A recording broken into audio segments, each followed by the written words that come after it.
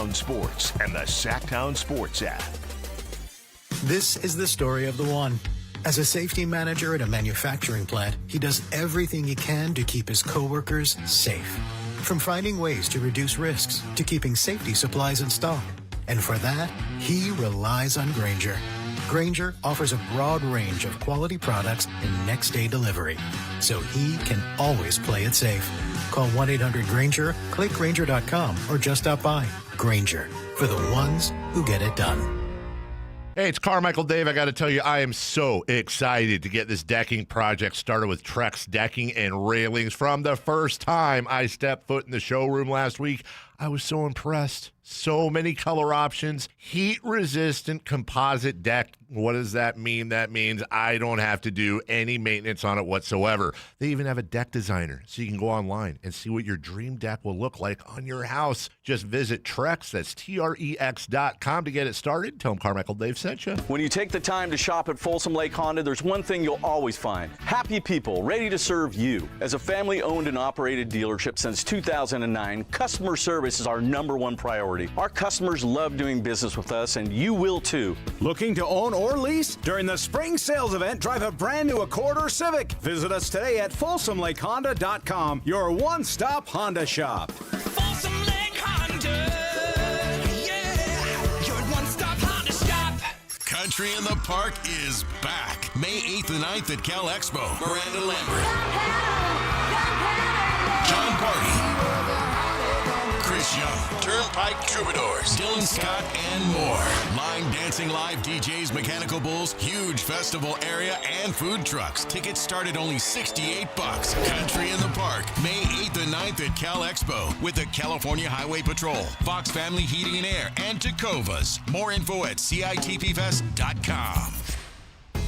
If you're serious about your golf game, then you need to know about Total Game Fitting at the Hagen Oaks Golf Supershop. Whether it's the TrackMan-powered player performance studio for your best fit clubs, or the cutting-edge technology putter fitting studio, or the free Ballnamic ball fitter and 3D foot scanner, the Hagen Oaks Golf Supershop offers you total game fitting from head to toe with equipment and apparel. Find your advantage at the Hagen Oaks Golf Supershop with the latest offering of new golf products in Northern California. Fulton Avenue at the Cap City Freeway. Spring is in the air, and Aleve's long-lasting pain relief is here to keep you moving. The days are longer and the flowers are blooming. Whether it's gardening, yard work, or just spending more time outdoors, spring is a way of getting us moving despite any body pain. That's where Aleve can keep you going. With just one dose, Aleve gives you long-lasting body pain relief for up to 12 hours.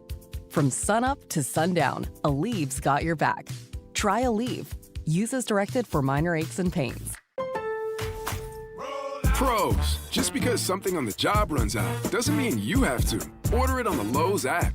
My Lowe's Pro Rewards members get free same-day delivery on eligible orders over $25. Get the fasteners, hardware, or tools you need to keep the job moving. Order by 2 p.m. and get eligible in-stock items delivered right to your job site by 8 p.m. Members get more at Lowe's. Loyalty program subject to terms and conditions. Subject to availability. Restrictions and terms at Lowe's.com/shipping terms. Subject to change.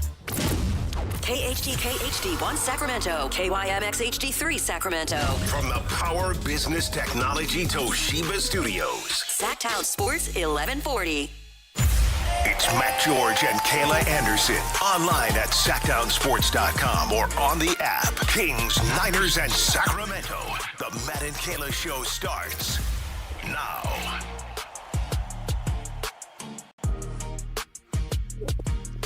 All right, Kayla. I got 3 numbers for you. Ooh. The number 3, the number 41, and the number 50. Which of the 3 numbers would you like the context of first? 3. 3. 3 years ago today, the Sacramento Kings clinched their first playoff berth since 2006. Ooh. They did it in Portland against the Trailblazers on the same night that Keegan Murray set the record for most threes made by an NBA rookie, which makes it even more incredible how quickly Con Knipple smashed that record this year. He destroyed Keegan's record in record time this year. So that's number 3. All right, the other 2 numbers are 42 and 50. What number would you like context for? 41 and 50. Okay. Let's go with 50. 50. The Athletics struck out 50 times during their 3-game series to open up the season in Toronto. We'll talk about the A's and the Giants more later on in the show. Hey, raise your hand if your team doesn't have a win yet this season. Oh, not the Mariners? Sorry. Not the Padres? Oh. I actually don't remember if the Padres won or lost yesterday. No, what? I think they got a win, didn't they? I thought they got at least one win. Let's take a look-ski. I know they lost their first 2 bad. And the Padres play the Giants coming up next. Yeah, they won 3-0 yesterday. Kyle! Yay. Well, that was actually Saturday. They had yesterday off. All right. Oh, here's another one that does not involve your team, though. Ooh. I do believe I saw something that the only team that doesn't have a home run from this weekend either is the Gigantes. Huh. They have a run. Yeah. Literally so a let's just run. pile it on the Gigantes. Well, that's because it's impossible to hit a home run at that ballpark. No, it's impossible for them just to hit the home run because they don't know how to play offense in San Francisco. Ooh. We'll get to that. Ooh. I don't know. The Yankees had no problem with it. 41. The final number, 41. Okay. 41 days until the NBA draft lottery. There we go. Woohoo! And we're going to talk a lot about draft lottery odds today because the Kings are back in the mix, baby! See? It all happened organically. All it took was a losing weekend. Exactly. Saturday, back in the mix. L in Atlanta. Sunday, massive L in Brooklyn. Yep. And I'm happy about it. We're excited about it. We'll talk about that on today's show. We got owner meetings happening in the NFL. Man, do we have a ton of Niners to talk in the 1 o'clock segment. Very excited about that. Lots of things that both John Lynch and Kyle Shanahan had to say. We will update our mini seasons, where we're at in terms of the first week. There may or may not be a trophy in this box to reveal and give to whoever the winner is at the end of the first week of mini seasons, and we get to actually play a full mini season, a full week of baseball this time, which we're excited about. Reacting to all of the chaos, the madness of March Madness, because boy, my bracket was busted, but in the best way possible yesterday. Plus, we had some awesome games inside of the Golden One Center during the women's tournament. Is Russell Westbrook's season over? Will DeMar DeRozan play again? We'll talk about how the Kings are going to handle their veterans coming up later in the show. And ESPN's Bobby Marks put out one question for every NBA draft lottery team. And that question is pretty polarizing for the Sacramento Kings. And I think I feel pretty definitive about what my answer is to that question. That's coming up at the lunch break at noon. But before we get into a weekend that was full of losing for the Sacramento Kings, it was also just jam-packed with sports, and Kayla Anderson doesn't miss anything that's happening in the world of sports. So, Kayla, how much time did you spend just in front of a TV screen trying to catch up on everything that was going down? If it was not just the TV screen, it was the TV screen and my laptop and my, device that I talk on X or whatever, keeping up with all the headlines that were going on.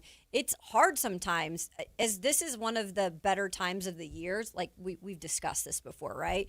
The March time of the year. You got March Madness, you've got baseball starting up, you've got NBA still going on, you've got golf tournaments that are happening. It's impossible to keep up with everything. But yeah, I found myself clearly watching a lot of basketball this weekend with the Kings and March Madness, but you sprinkled in a little bit of, here and there, some other things. So baseball in that mix. Yeah, baseball getting rolling as well. Again, not a very fun weekend for the Giants and A's. We'll get into that a little bit later on. Good weekend for your Mariners, though. It was decent. Didn't get off to the greatest start, but almost went for took a no into, I believe, the 6th or the 7th yesterday. So that was kind of exciting. Cal Raleigh with a double and an RBI so far. Just not the one-hit wonder, Cal Raleigh. Not yet. Not yet.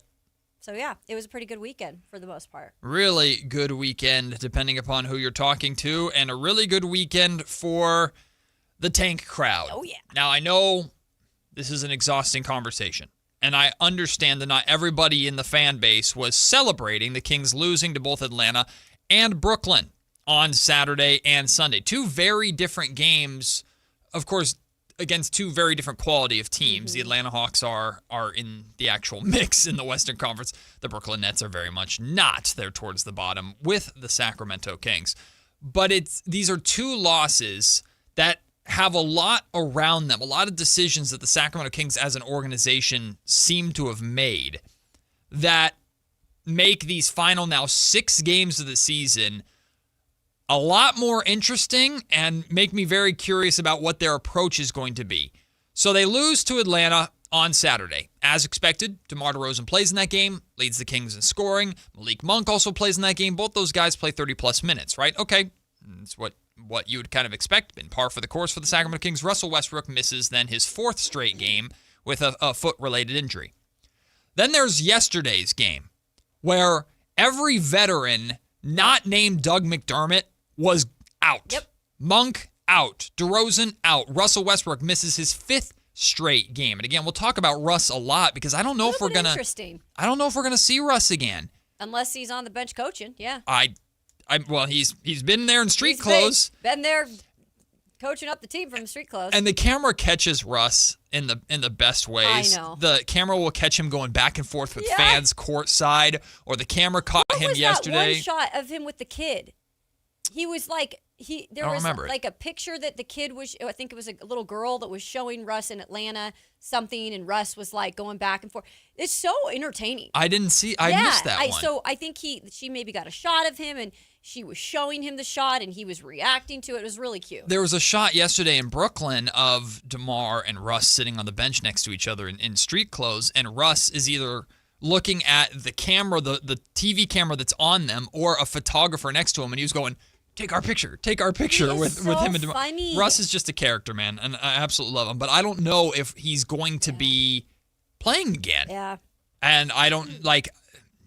Well, again, we'll talk about this later on. The speculation of how much is the foot bothering him versus was there a call from up top finally that's leading to the Kings benching again, quite literally every single veteran not named Doug McDermott. And yeah, Precious Achiuwa did play. I almost put Precious Achiuwa in that Keegan Murray category of right in the middle. You're not a young guy, but you're not a vet. I do too. And you're kind of right in the mix.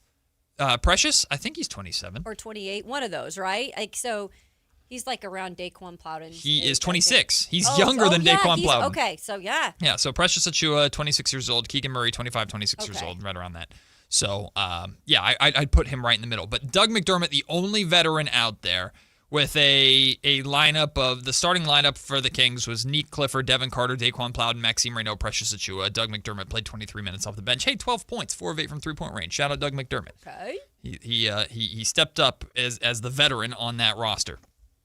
And Brooklyn takes a big lead early. They led 31-18 at the end of the first quarter, and I even tweeted it out, Kayla. I'm like, okay, how is Brooklyn going to tank their way out of this? What are they going to do? Same. And the second half started, and Brooklyn started doing some Brooklyn things. Yeah, I think they opened the second half with a turnover, and a fan pointed out that the camera panned over to Jordy Fernandez, who we, of course, love here. He's former lead assistant for Mike Brown during the Beam team years when the Kings made the playoffs. And Jordy Fernandez has a big smile on his face. I'm like, no, we're not doing this again. Because Whitey Gleason has pointed this out a lot. The Brooklyn Nets have been in a lot of close games as of late, and blatantly. In Sacramento, when the Kings beat the Nets, they had a chance to tie the game with a 3, and they stepped out of bounds before they could even get a shot off. You showed us that video of the other game that they did that. They just chucked the ball from half court for no reason. There's been some silliness happening in Brooklyn. You're thinking, okay, is it going to happen again? And then the Kings outscore Brooklyn 28-18 in the third quarter, get it to within single digits. I'm like, oh, God, here we go.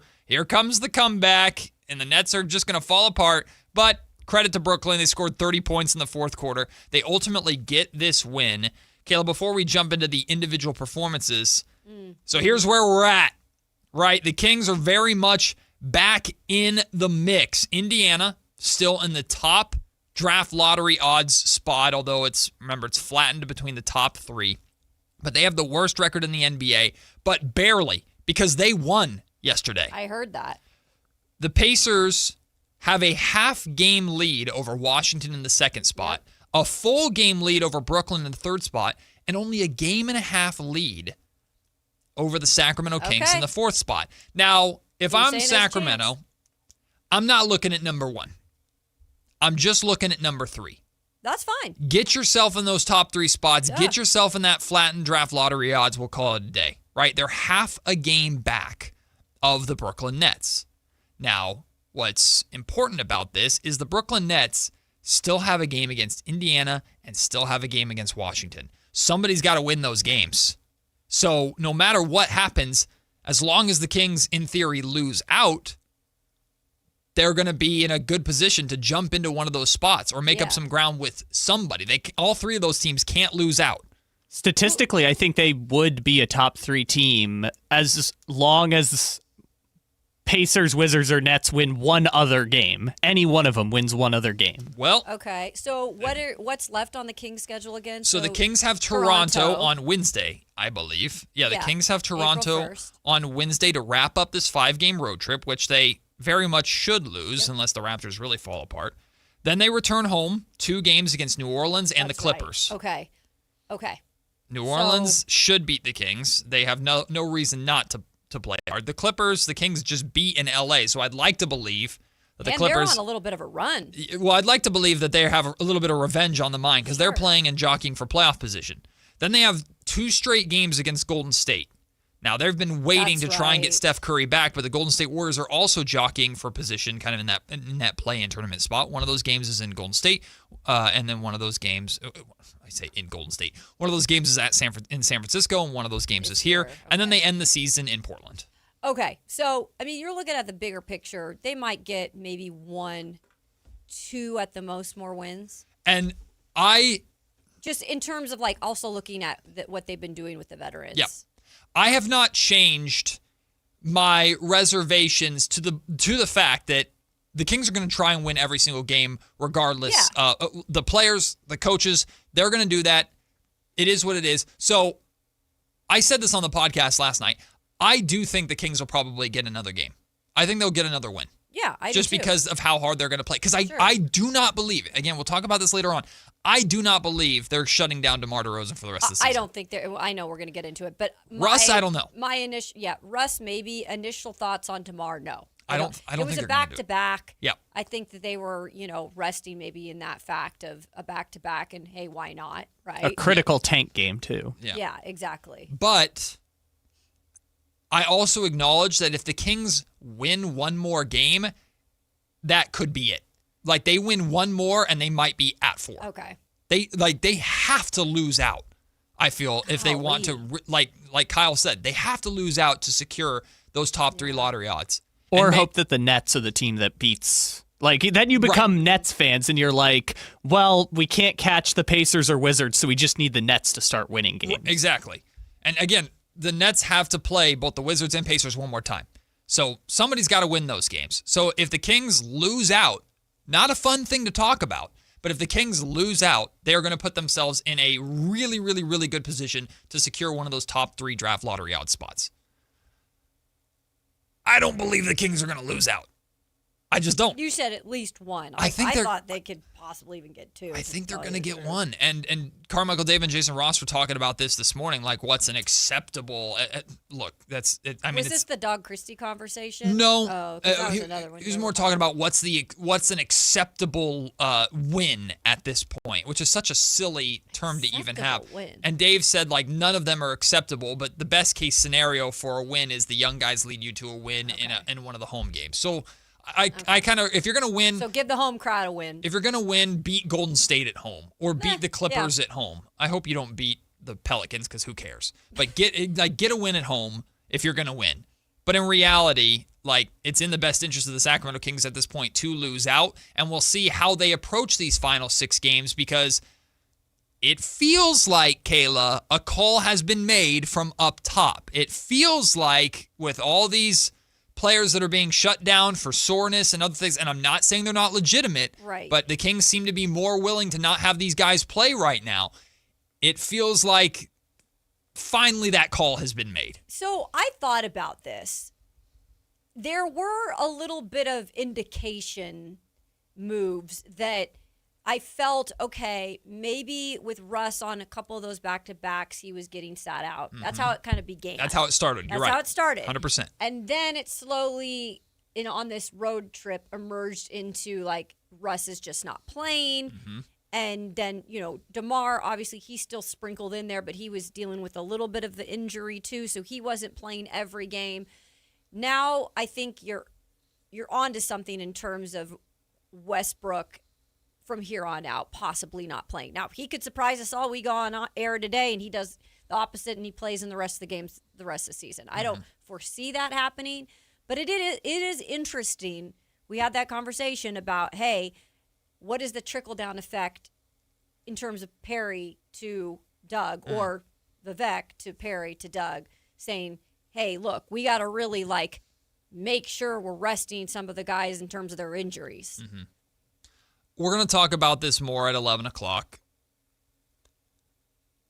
In my mind, I have no reason to believe that if it's up to Russell Westbrook and DeMar DeRozan, that they're not going to play.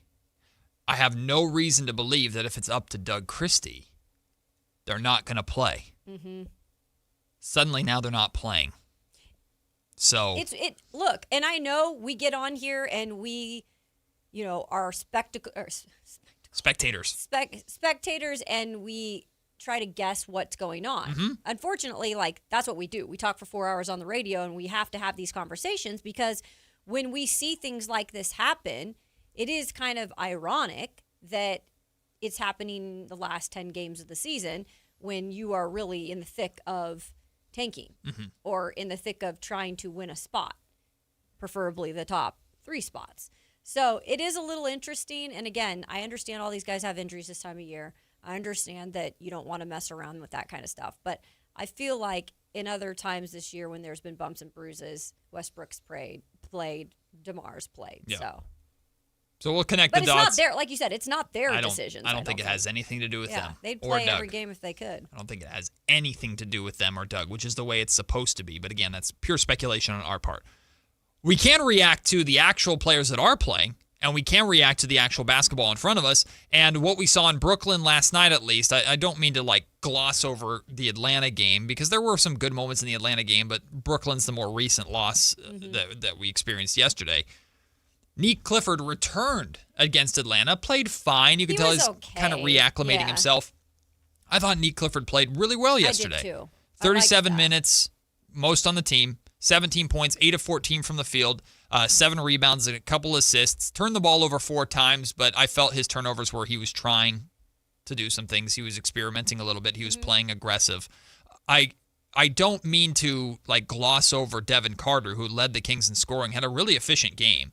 20 points, 6 of 12 from the field, 3 of 5 from three-point range, plus 8 rebounds, 5 assists. Devin Carter had a good game as well, and I don't mean to gloss over that, but the focus is more on Nick Clifford. Yep. And one of the things that dawned on me that I started thinking about while I was watching Nick play yesterday is he's still just trying to figure out when is his time and when do I fit in and when do I not take over necessarily, but when is it about me or when is it my time? When do I be aggressive? And we saw specifically in the second half, Nick looked to be more aggressive. There were there were 2 or 3 possessions in a row where he attacked the basket and embraced the contact, finished at the rim. You love to see that. He knocked down his 3 late in this game, catch and shoot. I think it was Daquan Plowden that found him. But regardless, you're seeing Nick discover those moments when he can be aggressive. And I'm really interested to see with this offseason, this summer, whether it's the California Classic and Summer League or going into training camp, how Nick identifies, especially when in theory the Kings get more of their main guys back next year, how Nick identifies when to be more involved in possessions and when to take a back seat, because it's easy. There's a very fine line between playing a supporting role and fading into the background. And that's why his role is tough right now on this team and has been tough this season because he doesn't have, and we've spoke about this on the show countless times, he doesn't have a clear identifiable role yet. He does all these different things well at different times, but there has been a little bit more time for him to feel comfortable getting his confidence up, knowing that he can kind of be the guy sometimes or not have to back off when the veterans are in. I think he's finally like understanding that part of it. Now, unfortunately, the ankle thing, he goes out with the ankle issue for a few games, comes back in Atlanta where I know his parents were there in town supporting him. And I think he was just trying to get his feet up under him again. So it was really good to see the bounce back right away in back-to-back games especially.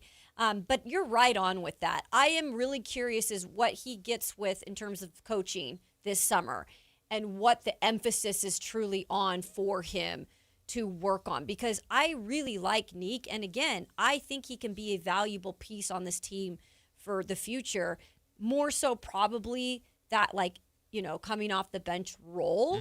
But if needed in times, he can step up then in a starting role if needed. At some point, either this week or certainly before the offseason, I think we need to have a conversation on this show of what specifically we want these guys to work on, because in reality, everybody's going to work on different aspects of their game. They're not just going to focus on one thing necessarily. But if there's like a primary thing you want each of these young guys to work on to where we can see noticeable improvement by training camp next year, we can identify those. But we've talked so much about Maxime Reynaud, and rightfully so. He's been like the beacon of light during this frustrating season with how good he's been on the offensive end and the trial by fire of him essentially becoming the starting center for the Kings pretty much the entire season. And his personality's come out. Right. He's kind of been like not an alpha guy, but he has kind of shown he doesn't take crap from people. 1 minute. I've shared that part of what's going to make him truly a starting center in this league is the way that he plays in the pick and roll with Maxime Reynaud, with Russell Westbrook. He can play with different guards, right? He's the same pick and roll threat regardless of who he's playing with. And he can almost elevate the point guard the same way that Russell Westbrook has very much elevated him, right? But there's another part of this too that I'm bringing up now. Get your initial thoughts on it now, but this is a conversation to table for later this week or another time, because I think we could spend a full half an hour talking about this.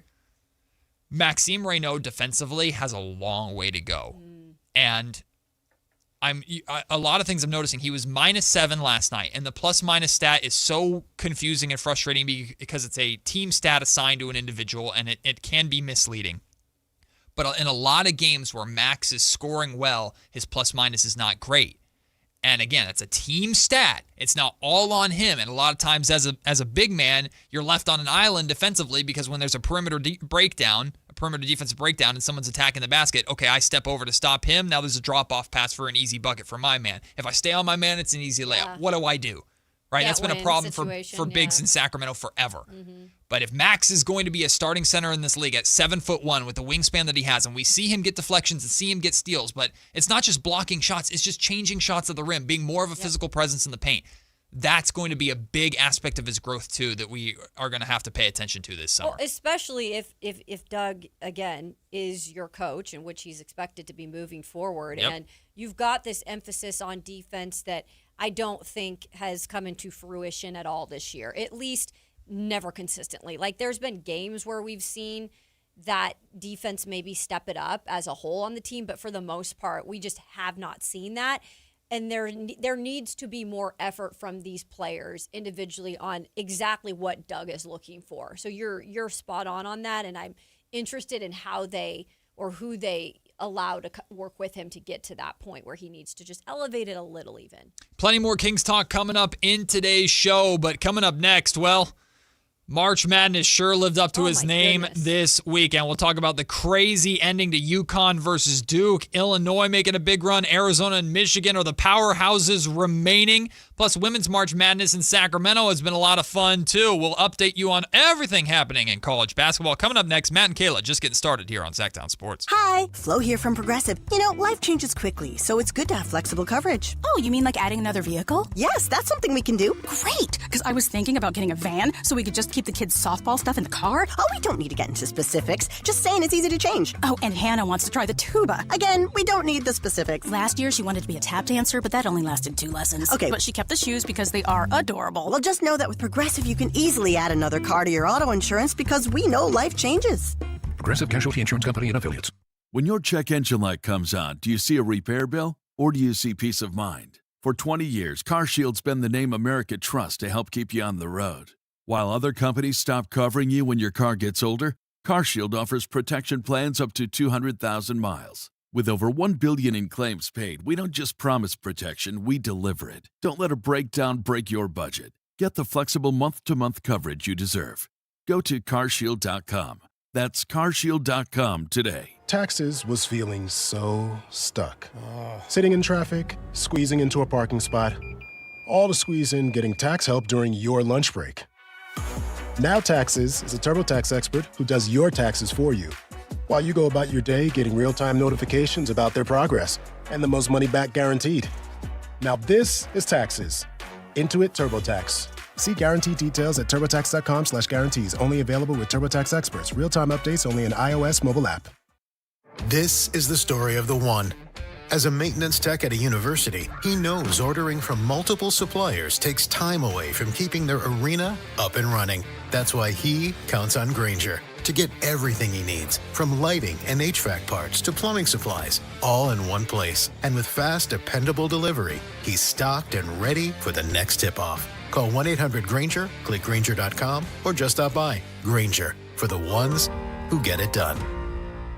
When you take the time to shop at Folsom Lake Honda, there's one thing you'll always find. Happy people ready to serve you. As a family-owned and operated dealership since 2009, customer service is our #1 priority. Our customers love doing business with us, and you will too. Looking to own or lease? During the spring sales event, drive a brand new Accord or Civic. Visit us today at FolsomLakeHonda.com, your one-stop Honda shop. Folsom Lake Honda.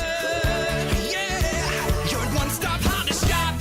Country in the Park is back. May 8th and 9th at Cal Expo. Miranda Lambert.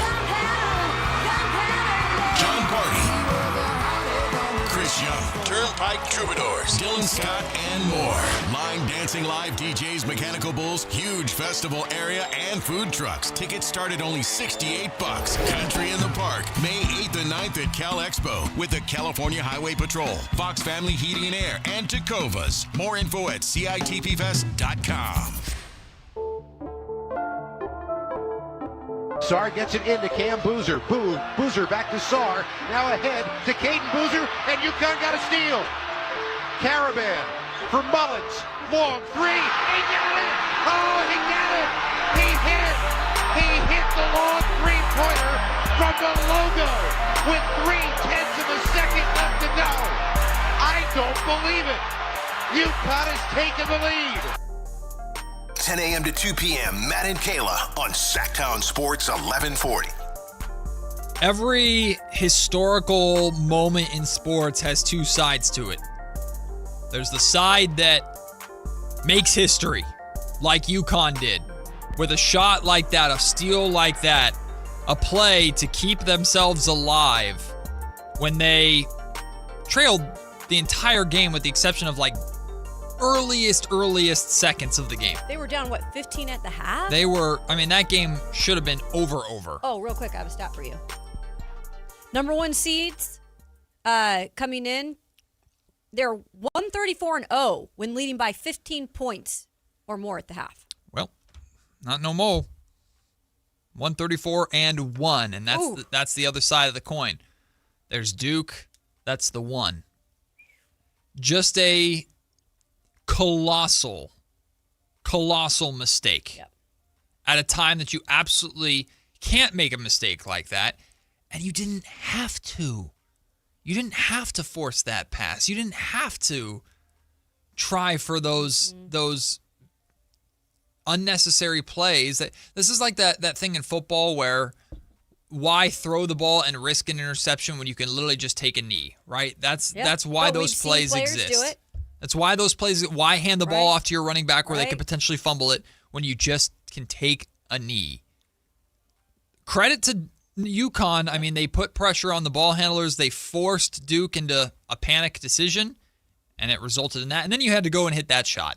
That was incredible. Just a moment where there's been hundreds of those moments in the history of March Madness. Just that chaos that you just have to see to believe. But that one, and the way for Duke to end their run, and many thought they were going to be the champions. For it to end that like that, hats off to UConn, and that's what March is all about. It is, and these are two really good programs in basketball.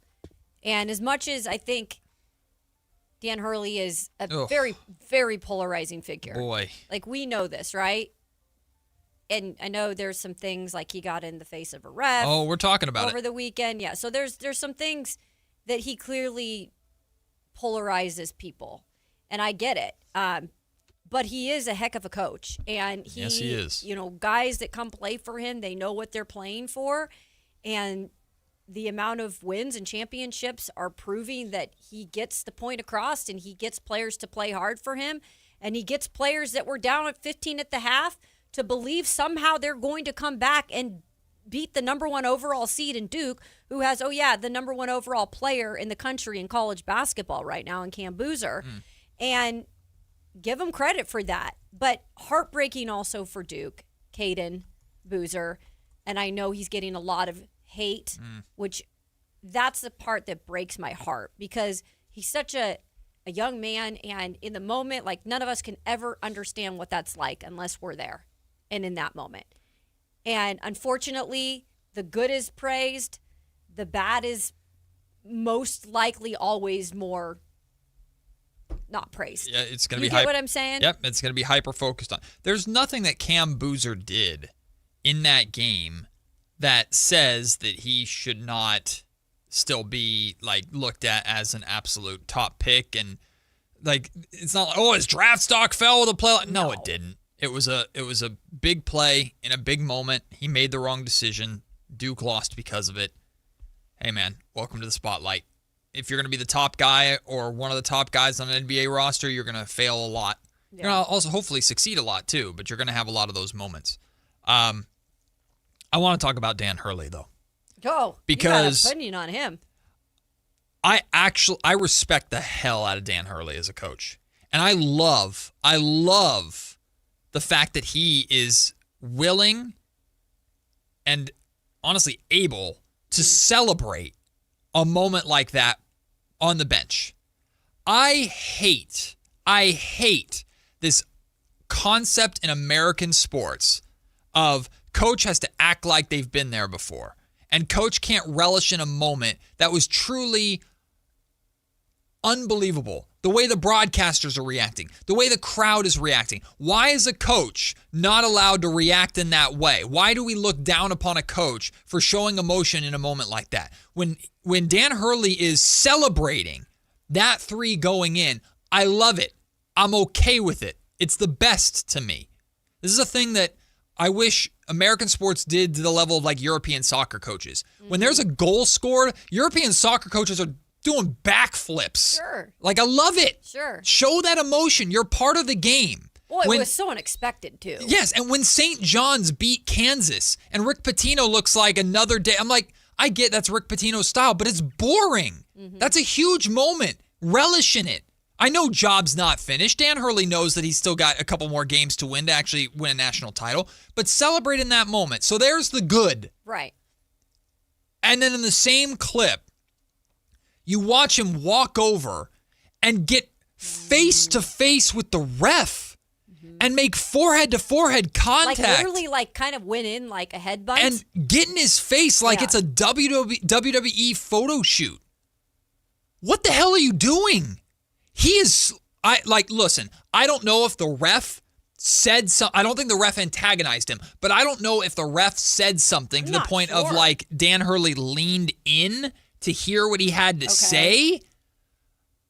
Because I'm trying to figure out 2 things. One, why in the hell would Dan Hurley do that? Because you look like an ass for doing that. Like momentum, I don't know. Like, you in the moment, I don't know. Yeah, you've got adrenaline. Right? Sure, but you can't lose control of yourself. Well, no. You're not one of the 20-year-old kids that just had their biggest moment of their life. Do you think that he'd ever let one of his kids get Hell no. No. But the other side of it is, if you're the ref, how the hell are you letting that fly? Look, I picked Duke for my bracket. I am not a Duke basketball fan by any means. But anybody who's a Duke fan going, how does he not get a tech for that? It's a very fair question. You're not supposed to make any contact whatsoever with a referee. You're not supposed. If a referee's walking away and you put your hand on their shoulder, technically you are not allowed to do that. going face to face, forehead to forehead with a referee in a moment like that, where you are clearly feeling yourself and it's Dan Hurley, macho, I'm staring you down type thing. That should have been a technical foul, and Duke should have had a chance to win that game at the foul line. Yeah, that's actually an interesting point. Dan Hurley is lucky as hell that his stupidity there didn't cost his team in that moment. I know there's probably something that triggered it, and again, maybe we'll find a breakdown of it. But when you're just seeing the viral clip go on, and like you're seeing it over and over, where he clearly has his forehead pressed up against, it's not like forehead to forehead. His forehead is pressed up against the refs. So, like, I know it probably was somewhat adrenaline sparked. You can't do that. And we sat there and ran a bite from Dan Hurley on Friday about discipline and about how he believes in teaching his kids and coaching his kids with discipline involved, which I agree with a lot of that. But then you can't go out there and lose sight of the moment, one of the biggest moments, and then go do that. And now, oh, by the way, it's trending all over. Yeah. And your kids are seeing this. Again, I'm able to separate two things. The celebration is That's fine. fine. I have nothing love against it. that. Live in that moment, because that moment was history, and you just won the game that you never should have won and knocked off the biggest juggernaut, in my opinion. Maybe Arizona fans disagree, but the biggest juggernaut left in the tournament. And you did it in that fashion. Relish in that moment, but don't do something stupid. It's weird. And make it about, and again, if a player had done that, we're criticizing the player, and the coach is pulling the player aside and going, you got to be better than that. You can't do that. But you also have the excuse of that's a 20-year-old or a 19-year-old in that moment who's just soaking it in. Yep. Dan Hurley's a grown man. Who's preaching to be grown men to his kids. Who got to his players. Face-to-face with an official after a big moment for his team. I just don't get it, and he's really lucky. Really lucky, because if the referee's not worried about getting chaos in order, because it looked like he was going to the scorer's table to talk to them about something, probably the clock, how much time was left on the clock. There was like 0.3, I think, left. If he's not worried about that, that's a T easy. I'm still surprised that nothing happened. I mean, stunned. I've never seen anything like that in the biggest moment like that, where then a ref is going to be like, oh, I'm just going to go finish what I had to do. I'd be like, you're like, first of all, you're out of the game, and there's tech.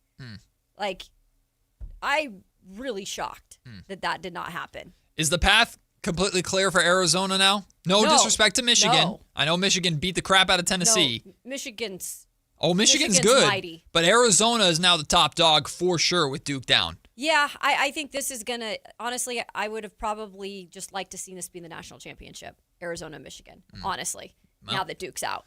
But unfortunately, someone's got to win this game. I think Zona, it's their year. It truly is. I've been thinking this from the start. But it's going to be a real, in my opinion, if everything goes away, I think it's going to be a battle. It's absolutely going to be a mighty battle. Well, you got UConn and Illinois on the other side of the bracket. Two great stories. Illinois has been phenomenal. Shout out Andrei Stojakovic. He had a good game. He played. I mean, he's been playing well every game off the bench. Jesuits' own, of course, getting son. some hype though this time. Like he was getting some shout outs nationally. He's like, okay, drawing people's attention. But Illinois has been a phenomenal story. So you got the great stories of UConn versus Illinois, and you got the juggernauts of Michigan and Arizona. Hey, we're setting up for an exciting. I understand everybody that's saying the national championship game is whoever wins. The champion is whoever wins between Arizona and Michigan. But I don't think UConn and Illinois have any issue with that. They'll happily be the underdogs. Don't count those out, especially UConn. We are in for a fun finish. We have to break here, but shout out to all the moments that we had. Sacramento was off the hook this weekend. I mean, from Duke. Duke having their game winner moment on the women's side, and then what happened on the men's side is kind of fitting. But shout out to Carol Lawson, and all I heard about, because I didn't get out there, but all I heard about is the amount of Monarchs jerseys that were out there, the amount of people with Carol Lawson signs. So cool. Sacramento showing up to support her in that way was really cool. Of course, UCLA advancing to the Final Four with their win over Carol Lawson and Duke. A really fantastic weekend for Sacramento, a fantastic weekend for sports, and I'm glad we got to be a part of it in that way. Yeah, and the championship is tonight. Yeah, so you got TCU, which is kind of like the upset, kind of darling of the women's side of the tournament this year, and then, Oh, yeah, you got Dawn Staley and her Gamecock, so it's pretty cool. And I want to make sure I always pronounce his name wrong. Mark Campbell. Okay. Mark Campbell, I always want to call him like Mark Hughes or something for some reason, and it's so shame on me. Mark Campbell, who's the head coach of TCU, is the former women's basketball head coach at Sac State. Love it. And led Sac State to the NCAA tournament a handful of years ago before he got this TCU job. And Mark is phenomenal. Got to talk to him a number of times. Had him on the show many times when we were at ABC 10. So Mark is phenomenal. So I'm rooting TCU. I'm rooting for our guy Mark. Yeah, no, it'd be a huge, huge, huge upset. And by the way, some 8-year-old or 8th grader, predicted the women's bracket, and they had TCU, I think, in the Final Four, and everyone's like, this guy's his bracket's going to go down. Well, there's a chance. Hell yeah. There's a chance it could be intact. I love that. That just goes to show anything can happen. All you 50-year-old male sports nuts, we have no idea what the hell we're talking about. But an 8th grader, will get it right. That's the madness of March Madness. We'll take the break. When we come back, it's time for Q&K on a Monday with Kayla Anderson and Sactown Sports. This is the story of the one. As a safety manager at a manufacturing plant, he does everything he can to keep his coworkers safe. From finding ways to reduce risks to keeping safety supplies in stock. And for that, he relies on Granger. Granger offers a broad range of quality products and next-day delivery, so he can always play it safe. Call 1-800-GRANGER, click Granger.com, or just stop by. Granger, for the ones who get it done. Capital Casino is conveniently located in downtown, 411 16th Street, and has been a part of the greater Sacramento area for over 20 years. They offer the best variety of games in the region in a safe and friendly environment, and there's plenty of parking, all well lit and monitored by security. Come have a great meal at the cafe and restaurant inside. Capital Casino has the best food, the best service, and the best action, but please always remember to gamble responsibly. 1-800-GAMBLER.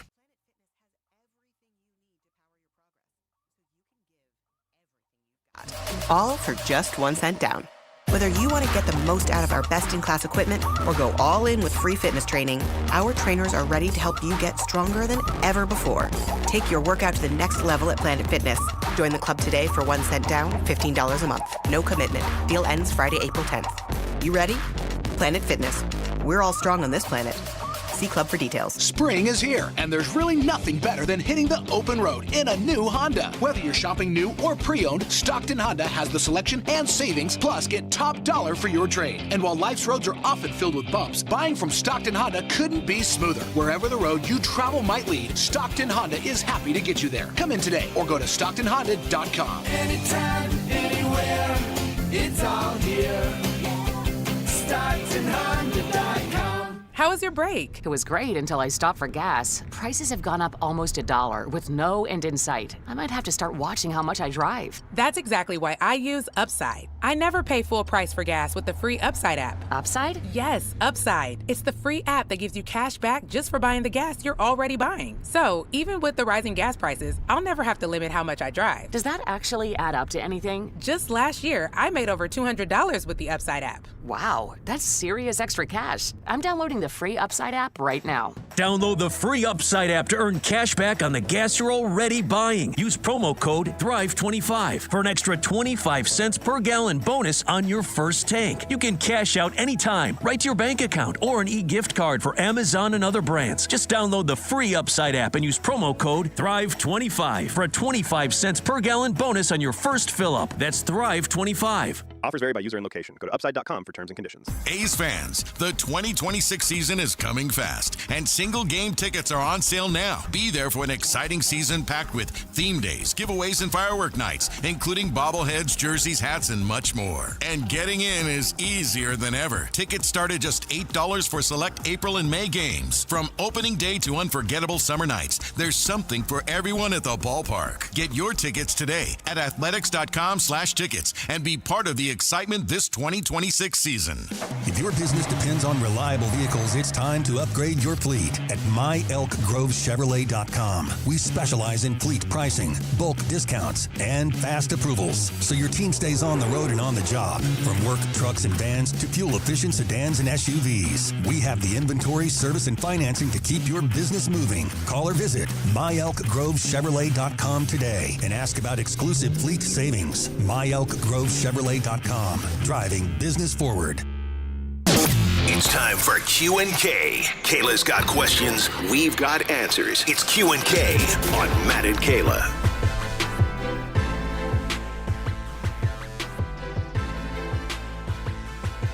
It's Monday. That means it's time for Q&K with Kayla Anderson. Kayla, what's on your mind? What do you want to talk about with how this crazy weekend has gone? There's so much going on. I've had some college basketball questions lately. I'm going to go with NBA today. So I was scrolling through my ex, there's so many crazy, weird things on there. And a lot of those things I'll get like a question from. Yep. This is not crazy by any means, but what Bill Simmons talks about on The Ringer is the craziest things that have happened this year in the NBA. So let's hear from Bill Simmons, and then I'm going to pose the question to y'all.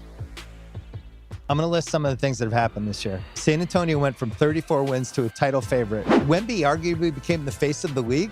Bam had an 83-point game. The Clippers had an aspiration scandal, started out 6-19, traded James Harden, and are now making a playoff push. And the scandal has not been resolved. And waived Chris Paul during his farewell season. Charlotte had the best net rating for 40 games after going 4-14. Kevin Durant had a burner scandal at the All-Star game, and the team has not been the same since. And we've never found out whether the scandal happen or not, although I think we have our ideas. Jason Tatum blew out his Achilles in May. Their over-under was 42 wins. They've now already won 50 and he's back. The Lakers looked like an absolute mess and are now contenders. Phoenix, Stephen A. Smith called Ishbia the worst owner in the league a year ago. Now they're going to be in the playoffs. OKC became villains. We have 10 tanking teams that made Adam Silver snap. The Luka trade officially became the worst trade ever. The Wizards have Trae Young and Anthony Davis. I was going to say, when is that coming up?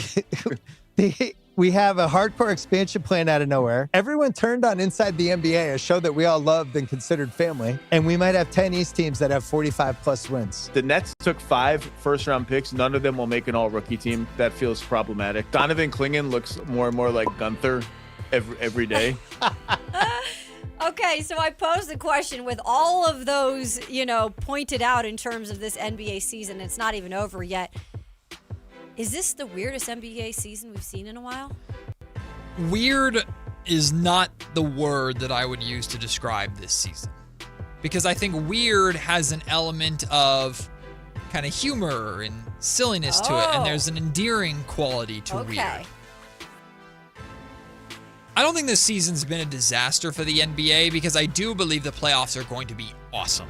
I think the NBA cannot wait for the playoffs to start so that we're going to get some really good matchups in the playoffs. Some super compelling storylines in both the West and the East. Cannot wait for that. I think the ratings are going to be off the hook for the playoffs. NBA Finals, whoever makes it, ratings are going to be good. I think this season has been one of the worst for the NBA maybe ever. Wow, that's a bold statement. So you're going from weirdest to worst. I genuinely, I think if we were to ask Adam Silver, if Adam Silver is sitting in that chair and there's no cameras. We'd have to fix this lights. And there's no, that's the thing. It's not a show, so it's nothing. We're just having a conversation with him and hopefully he trusts us. Yep. I think Adam Silver would tell us this has been an exhausting, terrible season for the NBA. Ugh, woof. I think one of the reasons why the expansion conversation has suddenly been accelerated as much as it is to draw the narrative away from all the other garbage that has happened this year. From the scandal in LA, Kevin Durant's burner. Kevin Durant's one of the biggest stars in the league, and this burner story is embarrassing. And nothing's got resolved, No, Matt. Nothing's gotten resolved. You do have good stories in there. Of course you do. But from the tanking issues to I think this entire season, the 65-game rule that now has players pissed off because injuries have happened to Cade Cunningham. This year has been horrible for the NBA. It's not just us in Sacramento, y'all. Sacramento's had a rough year too, but the NBA as a whole has had a terrible year. So to call it weird, again, is to make it it's kind of cute, it's kind of fun, it's just kind of a weird year. No, this has been a bad year for the NBA. Genuinely one of the worst years I think ever. Hey, it's been that bad. Good argument, Matt. Kyle, is this the weirdest year, or would you say it's the worst, or do you have another word to describe it? It just feels mid. I wouldn't say it's the worst season ever, but it does seem like kind of a mid season that's probably going to get saved by the playoffs. Like, I think the playoffs are going to have a bunch of compelling storylines and a bunch of interest. In terms of the weird season, I will say, we do this every year with just like, isn't the NBA so weird? Look at how these weird things have happened. You could pull it from any year, but I did pull one year just as an example, just to show it to you. So imagine I'm Bill Simmons right now, and I'm saying, guys, was the 2023 NBA season just the weirdest year ever? Like, think about it. I'm just going to list some of the stuff that happened. So after the Warriors won the championship, Draymond Green punched Jordan Poole in the face. And then we got the video leaked to TMZ.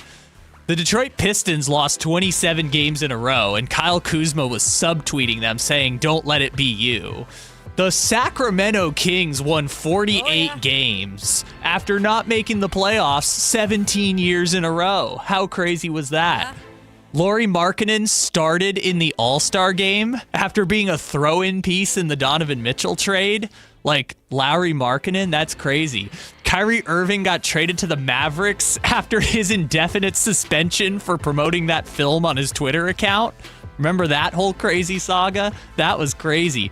Kevin Durant got traded 3 days after the Suns got bought by Matt Ishbia.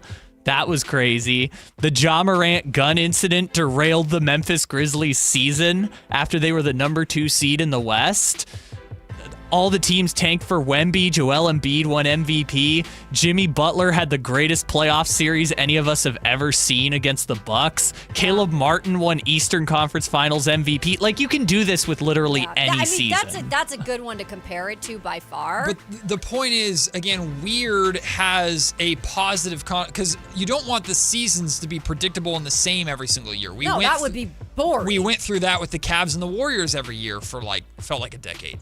Like, weird is good. Having different storylines, having things compelling, like a team that comes out of nowhere. The San Antonio Spurs were this year's team, or the Charlotte Hornets to some extent, just like the Kings were back in 28 or what the heck 2023. Sorry, I almost said 2018. It feels like 2018. Feels like it's been that freaking long ago. Weird is good.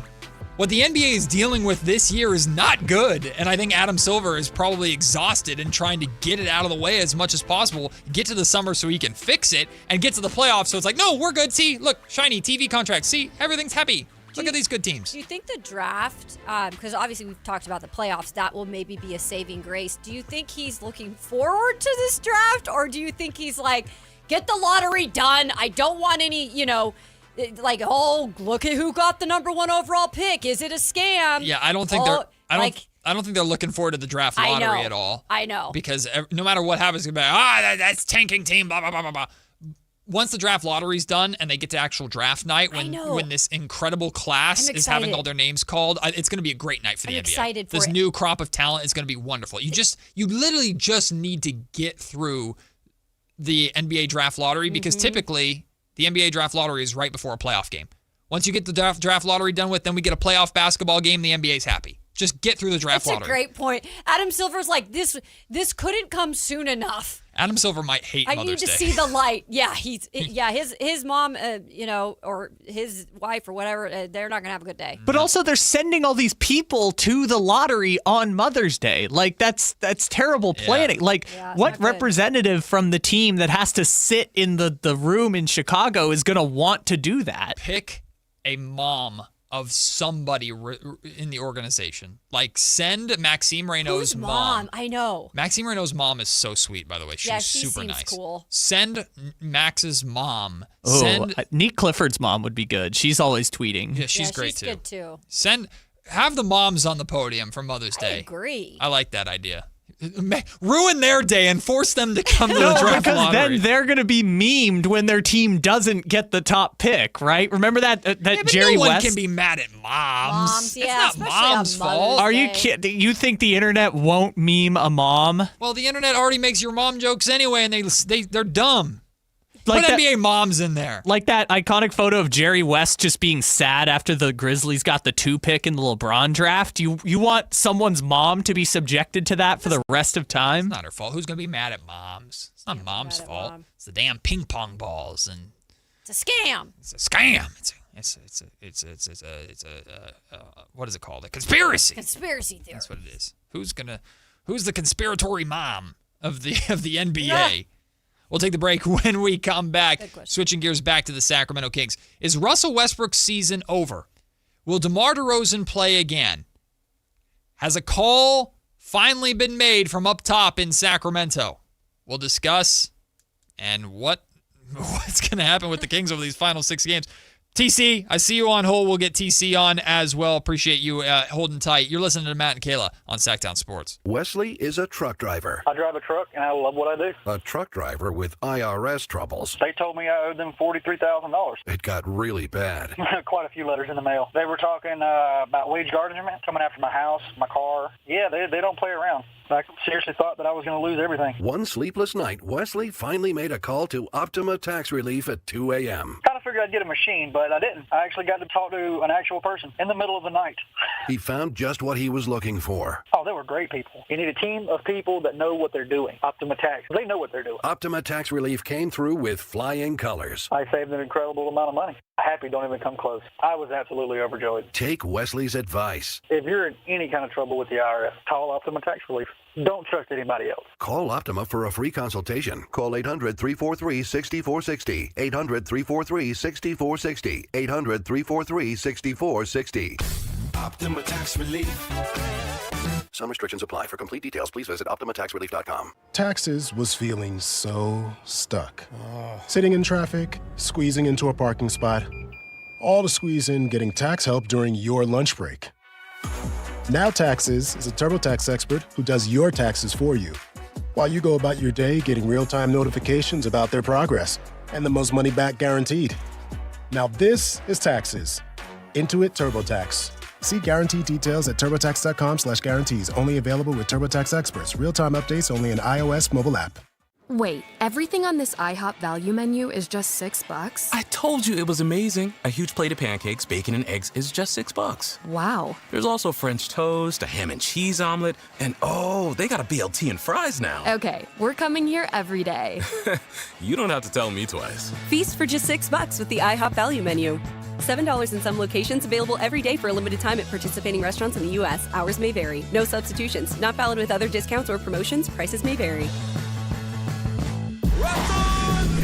Russell Peters, Relax World Tour. I go, my parents are from India. She goes, oh, India. See, I knew India. Indian people, you have a big eyes and long eyelash like a cow. Wow, wow, wow, wow. Saturday, April 18th, 8 p.m., the venue at Thunder Valley. Wow, wow, wow, wow. I didn't know what to do. I just tipped her and went, thank you, bye-bye, and I left. For tickets, visit ThunderValleyResort.com. Russell Peters, Relax World Tour.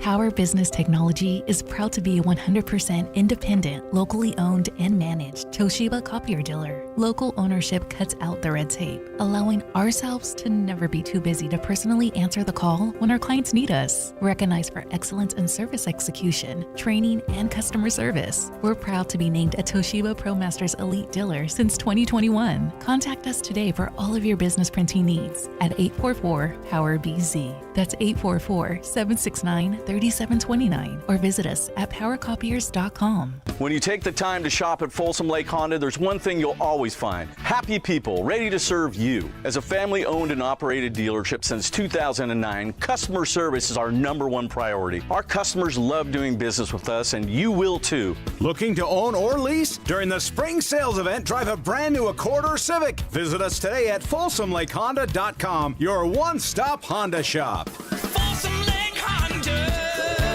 yeah, your one-stop Honda shop. KHD HD1 Sacramento, KYMX HD3 Sacramento. From the Power Business Technology Toshiba Studios. This is Sactown Sports 1140.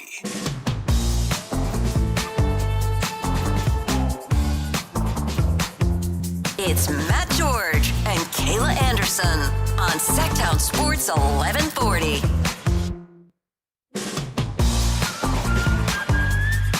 In last night's Sacramento Kings loss to the Brooklyn Nets, no Russell Westbrook, no DeMar DeRozan, no Malik Monk, no Domantas Sabonis, no Keegan Murray, no Zach LaVine, no DeAndre Hunter.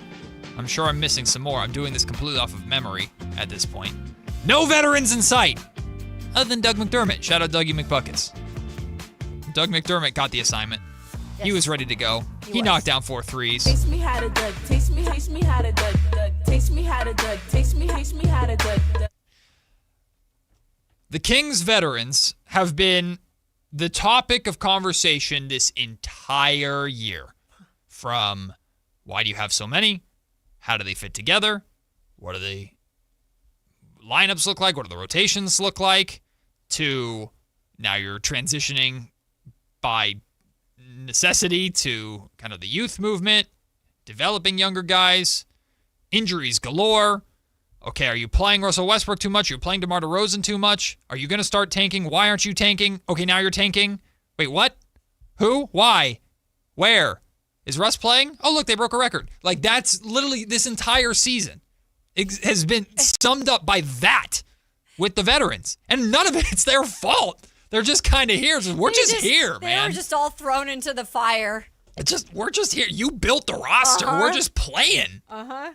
And the thing that's been most consistent has been truly Doug Christie's messaging and the veterans' messaging of, if we're out there, we're going to try and win.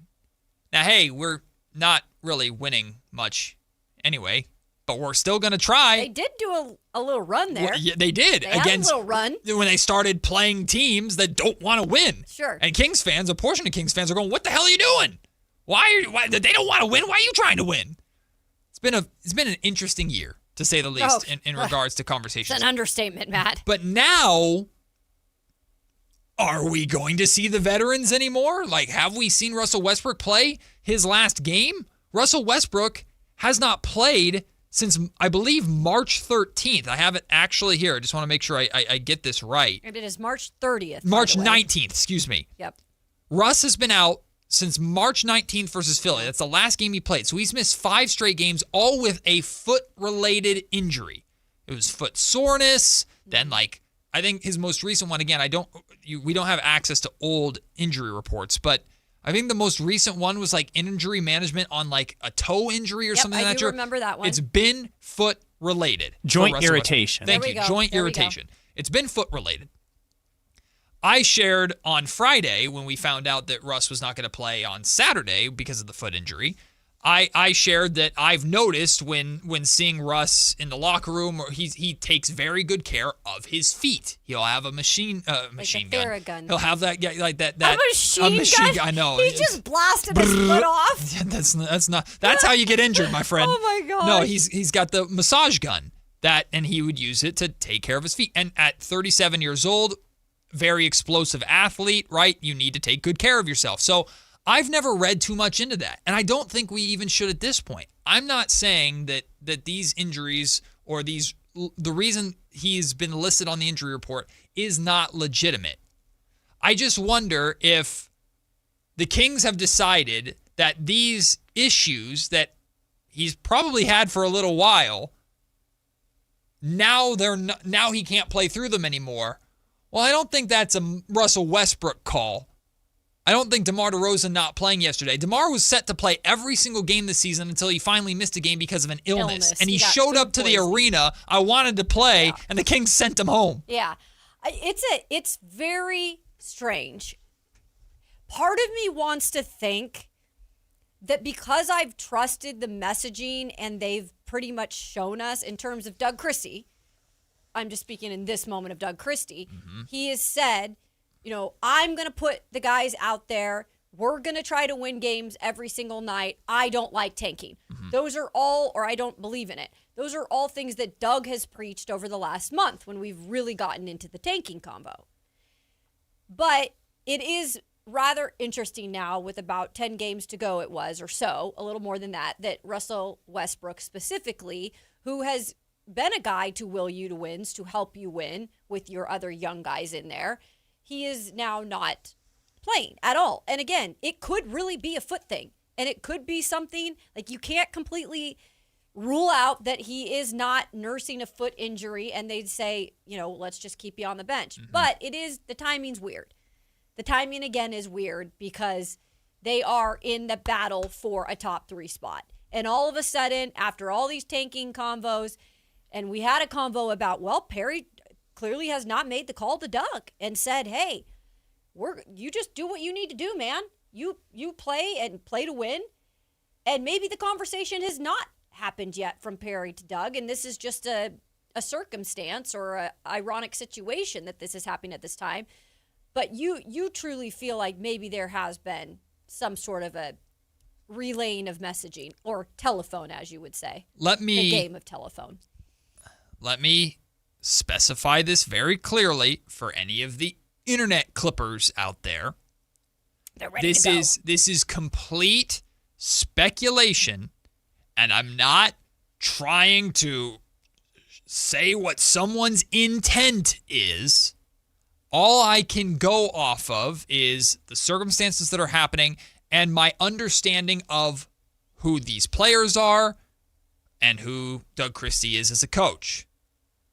My belief is that if Russell Westbrook had the choice, do you want to play or not, Russ is going to go. Unless it's really something serious, like super serious. My belief is that if DeMar DeRozan can go and it's up to him, he is gonna go. And Doug Christie has told us, and I don't think he's lying to us, probably at least 5 times this season to our face in press conferences. If I have these guys available, I'm gonna play them. Yeah, he has. If they can suit up, they're gonna play. And we're going to play to win every time because I don't believe in tanking. I don't mess with anything like that. Players don't believe in it. Players don't believe. Like this is Doug's been consistent with that since he was a radio host, not just a head coach. Yeah. I believe all of that wholeheartedly. So what is different now? Are Russell Westbrook's feet seriously suddenly, or 1 foot suddenly so bad that he has to miss 5 straight games conveniently at a time where the Kings, it's in their benefit to lose games? But he's not in a boot or anything. Like he's up at the games. No. He's coaching during the timeouts. Is now that DeMar DeRozan doesn't have the opportunity to go for all 82 games and start all 82 games at this point in his career, is DeMar DeRozan now suddenly dealing with, I don't even know what he was out with last night. I don't either. I genuinely don't even remember. And at rest at this point, he's never rested at any other point in back-to-backs. Why would he do it now? He has the most minutes played in the last 10 years in the NBA. Yeah, that's what I'm saying. I mean, you don't just change the way that you decide to do things. So what happened? What's different? It's what we've been saying. The only thing that makes sense to me, unless these guys are really, truly hurt, and I don't believe they are. What is different? It's what we've been saying. The call needs to come from up top. I'm not talking ownership. This needs to be Scott Perry's call. Oh, you don't think the game of telephone starts from the top? I don't think so. I think, I mean, I've given every indication. I've been told everything that I have to believe is that Vivek Ranadive has nothing to do with this. Okay. This is Scott Perry's team. That's how they've operated this entire year. Now, if you're skeptical, listener, even with all the heat that was on this organization the last week or two with not tanking, I don't think that heat is a simmer compared to the boiling water that this organization went through just over a year ago after the Mike Brown firing and in the De'Aaron Fox saga. Isn't that weird then for a situation where if Scott is the one that possibly made the call down to Doug and said, hey, look, we got to start like finding ways to not stay in games as much. You think, though, that relationship that they've supposedly had this whole time where they respect one another and he's letting Doug do his job, that now all of a sudden it's Scott's decision to change that up? Again, pure speculation on my part here. What makes sense to me is, first off, I don't think the call is, hey, like, the way I don't think the call is like, hey, Doug, we're going to try and we're going to shake things up. I think the call is very specific. Russ is not going to be available tonight. DeMar's not going to be available on this second night of a back-to-back in Brooklyn against a Nets team that we would benefit from losing from. Malik Monk's not going to be available either. This is what you got. I think Scott is telling Doug, this is what you got tonight. Play him.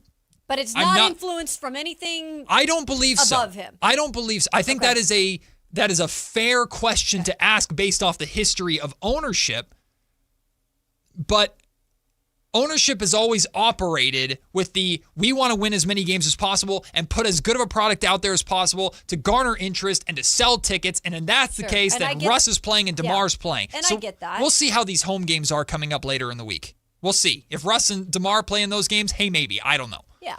But what makes sense to me is that Scott Perry and the Kings felt that getting some wins when there was still a month of the season left, especially wins at home, while also allowing Russell Westbrook to become, fifth all-time in assists and pass Steve Nash, and have DeMar DeRozan become 18th in scoring. A lot of people associate those records with the selfishness of those players. I don't think that's what's going on. I don't think Russell Westbrook has ever, even before he yelled at me, I don't think Russell Westbrook has ever gone out there and said, this is about me breaking a record tonight, or DeMar, or any of those guys. I mean, it's part of what happens when, you play on a team like this in your later years. Yeah, there's opportunities, and I'm sure that they're glad they did that, but that's not what's driving them to go out there and play every night. Russ and DeMar are going to get that recognition regardless of when it happens. Yeah. The Kings benefit from that recognition. DeMar broke the record or set the record in a Kings jersey. The Kings are the ones putting the graphics out. The Kings social media team is the one putting Russell Westbrook out every opportunity they can. Hey, look, here's a video of Russell Westbrook taking a picture of Neat Clifford and his family. Let's put it out there. Yeah, because it draws attention. It does. So it benefits the Sacramento Kings for the most part to have those guys out there breaking and setting records. And with a month left in the season, it makes sense to me for the Sacramento Kings to go, we're going to keep running you guys out there. We want you to get those accolades so we can take our little piece of that pie. We can have a positive in the midst of this negative, this frustration. We're going to win some of these games because we feel on the back half of the season, the final 8-9 games, we can lose enough to still put ourselves in a good mix in draft lottery odds. If we don't get the number one spot, oh well. But we still feel like all we need to do is sneak into top 3. And if that's been the plan all along, they look like geniuses right now because they're right back in it. But I don't believe that just now suddenly all of a sudden Doug Christie's decided I'm not going to play these guys, or that Russell Westbrook and DeMar DeRozan have decided, we're too sore to play. Yeah. I don't believe that for a minute. The pattern does not make sense with these two vets. It's probably the easiest pattern to follow in terms of how they've carried themselves in their career and how they've consistently played throughout their career. And it does not matter, like you said, if they're 37, 38 years old, they've literally done what they've done every single year. Yep. And they've done it throughout the whole season up until recently. So it is the timing is a little weird because it's like now all of a sudden they're not going to go out there every single game, or they're not going to play a back-to-back game, which they have been doing all year, i.e. specifically DeMar DeRozan in that instance. So it is interesting. I just don't know if I understand how it came about, if they are actually resting those guys in terms of more so helping the team not win games. Yeah, if that's the case. I think there's still too much time in the season for us to completely embrace the tank and shut it down. We still have a lot of home games. We want to sell tickets. We want to have some positive stories at the end of this very negative season. So let's let those guys get out there and hopefully break these records and set these records so that... Because it was at home. It was at home when Russ set the assists record, but Russ and DeMar got a lot of run in L.A. against the Clippers, and that's home for at least DeMar, and Russ went to UCLA, right? So there's the home cooking side of things there, and a lot of people are speculating, why are they playing so much in this game? Is it like a thank you veterans type of performance? They played more after that so that they could, in my opinion, get awards. Not that was the motivation of Russ and DeMar, but I think it was the motivation of the Kings organization. Again, the Kings benefit from those guys setting records wearing their jersey. So bringing it back to the convo a minute ago, because it's benefiting the Kings organization. Is this still then, when you're talking about that specific thing, is that still Scott Perry has been making all these decisions? I think Scott Perry has recognized the importance of the competitiveness of this team up until this point. Time will tell if this is the right approach for Scott Perry to have, but Scott has been in the league a long time, so I'd like to believe that Scott understands the benefits from an organization standpoint, from a PR standpoint, and also Scott has to keep people happy too. And asking Russell Westbrook or DeMar DeRozan to shut it down with a whole month left in the season, I think was going to be a very difficult ask for everybody. But that's the thing. I don't think if Scott is, again, all speculation here. I want to clarify this a billion times. So just to make sure y'all know. All freaking speculation. If Scott Perry made that call and is telling Doug, you're not going to have these guys tonight, he doesn't have to tell Doug or ask Doug, hey, don't try and win. Go out there and coach these guys the exact same way. We're just taking some pieces off the board that make it less likely that you're going to win. But Maxime Reynaud was not playing any less hard last night or this weekend. Nick Clifford isn't. Nick Clifford just coming back from injury. Devin Carter isn't. Well, whoever Doug has available, Doug's going to tell him, let's go out and win this freaking game. It's on Scott Perry to specifically hold back some of the pieces to let Doug coach his heart out, but more than likely you're going to lose games. One thing real quick, Kyle. That's what I feel the most confident in. That I can 98% say right now that Doug has not done anything different in terms of what he can control. I think Doug has always had it in his mind that if there's a guy available, even if a little banged up, and they want to go, they're going. So that's the one part I do trust. All the other stuff, I'm a little bit confused on who's having what influence. Yeah, that's fair confusion to have. It's fair confusion to have based off of all the history, all of the past. It's very fair confusion to have. Kyle, sorry, you were going to make a point. No, I was going to make a joke. It's just can you win the chess match, but you only have the queen and the sideways piece and the little horse. I never played chess, but that's basically the point. We should ask Maxine. Oh, I'm sure Max. Is Max good at chess? Yeah. Really good. Is he a chess he grandmaster? Beat Wemby. Oh, head that's to right. head. That's right. Can we just say, by the way, let's embrace that. Come on. I'm just going to make this fun. Wemby, do we know he's actually good at chess? He showed up to the park one time and played chess with people in New York. Do we know if Wemby's actually any good at chess? No, we can just say that Max is, though, right? As long as Max beat Wemby at something, that's all the headline I need. It doesn't matter if it's chess, checkers. Simon says, don't care. Simon says. Basketball? We'll get there. One day. One day, Max. Did De'Aaron Fox make a mistake by joining Wemby instead of Maxime Reynaud? No, he very much did not. I would say no on that one. He's doing just fine. But Wemby can't play chess. Well, we don't know that. We don't know. All we can do is speculate, but we know that Max is better. Based off of one game, one time. Based off of one story and one report. All speculation. Don't know if it's real or not that Scott made those calls. But that's the only thing that makes logical sense to me. And it doesn't have to be as blatant as, hey, Doug, you're not going to have DeMar and Zach and Russ and Malik and everybody else tonight. Good luck, click. Well, what if it was a carrier pigeon? Exactly. And that's even more or less contact. You just let them drop a little there's a little message for you, message in a bottle. We know what's in the best interest of the Kings at this point. The young guys are still getting a ton of run. The veterans have set records. If the Kings can check as many boxes as possible to try and keep as many people as happy as possible, feel like they've done it. Yeah. I mean, we've also got to see guys like Daquan Plowden. Who's been kind of shine. Really good. Daquan Jeffries has been balling out. Daquan Jeffries the other night. His dunks, by the way. On a hardship 10 day. He's an athlete, let me tell you. He's an athlete. How tall is Jeffries? I think he's 6'6". Okay. I mean, he's not got crazy, height. But yeah, that guy is an athlete for sure. He's fun to watch him. He's always been that way. 6'5". Yeah, so he's not over. Yeah. TC wants to jump in on the conversation. I think TC initially wanted to talk March Madness. We'll see if he gets back to that or if he wants to talk a little bit of Sacramento Kings. TC, thanks for being patient, my man. What's up? Hey, what's up, man? Matt and Kayla, what's going on? What's up, TC? Hey, so I kind of want to go.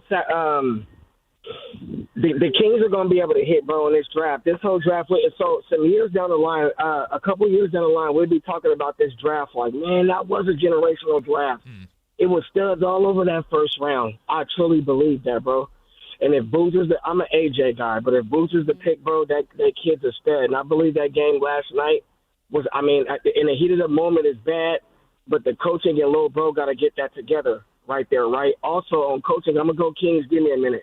On coaching, Dan Hurley, I love the way he coached. If you ever play sports, right, you know what type of coaching that is. It's not that, Matt, he lost his mind and he's running up on the ref. That's just coaching, bro. Honestly, I like my coach to be like that.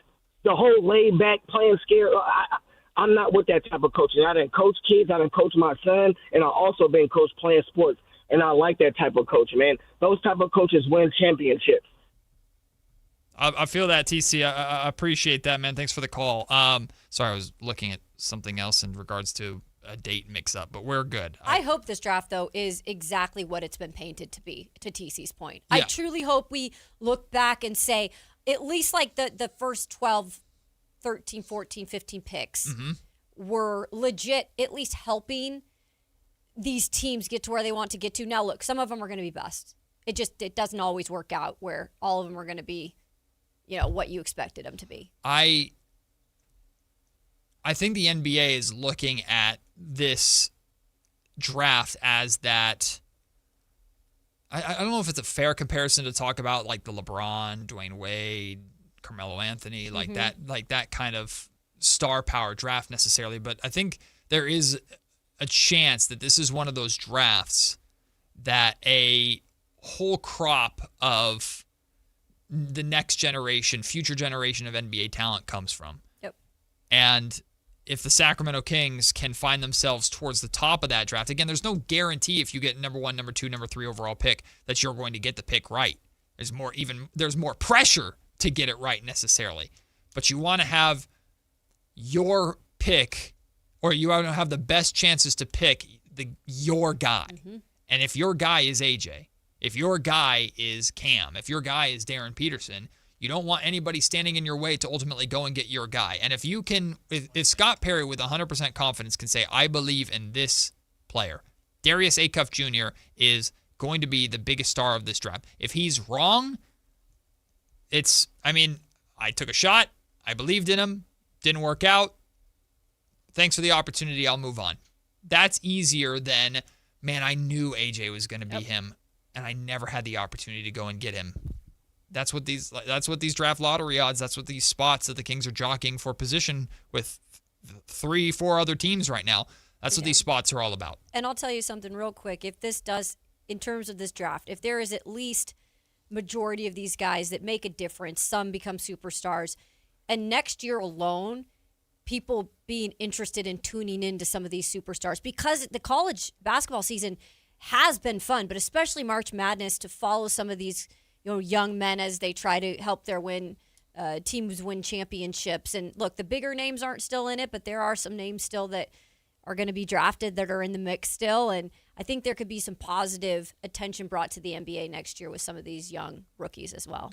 We'll take the break. When we come back, well, the Kings weren't the only team to go winless over the weekend. A's, Giants, we're all in this together, baby. Who will win first? We'll talk A's and Giants baseball after their opening weekend of the MLB season. 2 very different weekends with the same result. We'll discuss that. It's on Matt and Kayla coming up next. Sactown Sports. A's fans, the 2026 season is coming fast, and single game tickets are on sale now. Be there for an exciting season packed with theme days, giveaways, and firework nights, including bobbleheads, jerseys, hats, and much more. And getting in is easier than ever. Tickets start at just $8 for select April and May games. From opening day to unforgettable summer nights, there's something for everyone at the ballpark. Get your tickets today at athletics.com/tickets and be part of the excitement this 2026 season. Only one radio program captures the excitement of hunting and fishing as it happens. The award-winning California Sportsman with Sepp Hendrickson. Only California Sportsman takes you where the action is. Live on the water, live in the blind, and live with the top pros and experts in outdoor sports. California Sportsman with Fishing Hall of Famer Sepp Hendrickson is your premier destination for all things outdoors. Sepp's Saturday Morning Outdoors. Ultimate Bass and California Sportsman, 5 a.m. to 8 a.m. Saturdays on Sactown Sports 1140. Spring is here, and there's really nothing better than hitting the open road in a new Honda. Whether you're shopping new or pre-owned, Stockton Honda has the selection and savings, plus get top dollar for your trade. And while life's roads are often filled with bumps, buying from Stockton Honda couldn't be smoother. Wherever the road you travel might lead, Stockton Honda is happy to get you there. Come in today or go to StocktonHonda.com. Anytime, anywhere, it's all here. StocktonHonda.com. Country in the Park is back. May 8th and 9th at Cal Expo. Miranda Lambert. John Party. Chris Young. Turnpike Troubadours. Dylan Scott and more. Line dancing live DJs, Mechanical Bulls, huge festival area, and food trucks. Tickets start at only $68.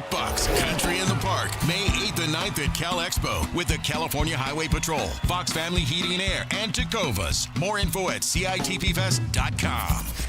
Capital Casino is conveniently located in downtown, 411 16th Street, and has been a part of the greater Sacramento area for over 20 years. They offer the best variety of games in the region in a safe and friendly environment, and there's plenty of parking, all well lit and monitored by security. Come have a great meal at the cafe and restaurant inside. Capital Casino has the best food, the best service, and the best action, but please always remember to gamble responsibly. 1-800-GAMBLER. I need a little range, step to the range. There's a new flavor in town, the Jalapeno Ranch Club at Chick-fil-A. With that juicy Chick-fil-A original spicy or grilled chicken, a buttermilk ranch bun, candied bacon, pepper jack cheese, and jalapeno ranch sauce. It's got big ranch vibes with a little heat. Chick-fil-A's new Jalapeno Ranch Club, available for a limited time only. Order ahead on the Chick-fil-A app. When your check engine light comes on, do you see a repair bill or do you see peace of mind? For 20 years, CarShield's been the name America trusts to help keep you on the road. While other companies stop covering you when your car gets older, CarShield offers protection plans up to 200,000 miles. With over $1 billion in claims paid, we don't just promise protection, we deliver it. Don't let a breakdown break your budget. Get the flexible month-to-month coverage you deserve. Go to CarShield.com. That's CarShield.com today. It's Matt George and Kayla Anderson on Sactown Sports 1140.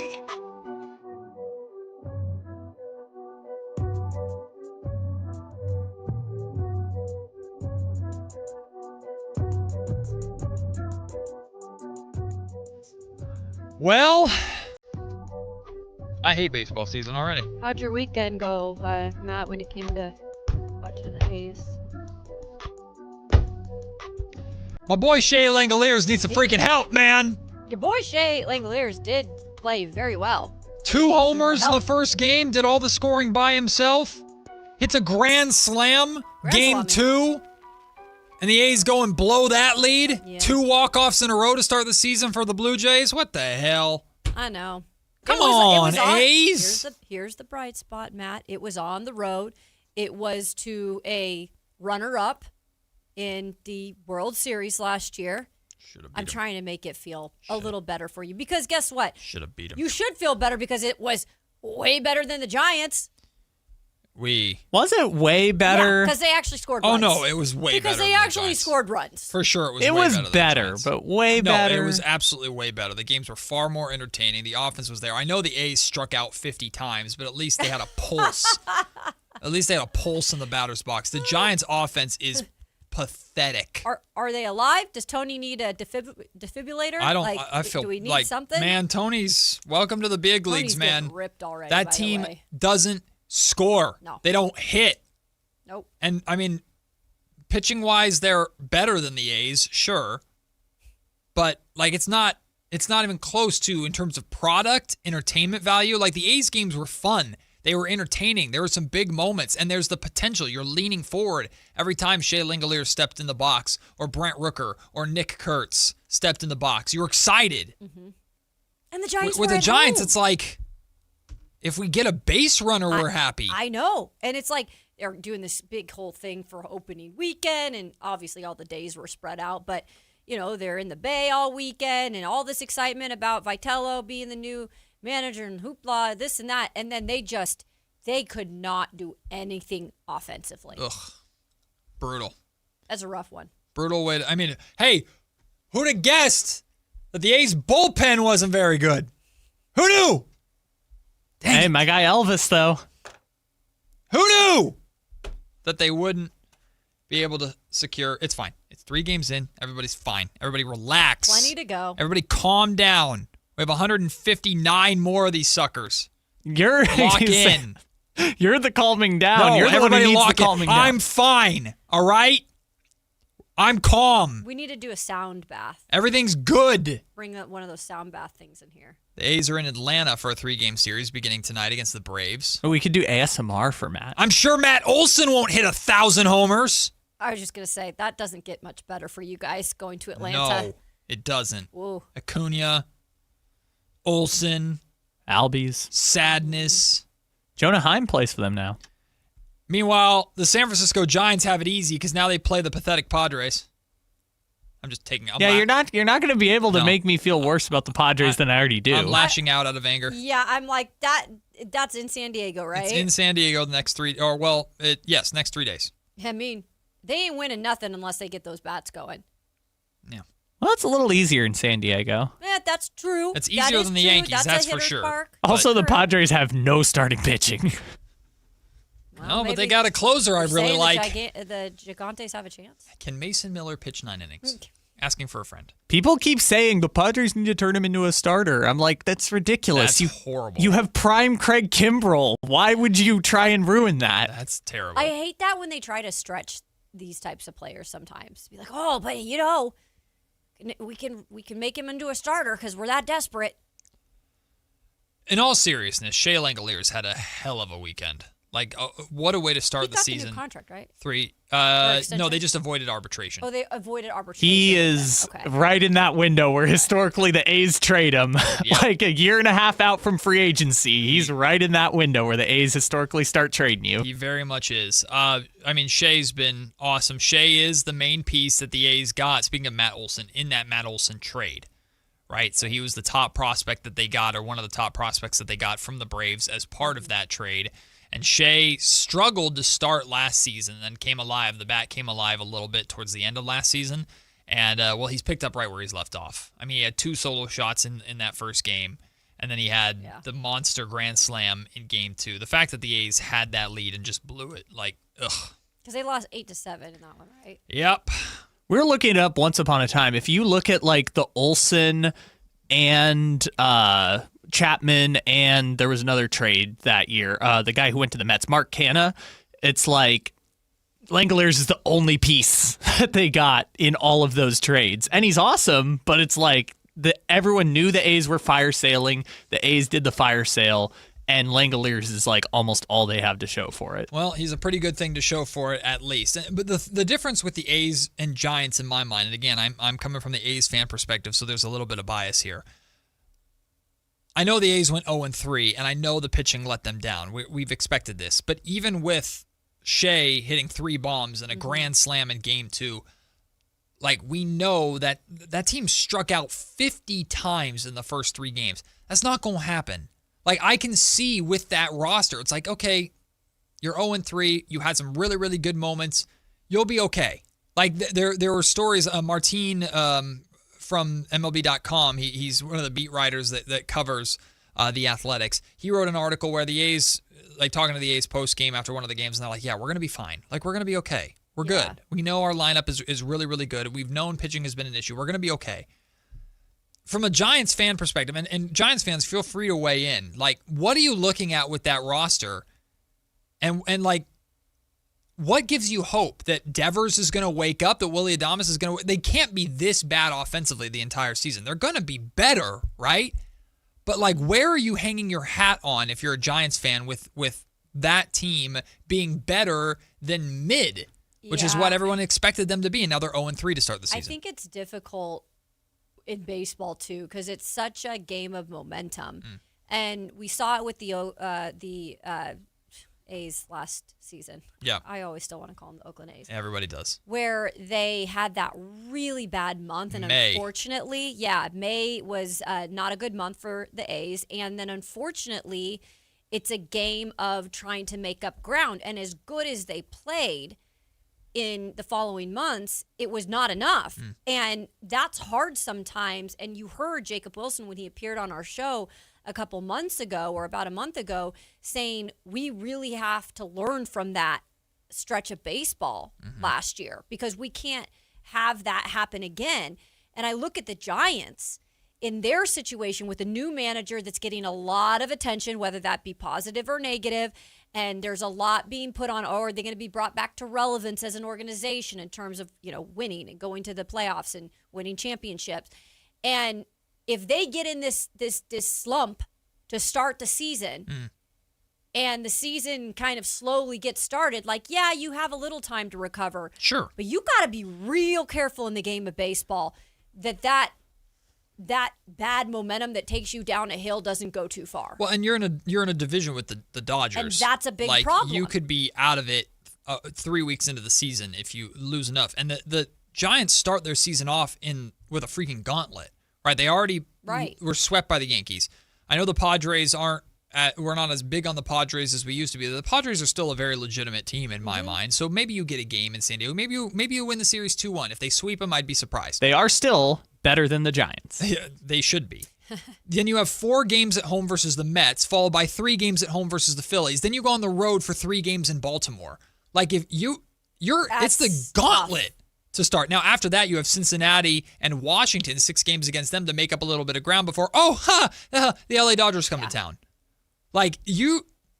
And how long can it take to get the bats going? I mean, that's a big issue. I'm not trying to overreact to 0-3 starts for both these teams. There's still plenty of season coming up. But when you see your fears as a Giants fan being actualized, right? Like you talk all summer, are the bats going to be any good? Are the bats going to be any good? We have a full season of Rafi Devers. Will that be better? Willie Adames, will that be better? And then that opening series happens. I don't blame Giants fans that are going, what do I put my hope in WTF right now? And again, it's like, out of those guys you listed, the very few that you're looking at, they've got to start the rally. They've got to start I'm getting my bat going.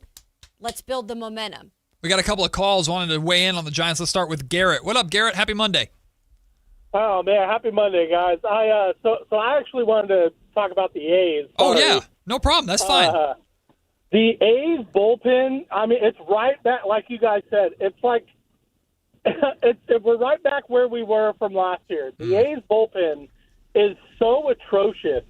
Scott Emerson, a.k.a. Carmichael Dave's clone, needs to leave. He is the worst. He never made it past Double-A as a professional, quote-unquote, baseball pitcher. Why is he a MLB pitching coach is beyond me. Dude needs to go. We need to just he needs to be gone. That's all. That's all I got to say. We appreciate your call, Garrett. Get him gone. So after he does look exactly like Dave. After the A's hit the grand slam in the 7th inning, Shea Langoliers hit the grand slam. The A's were up 6-2, right? A 4-run lead.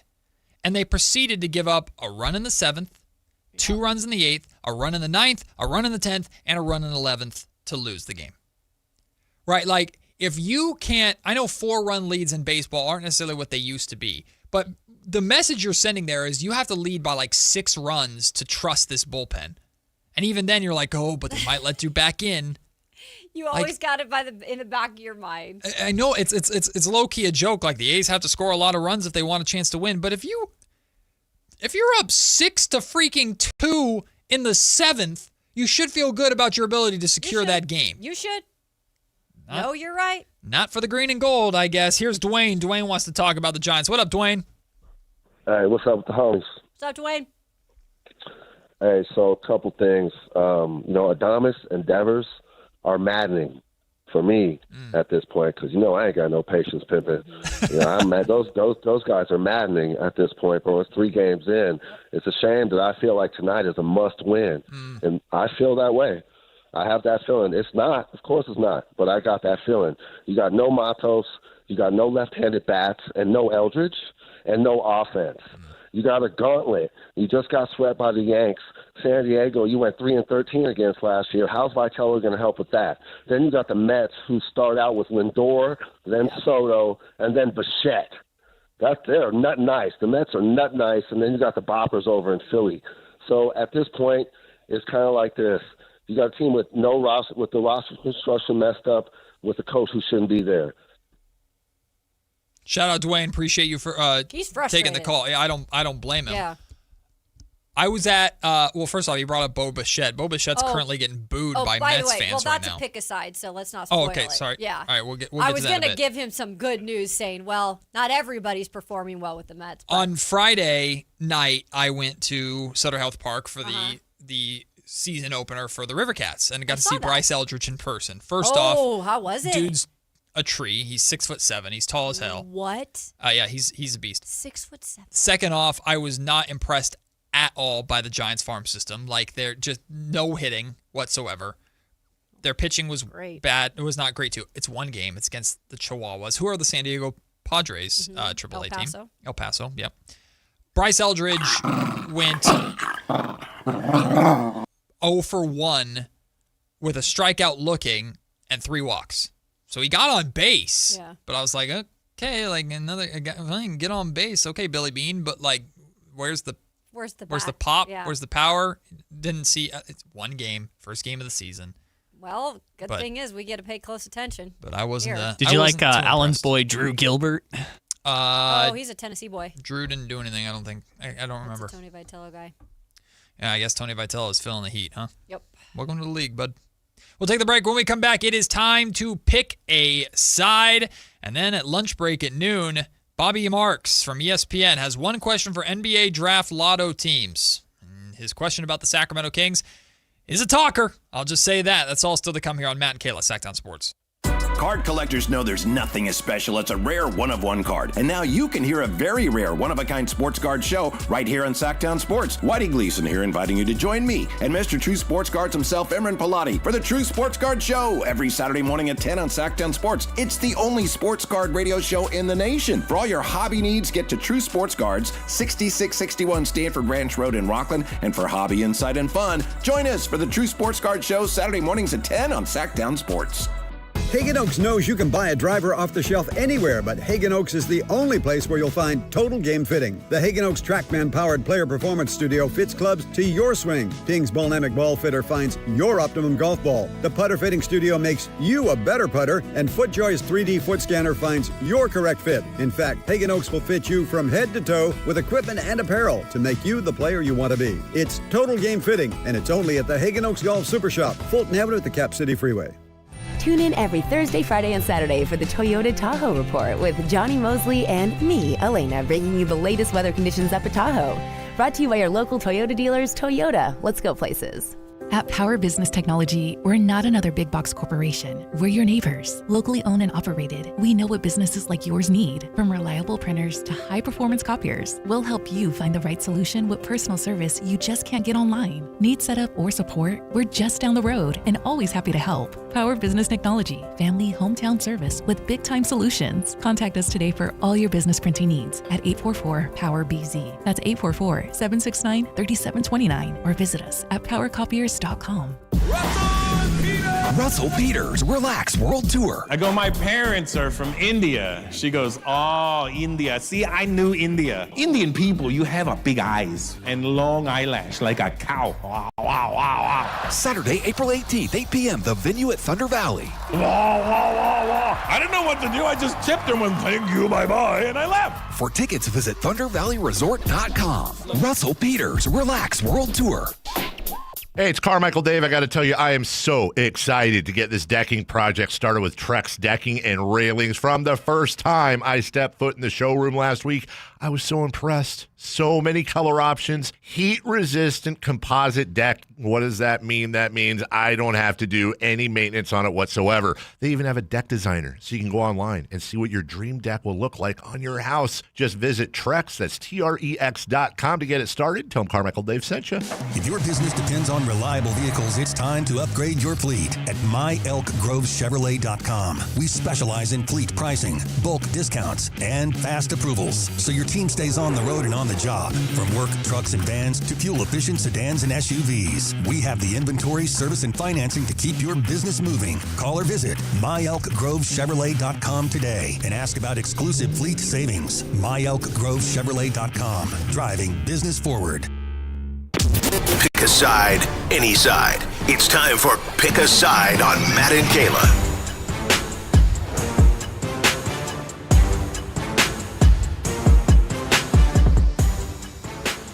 Yes, indeed. It is time to pick a side on this Monday. A multitude of topics to react to from the weekend. Kyle Ledbetter, take it away.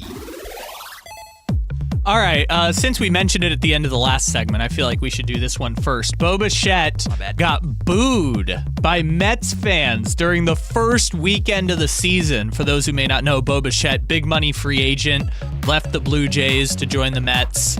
I think he's their third base. Is he third or second base now for them? Either way, he's not playing the position he used to play. I think he's at third, isn't he? Yeah, I think he's at third. He was a shortstop. He's not a shortstop anymore. So he got booed by Mets fans. Fair or foul? Okay. You want to go? Go for it, please. I'll go for it. It's a little foul, but like Philly fans, Met fans are not easy on any players. Their frustration is always very relevant. I get it. Like, they sign these expensive rosters and then they fall short of the actual goal. You know, Boba Fett is one of those guys that you have expectations for and did not perform well over the weekend. But look, the guy just got there. Give him a little bit of a breather before you go attacking him, booing him in the first series of the weekend. Like, just chill a little bit, Mets fans. Like, give him at least a couple of weeks to go boo fest on him. Yeah, I mean, this is a classic New York fan, right? I know the Mets are frustrated just because they're the Mets eternally. But just because you have the highest payroll in the league doesn't mean that it's the player's fault that your organization was willing to throw the bag at Boba Fett because he played well in the World Series, right? I think it's jumping the gun. Now, Kyle and I have had this argument on these airwaves. Booing is how fans can express themselves and express their frustration as paid consumers of something, and if they have high expectations, which of course they have there in New York, they're sick and tired of being the Yankees' little brother, and they spend money like their big brother. I know they want to escape that shadow, and they want to be good, they want to be competitive, they have high expectations there. I'm all for that, and I'm totally fine if you want to boo. Yeah, you've always said, like, do what you want to do. But me personally, I think it's a little early to start getting angry at the new guy who's low-key learning a new position, give him a shot. Going from short to third, which is a big jump, a big change. Boo if you want to. I wouldn't do it that early. It's just rude. It's rude. It's New York. That's par for the course. It's not even the good New York either. Wow. What do you mean? I mean, it's the Mets. they are the little brother. They are little brother for sure, but they're tired of it. I mean, I used to be able to make the joke the Mets have been to the World Series more recently than the Yankees, but that's not even true anymore. Yeah, that's not. Yeah, you guys know my take on booing. We don't have to do that whole thing again. Oh, you agree? No, I did. Right? If you're a grown adult, don't boo another grown adult. That's my take. We all agree on one pick aside for one. Yeah, but for different reasons. Mine's just a universal across the board. Don't boo. Next topic. Next topic. Michael Jordan. You know him. He was talking to Gayle King on CBS this morning. Was asked about, is there a GOAT? You are considered the GREAT. Do you think there's room for more than one GREAT? Is there room for more than one GOAT in basketball? There's no such thing as GOAT. To me, no such thing. Not to me. Yeah, it's only because I think, we are transcended from other people, other athletes. We learn from other athletes. We progress the game as we move further. To say that one is better than the other. So, do we agree? First of all, great take, MJ, who is now a successful NASCAR owner. I don't know if that's MJ, the PR Whatever. man coming out, or because MJ, the competitor, was very much like, no, I am the GOAT. I am the greatest. Nobody can beat me. I agree with this take, though. I don't think there is a GOAT, but there are GOATs. Yes. And you could also call them icons. You can call them pioneers of the game. MJ is there. Magic is there. Bird is there. Kobe's there. LeBron's there. Like that. These people, that Steph is there, transcended the game, changed the game. That's who I consider in that GOATs category, that ultimate tier. I know this is nice. I know this is not a competition. I mean, these are competitors that do fight to be at the top of the mountain. So naturally in sports, we want to find the best of the best, the number one, the king of the hill. But it is overall, in my opinion, in any sport, an unnecessary conversation. The GOATs of a sport are the ones that transcend the sport and have changed the sport, and there are plenty of those in the NBA. Look, I've done goat yoga before, and usually there's not just... What? Yeah, goat yoga in Nashville, it's a real thing. Yeah, it's totally a thing. Remember Charles Barkley was doing it one time on TV? It's pretty crazy, but my point is there's never one goat there. Like, if you're gonna see a goat, there's usually other goats around the goat. So it's not just a one person, one athlete type of situation. You know that was good, Matt. You know that was good, analogy-wise. I honestly, I do agree with MJ. I think that, other athletes transcend other things to give way for other different times of basketball. Right. It changes different all the time. eras. We're different eras. You can't really compare mano-y-mano. Like, you can compare and put people in a category every era, and we have those, like you said. You got to have more goats and goat yoga than Your point was great, Kayla, but I couldn't stop thinking of goat yoga the entire time. Crazy. I have some Do pictures they if you ever stand on your back? Yes, I'll show you the pictures in the break. Get off me! I'm stretching. Well, No. I was really impressed with myself. Baby goats are adorable. They are. My They were baby goats. aunt used to own a ranch, and we would play with the baby goats, and the baby goats are lit. I was like an adult goat on your back is a little less God, fun. I would have not been here today if They I were the kid. backflip off of rocks. They're great. The baby goats? Yes, do? baby goats don't care. That's cool. Baby goats just jump on a rock and just go wah. They don't care. That was not the sound they make. That's just them jumping. All right. That's not the sound of them falling on their back No, after they trying don't. to do a They back. don't fall. They Really land on their funny. feet like cats. That's why they do the goat yoga with them then. That's Goats. exactly why. Yeah, and then, okay. That So, took a turn. I disagree. There can only be one. You just pick your GOAT, whether it's LeBron or Patrick Mahomes. There's one clear, undeniable GOAT always. I don't want it to pick one. From Rust Dog, Matt, that is your coworker. Oh, I know. What? What? Yeah. Yeah. Nothing. What do you mean That's what? my coworker? Yeah. Damn right she is. Yeah, that's a good If she thing. wants to do goat yoga and make a weird analogy about goat yoga, then damn it, Exactly. she gonna do it. And I'm gonna not understand, but I'm gonna hype it up. It's never boring. Anyways, number 3, cookies or cupcakes? I'm sure inspired by Crumble Crisp being here last Friday. Now listen, everyone. This could decide friendships.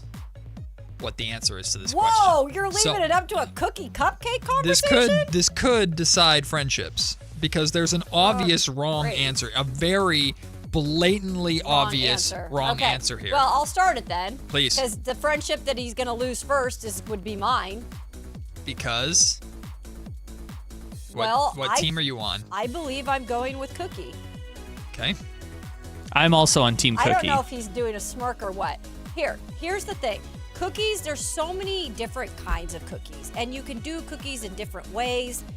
I mean, we have the crumble cookies that we just love. You can do your baked cookies where you can tailor to what you want. Cookies, you most of the time get them right.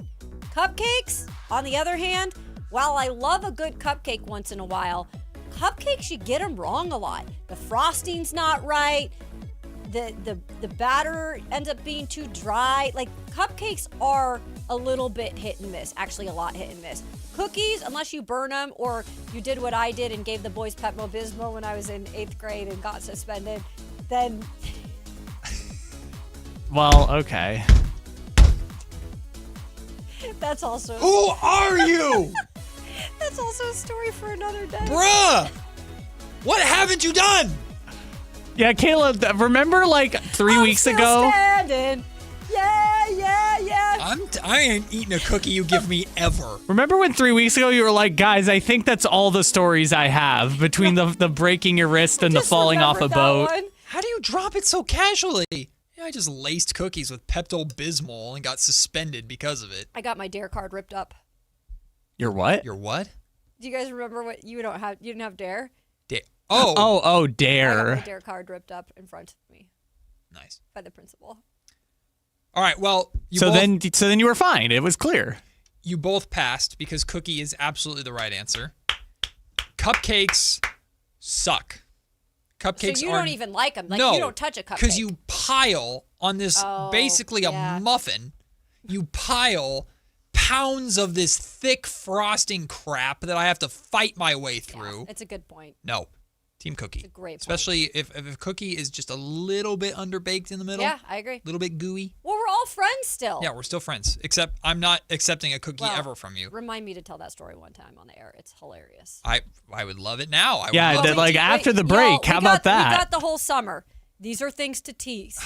Okay? Well, we don't care what Bobby Marks is so important. We'll make it a summer series for Kayla.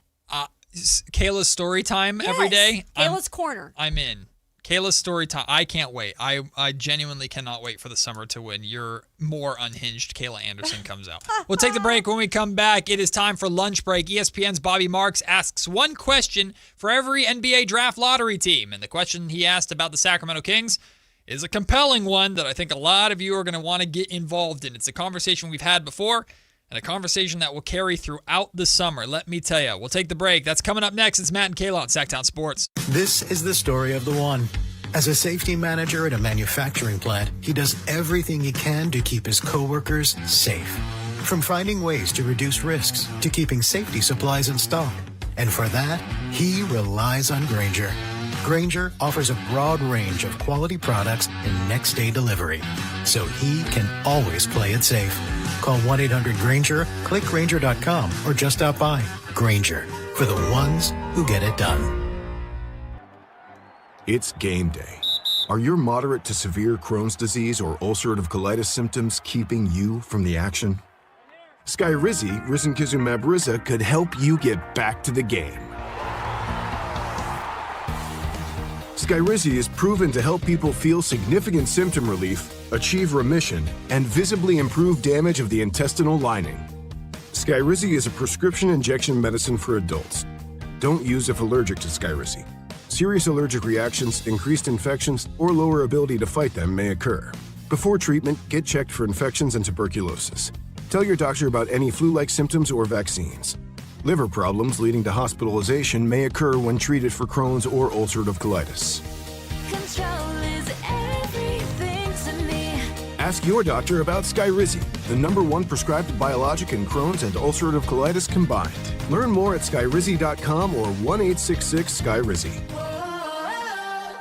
Spring is here, and there's really nothing better than hitting the open road in a new Honda. Whether you're shopping new or pre-owned, Stockton Honda has the selection and savings, plus get top dollar for your trade. And while life's roads are often filled with bumps, buying from Stockton Honda couldn't be smoother. Wherever the road you travel might lead, Stockton Honda is happy to get you there. Come in today or go to StocktonHonda.com. Anytime, anywhere, it's all here. StocktonHonda.com. Meet iPhone 17e. A whole lot for a lot less. With an almighty, all-powerful A19 chip. And Ceramic Shield 2, built to survive this. And this.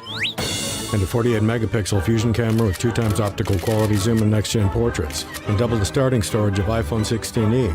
And long-lasting battery life for hours of watching the studio. That's the dream! And it comes with Apple Intelligence. And you can charge it with USB-C. Or with MagSafe accessories. And a whole lot more. All for a lot less. Get the new iPhone 17e at T-Mobile today.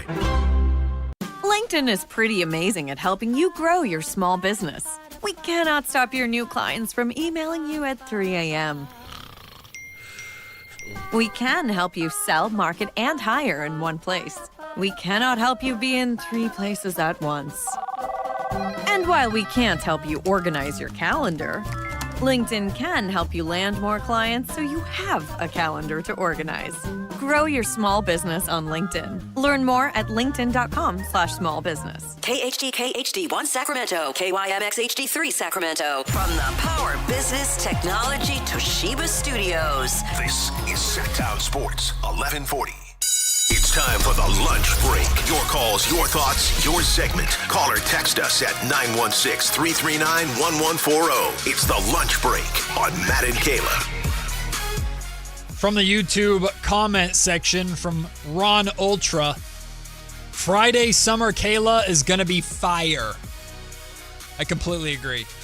What are you, you're wrapped around your mic. What is wrong with you? My legs are too long for this desk. You're folded up like a lawn chair and you're wrapped around the microphone like a snake.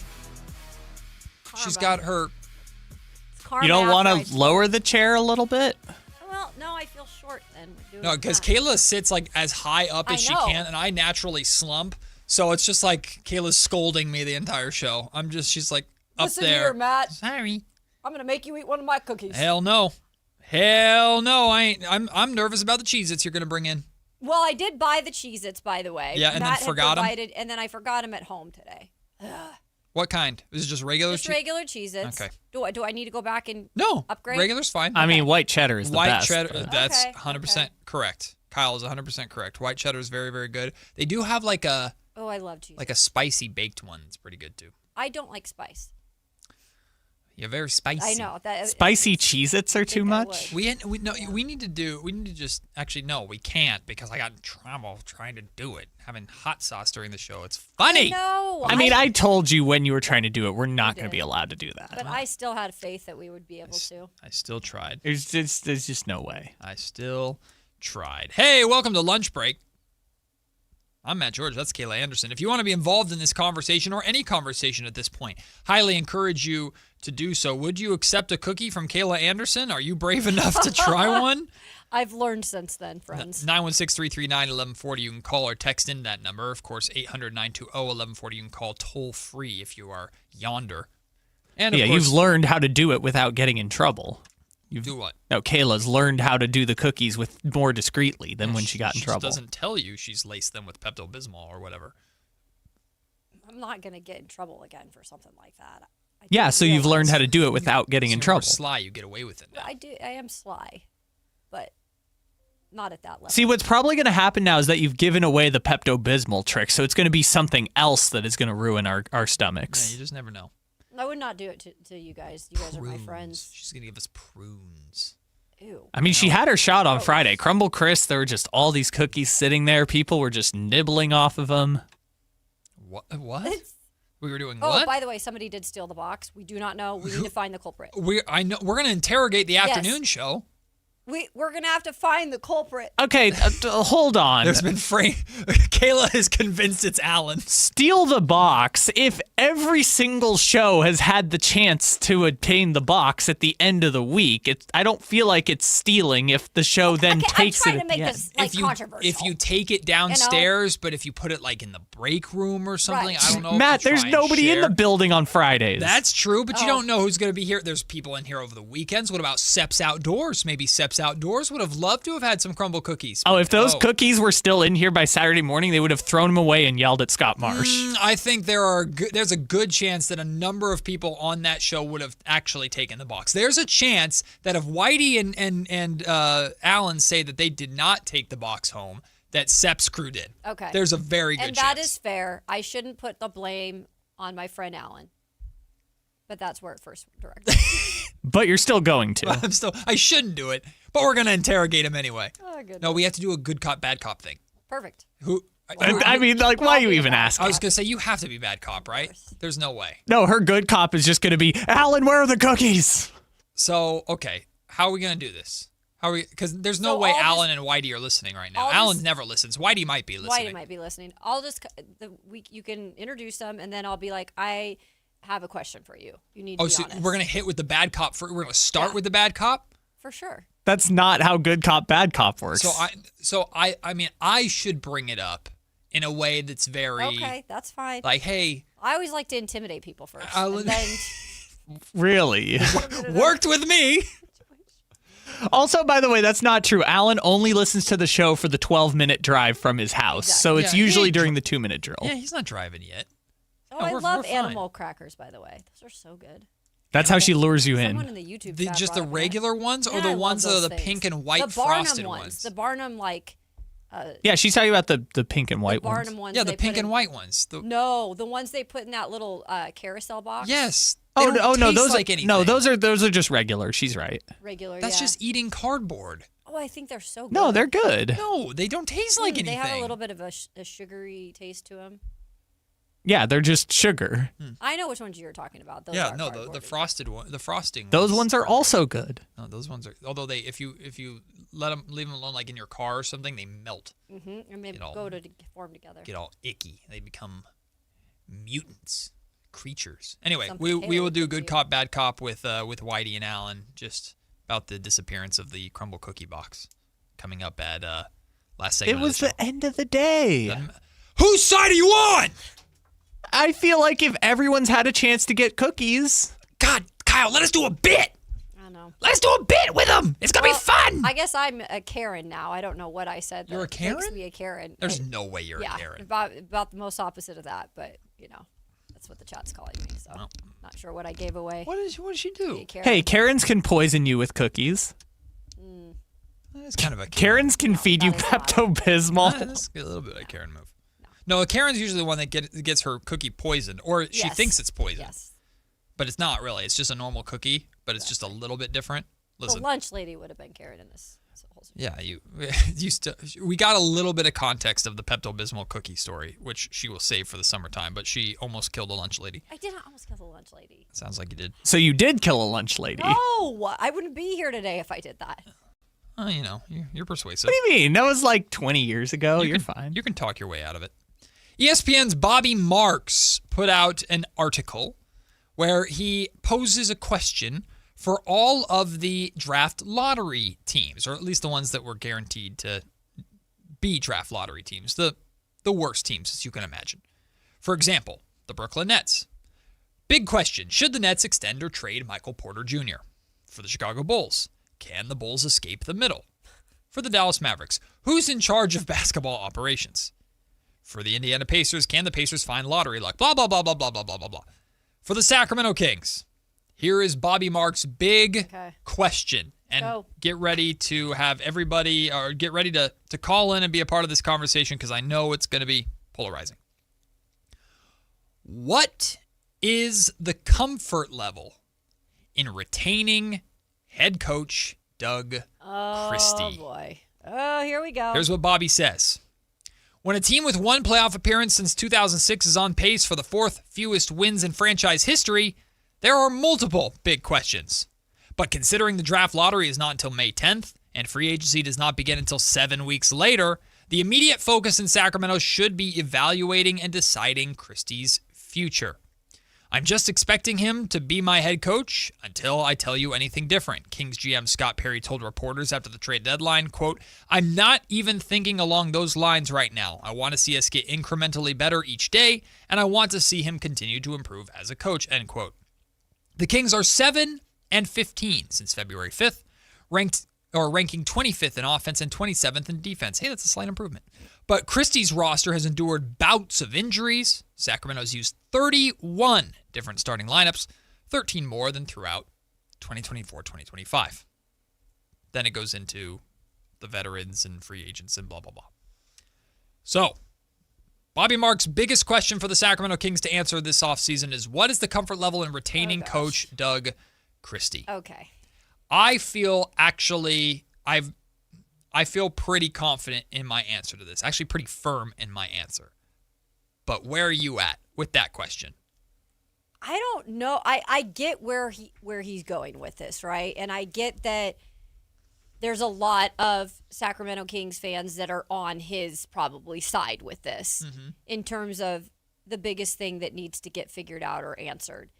But I think when you're here and you're in the moment right now of what this season has been like from the very start, and knowing that like you really can't give an actual grade on Doug Christie because of all the stuff that's maybe been out of his hands, although there are definitely things that you could say he needs to learn from. And even Scott Perry said in that presser that he's learning as he goes certain things. But to say that's the one thing that needs to be changed when we are looking at, or the biggest question that needs to be answered, when we're looking at all these major contracts on this team and wondering if these veterans are going to be a part of the team or not, or if you can get off heavy contracts and if you can get under the cap and all this stuff. Like, there's so many things that need to be answered. I just don't see that trending in the direction that that's at the top of the list in terms of at least what Scott Perry is thinking. I think it's an incomplete in terms of what we know grade-wise of Doug Christie. I think maybe the more accurate, I know the point of the article is the big question for every lottery team, so he has to be consistent with that. But as he kind of lays out in the explanation there, Bobby Marks, and Bobby's brilliant, by the way. If you ever have salary cap questions or confusion, Bobby Marks will lay it out for you. He's a genius when it comes to capology. This should be the first question, not the biggest question. The biggest question is how the heck do you clear up these books, and are you able to move on from at least one or two of these veterans? Like, that's the big question for Scott Perry. But what you do with Doug is definitely the first question that you have to ask yourself and address pretty much once the season is over. I'd even say, like, if you want to ride out the draft lottery and find out, hey, we got the number 1 overall pick. Okay, now we'll answer this Doug question in the month and a half or whatever time it takes before the draft itself. When Mike Brown was hired, Mike Brown's introductory press conference was like a week or some change before the Keegan Murray draft. So hiring a coach before draft day is common. And oftentimes, if you do decide to go in a different direction with your coach, you want to bring in a coach and get at least their opinions on what do you like about this guy? What do you think we can do with this guy? The Mike hire was also super late because the Warriors went on the finals run. Right, exactly. I'm pretty firmly, as of right now, and I don't think it'll change, I'm pretty firmly in the camp of I think Doug Christie deserves to keep his job. I don't think it should be a question. A question about Doug Christie can be, how good of a coach is he? Like, we still don't fully know. Yeah. And I guess the main question that Scott needs to ask himself, not Doug, Scott needs to ask himself, am I confident in Doug Christie being the first head coach and the first coaching influence on whichever rookie I draft? If the answer to that question is no, then you know what you have to do. But I don't know why, based off of strictly the talent development of the younger guys and how the younger guys reportedly feel about Doug Christie as their head coach. I don't know why we have any reason to believe at this point, unless Scott just truly does not believe in Doug Christie, which I don't think that's the case, why the answer to that question would be, I don't think he can be the right head coach for this rookie to start. Again, we're not asking the question about winning playoff series with Doug Christie at this point, or can he be the coach to win a title? We're not asking those questions. Right. We'll cross that bridge. We're a long way off from that.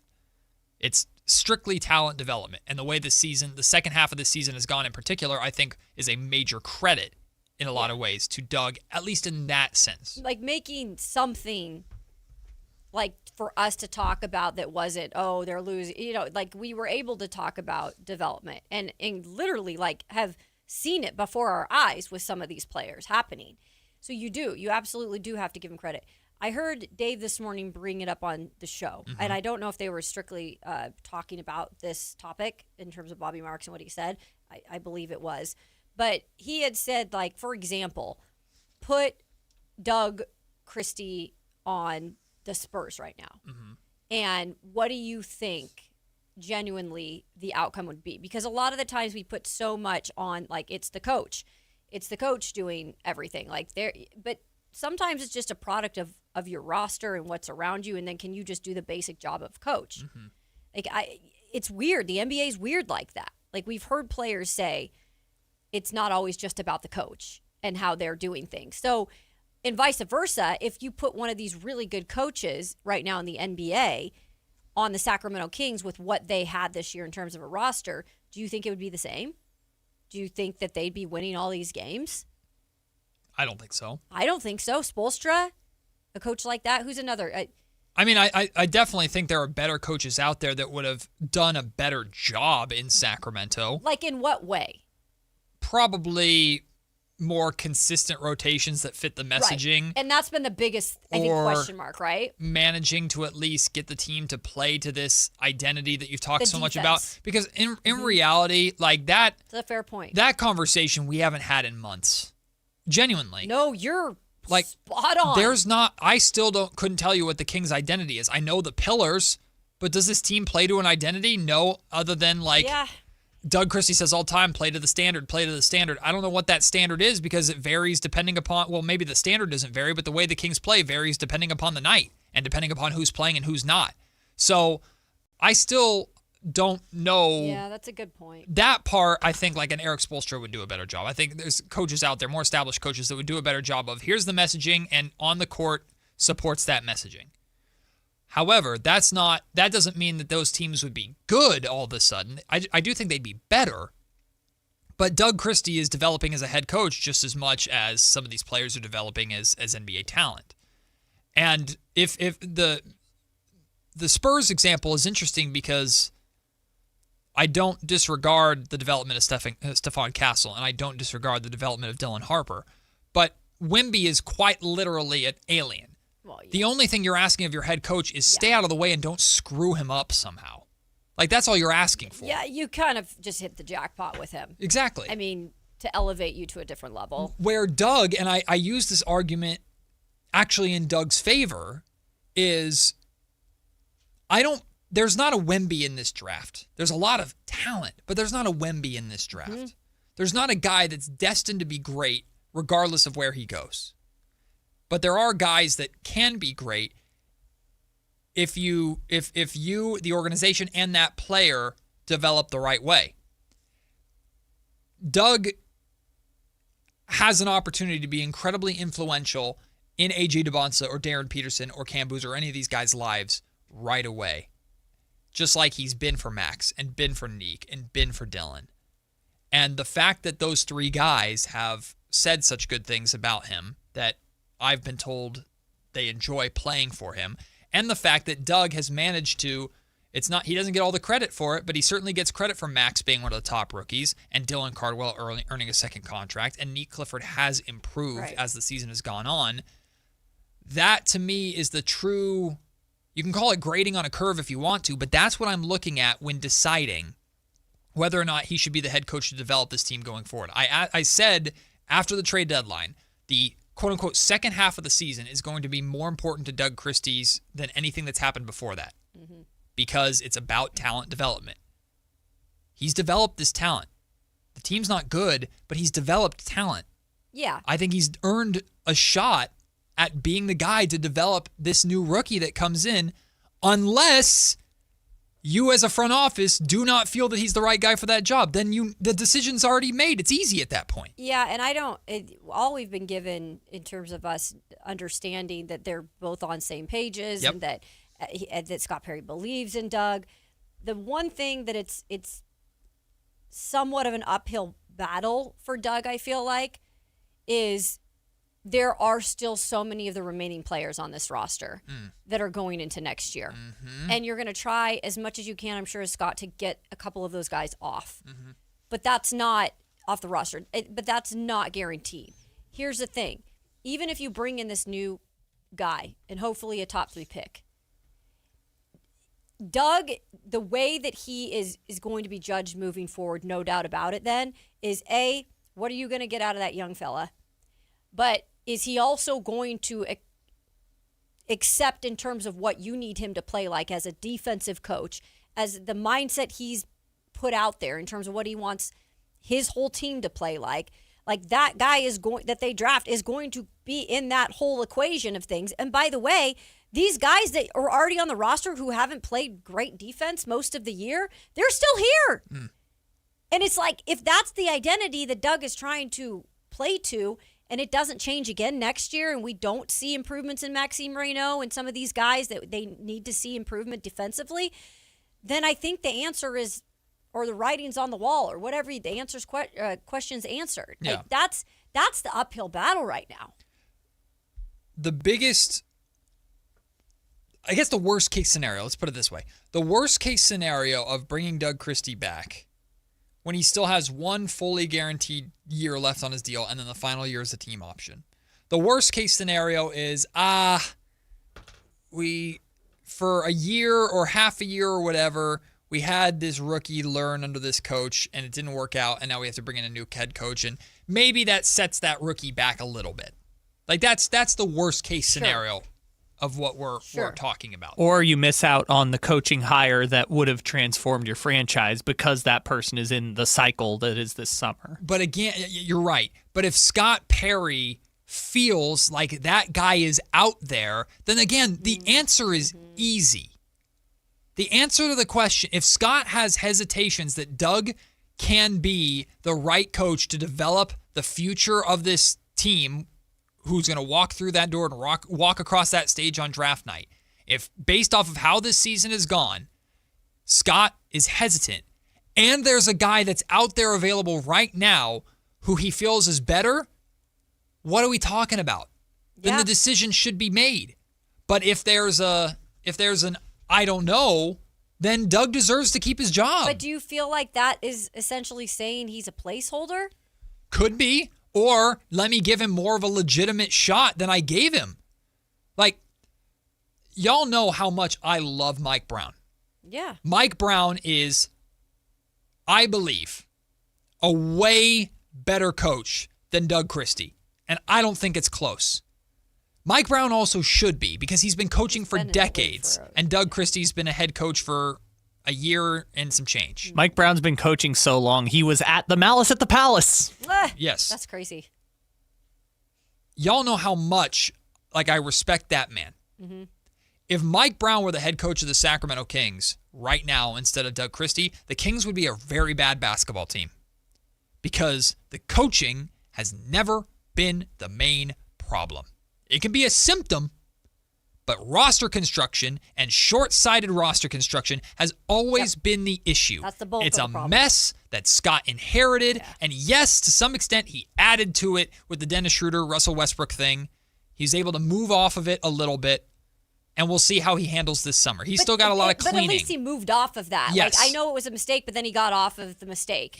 But he still got All a it did bulk was of the cost you problems. Keon Ellis. That mistake was tiny compared to, and I get the Keon Ellis part of the conversation too. That sucks for people, but it's very clear there are two different coaches and two different front offices that felt a certain type of way about Keon Ellis. Now, they all could have been wrong, and the fans could have been right, but you had two different parties that were completely at opposite ends of each other in Doug Christie and Mike Brown, but they both seemed to agree about how to use Keon Ellis. I think Keon didn't even really want to be here from what we've kind of heard. Well, I mean, maybe at that's the because end, of the situation. At the end, I That's think what Keon I'm didn't saying. want to be That's here. what I'm saying. I think Keon would have happily signed a better contract if Scott wanted to give it to him. That's a symptom of the problem, though. The problem has always been the roster construction. Mm-hmm. It's always been that. So how, in good conscience, can Scott Perry, unless, again, he has clear indicators that Doug is not going to be the right head coach to develop A.J. DeBonsa or whichever rookie we bring in, or there's a guy out there, insert name here, that's available that I know, that I trust, maybe I've worked with him before, that I think is perfect for this job, I'm going to go out and get him. If that exists, then in good conscience, fire Doug Christie and you can look him in the eye and go, we believe this is the direction we need to go. I don't think you were given a fully fair shot. This is the circumstance that we're in. This is what we have to do. At least you can look him in the eye. But if you don't have that direction, if you don't know, and you're firing Doug based off of how this season has gone, how can you look Doug Christie in the eye and go, we gave you a fair shot to see how you were going to be as a head coach, and it was a disaster, so we're going to let you go?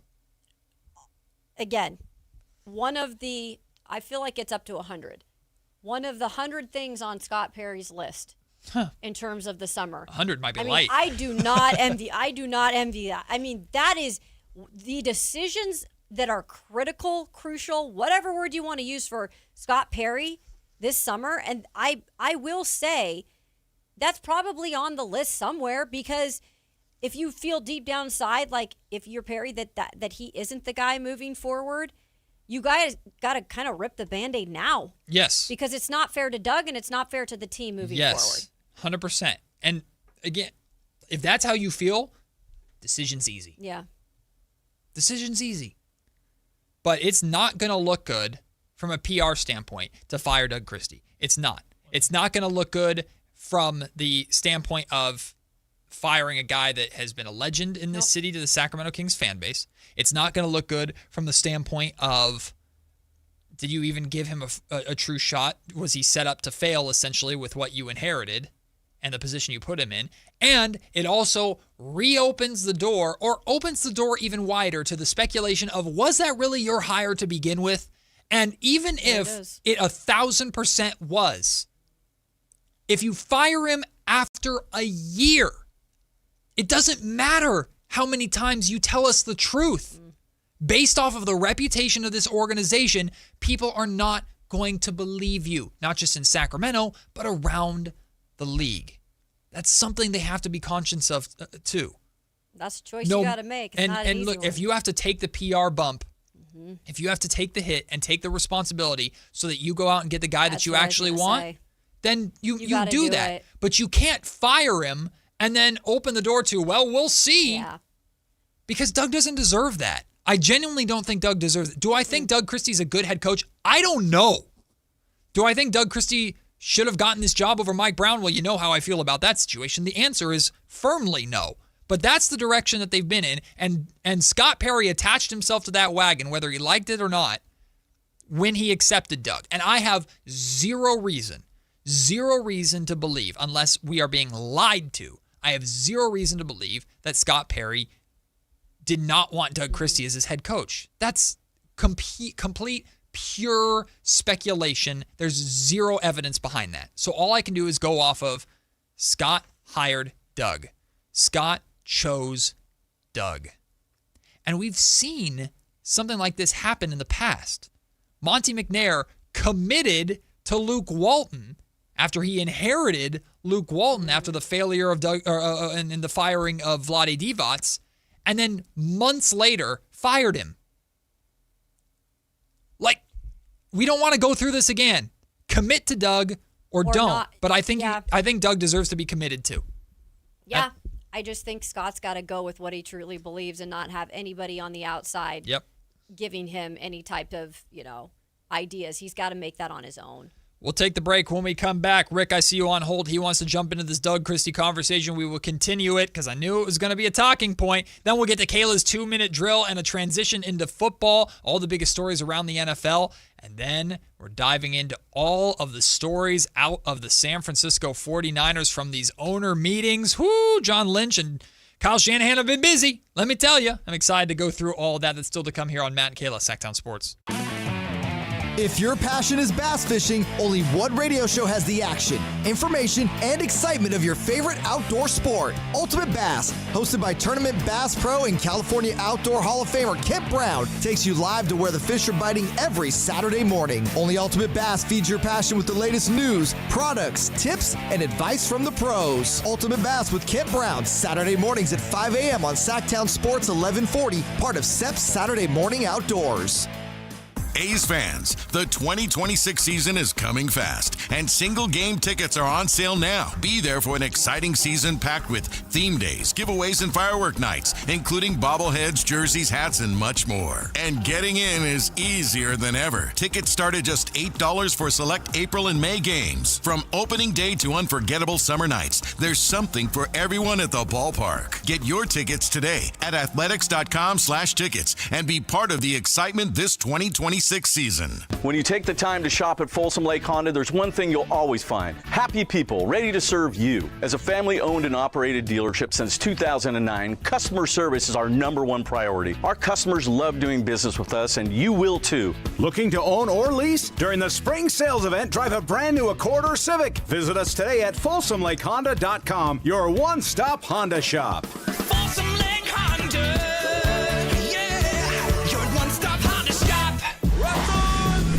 Russell Peters Relax World Tour. I go, my parents are from India. She goes, oh, India. See, I knew India. Indian people, you have a big eyes and long eyelash like a cow. Wow, wow, wow, wow. Saturday, April 18th, 8 p.m., the venue at Thunder Valley. Wow, wow, wow, wow. I didn't know what to do. I just tipped her one thank you, bye-bye, and I left. For tickets, visit ThunderValleyResort.com. Russell Peters Relax World Tour.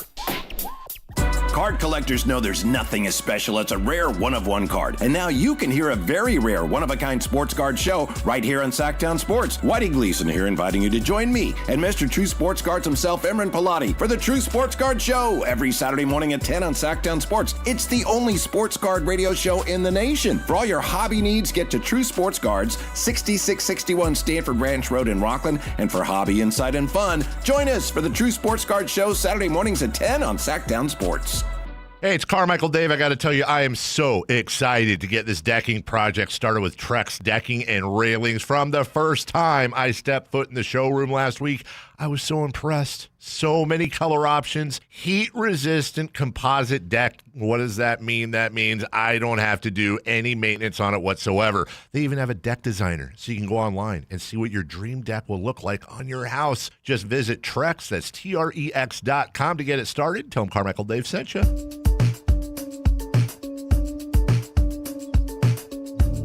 10 a.m. to 2 p.m., Matt and Kayla on Sactown Sports 1140. If you're just tuning in, we had a big conversation in the last segment, during our lunch break segment, about Doug Christie. Bobby Marks put out an article on ESPN posing the big question for each draft lottery team heading into the offseason, and his big question was whether or not the Sacramento Kings should bring back Doug Christie as their head coach.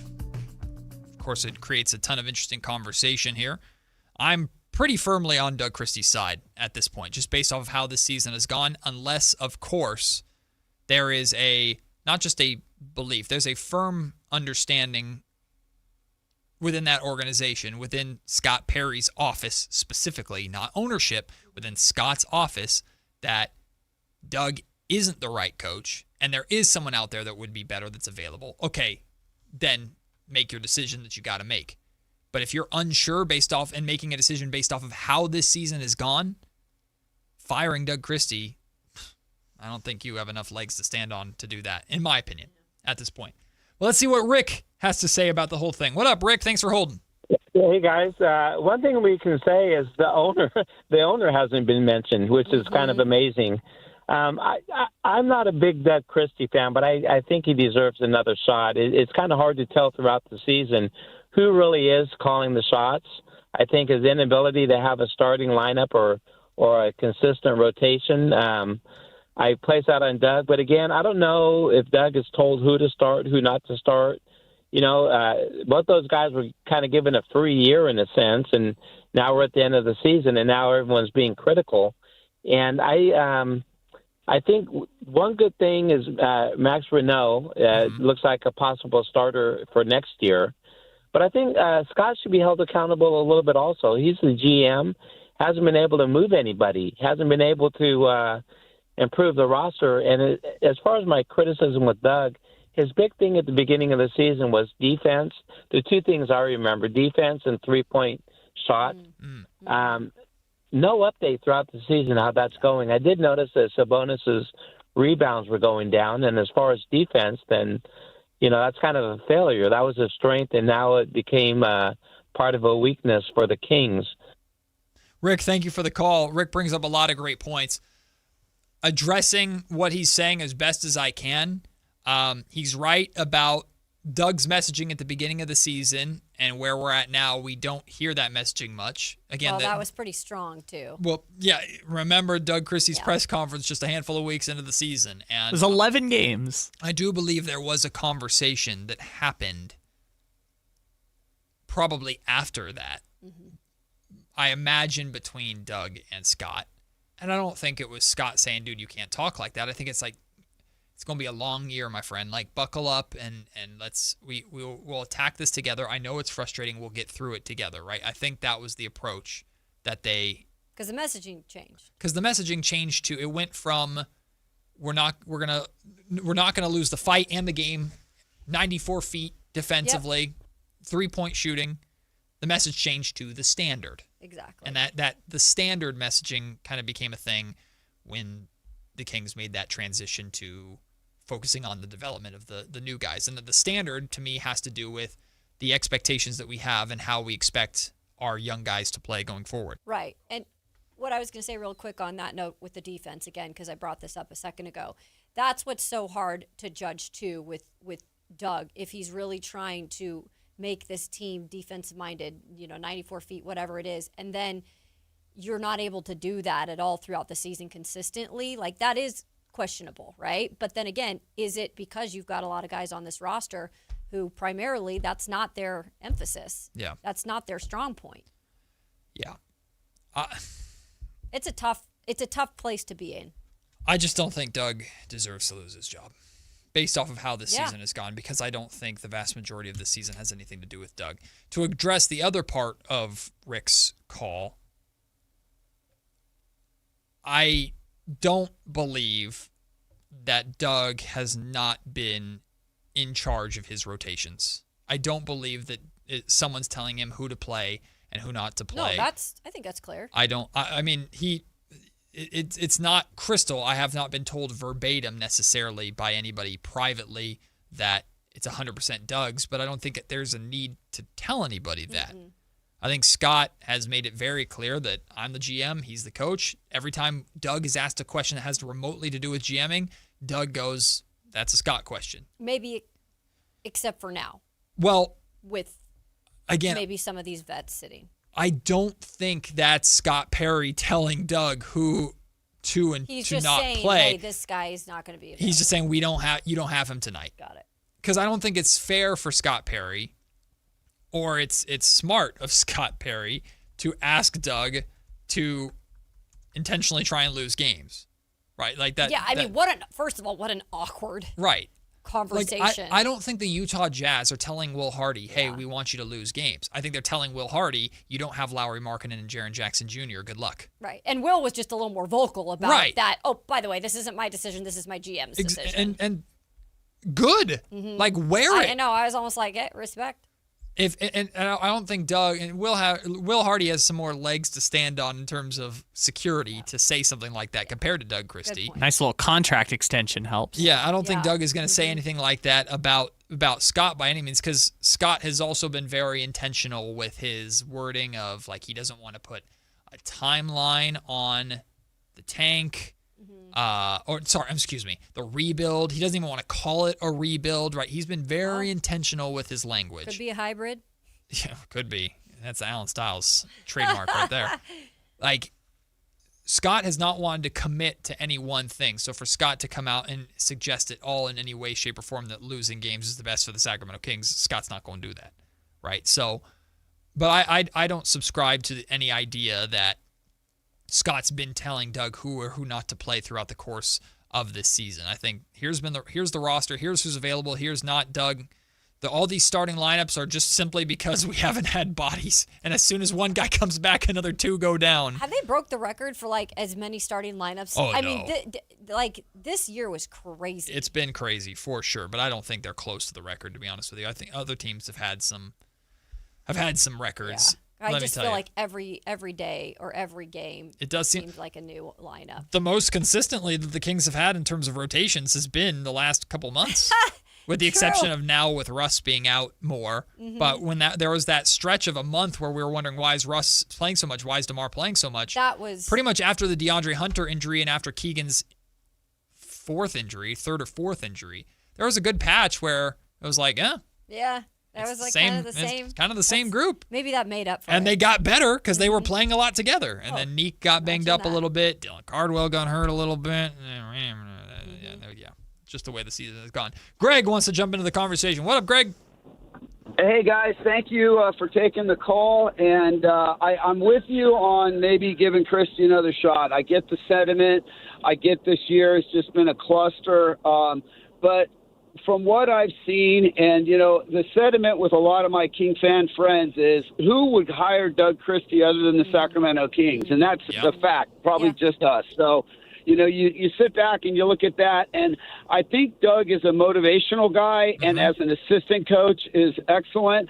But what he has done with the rotation and so many times in games and developmentally, even what he did with Keon Ellis earlier this year, the other caller, the comment about the defense, well, where is it? I think there's a better coach out there for us. I really do, and I think if we need to make changes, part of that is going to come with a new coach and a new attitude. I think that may be just a package, and Doug may be rolled up in that. And I do understand what you're saying about maybe giving him another chance, because this year's been wacky. And next year's going to be really interesting with so many players faking the sideline, as you guys are alluding to. There's so many good teams and great players not playing right now.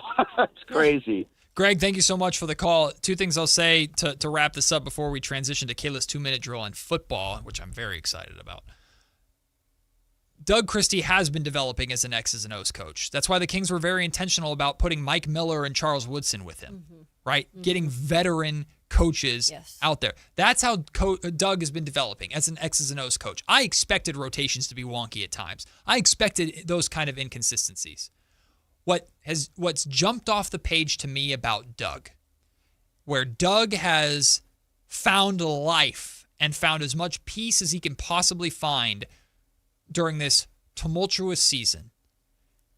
I think Doug genuinely loves to teach the game of basketball and share the game of basketball with these young guys. No doubt about it. The way he talks about Max and Neek and Dylan, Killian, the way he talks about these young guys, even Devin Carter to some extent, it gives him life to talk about their development. That part of Doug Christie, that heart for talent development, it doesn't guarantee you're going to do a good job, but that's a big piece of the pie to what you need for this next crop of talent who's coming in. And just like everybody else in the summer that we've listed needs work, right? These rookies that are going into their second seasons. This is also then, if they're sticking with Doug, which again, I think we all are on the page of give him this next year, or at least we are, on the show here. Doug's going to have to do some reflecting too, right? X's and O's wise. The comment section is giving me hell because I think I said Charles Woodson instead of Mike Woodson, not the legendary Raiders cornerback. 2-minute drill here. Not the legendary cornerback of the Raiders. Excuse me. Football I'm talking Mike Woodson, his assistant coach. Woodson. Thank you, comment section, for pointing out how I'm dumb. Keeping you on your toes. Well, it's a perfect transition to football, right? Because Kayla's 2-minute drill is coming up next. All of the top stories from around the NFL that don't involve the Niners. Oh, because at 1 o'clock, we got half an hour of everything Niners related coming out of these ownership meetings right now. Plenty to talk about. Kayla Anderson's got it for us next. It's Matt and Kayla, Sactown Sports. This message comes from Viking, committed to exploring the world in comfort. Journey through the heart of Europe on an elegant Viking longship with thoughtful service, destination-focused dining, and cultural enrichment on board and on shore. With small ships that bring travelers closer to the destination, there's more time to explore. And every Viking voyage is all-inclusive, with no children and no casinos. Discover more at Viking.com. Oil isn't the only resource hit hard by global events. American farmers are sounding the alarm by fertilizer prices at planting season. Will this disrupt our food supply? Raising prices cause shortages? I'm not waiting to find out, and neither should you. Go to MyPatriotSupply.com, get a 3-month emergency food supply. They'll include $200 worth of extra survival protein absolutely free. After serving more than 3 million American families since 2008, you can trust MyPatriotSupply.com. Go to MyPatriotSupply.com. Capital Casino is conveniently located in downtown, 411 16th Street, and has been a part of the greater Sacramento area for over 20 years. They offer the best variety of games in the region in a safe and friendly environment, and there's plenty of parking, all well lit and monitored by security. Come have a great meal at the cafe and restaurant inside. Capital Casino has the best food, the best service, and the best action. But please always remember to gamble responsibly. 1-800-GAMBLER. Country in the Park is back. May 8th and 9th at Cal Expo. Miranda Lambert, John Party, Chris Young, Turnpike Troubadours, Dylan Scott, and more. Line dancing live DJs, mechanical bulls, huge festival area, and food trucks. Tickets start at only $68. Country in the Park, May 8th and 9th at Cal Expo with the California Highway Patrol, Fox Family Heating and Air, and Tacovas. More info at CITPFest.com. Business moves fast, and so do we. At Bank of Marin, we team up with businesses in the greater Sacramento area to help you drive the lane and score big. With dedicated relationship bankers and local decision making, we help you move quickly, whether you're upgrading equipment, buying your next building, streamlining cash flow, or fueling growth. From expansion to investment, we're ready to help you win. Bank of Marin, your local business bank. Visit us at bankofmarin.com. Member FDIC. If you're serious about your golf game, then you need to know about Total Game Fitting at the Hagen Oaks Golf Supershop. Whether it's the TrackMan-powered player performance studio for your best fit clubs, or the cutting-edge technology putter fitting studio, or the free Ballnamic ball fitter and 3D foot scanner, the Hagen Oaks Golf Supershop offers you total game fitting from head to toe with equipment and apparel. Find your advantage at the Hagen Oaks Golf Supershop with the latest offering of new golf products in Northern California. Fulton Avenue at the Cap City Freeway.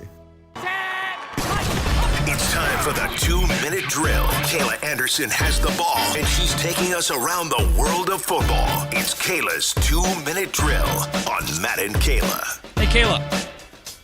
Yes. Want to talk a little football? Let's do it. All right. What's going on in the NFL? Man, I always like it when there's an event or a meeting because we get so many storylines that come out of Content. it. I know. I'm just like, thank goodness for the NFL owners meetings, I should say. They're taking place in Phoenix this week. So everybody met yesterday. Some headlines coming out even today. We'll get to some 49ers headlines in a minute. But this is your 2-minute drill. We're taking a look around the rest of the league. Remember I told you about that movie that we've all probably seen if we're football fans, The Replacements? Mm-hmm. I had The Replacements 2, and now we have The Replacements 3. Yes, there's a sequel coming out because trilogy. There's more news in terms of the NFL and the replacement refs. So NFL owners are very alarmed, they say, by the state of negotiations with the NFL Refs Association. And they have advised staff members to start hiring on-board replacements now.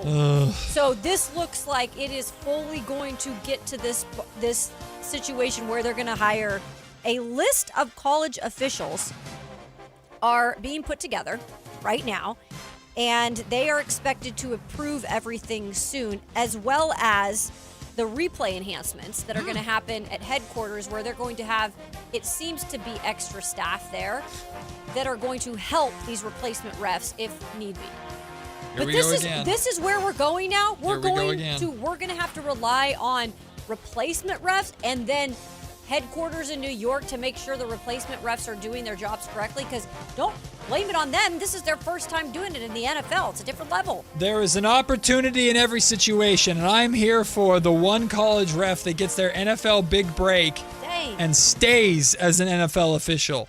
But all I can think about is the last time there were replacement referees and how horrible of a season it was. So, ruh-roh. Well, it was only 3 weeks. Oh, it was the longest 3 weeks of my life. It's going to be, look, it's a lockout. Like, this is what the league is preparing for. Great. The refs are not going to coach or ref this year. Oh, they think it's going to be all year? I think it might be. We're taking our whistles and we're going home. I think it might be. And then what happens to the college refs that they're recruiting is my question. Bring up the high school refs. That's freaking serious. If it does have an effect on the college game too, like, what a ripple effect. Bring up the FCS refs. There was a major conversation in local news and prep sports a couple of years ago that like high school sports had an extreme referee shortage. I do remember this. And it was not just California, it was like statewide. It was statewide because Tennessee had it too. Whoa. Gotta have our officials, So man. what if the NFL referees who are on strike go referee college games or high school games to fill the replacement void? The best officiated high school football games you've ever seen. That'd be awesome. It's like, oh, that right guard held, pulled the line, tripping foul on every play. I'll just tell you, it's gonna be prepared, fans, football fans. Be ugly. prepared. You thought you got Matt at refs before? Ooh. Just wait till this season. All right, next topic. Sticking with the Browns. Stick it and stay in. According to GM Andrew Berry, he says that the modified language that we talked about last week with Myles Garrett's contract, he said that it does not have anything to do with them possibly trading him. He came out yesterday at the owners' meetings in Phoenix, said that that did not give a reason for a trade. He did not give a reason for a trade, but he said, quote, if we wanted to trade Myles, we would have just needed to make contract adjustments. He pretty much said, we love him. He is a Brown. He's the face of the Browns. He's not going anywhere.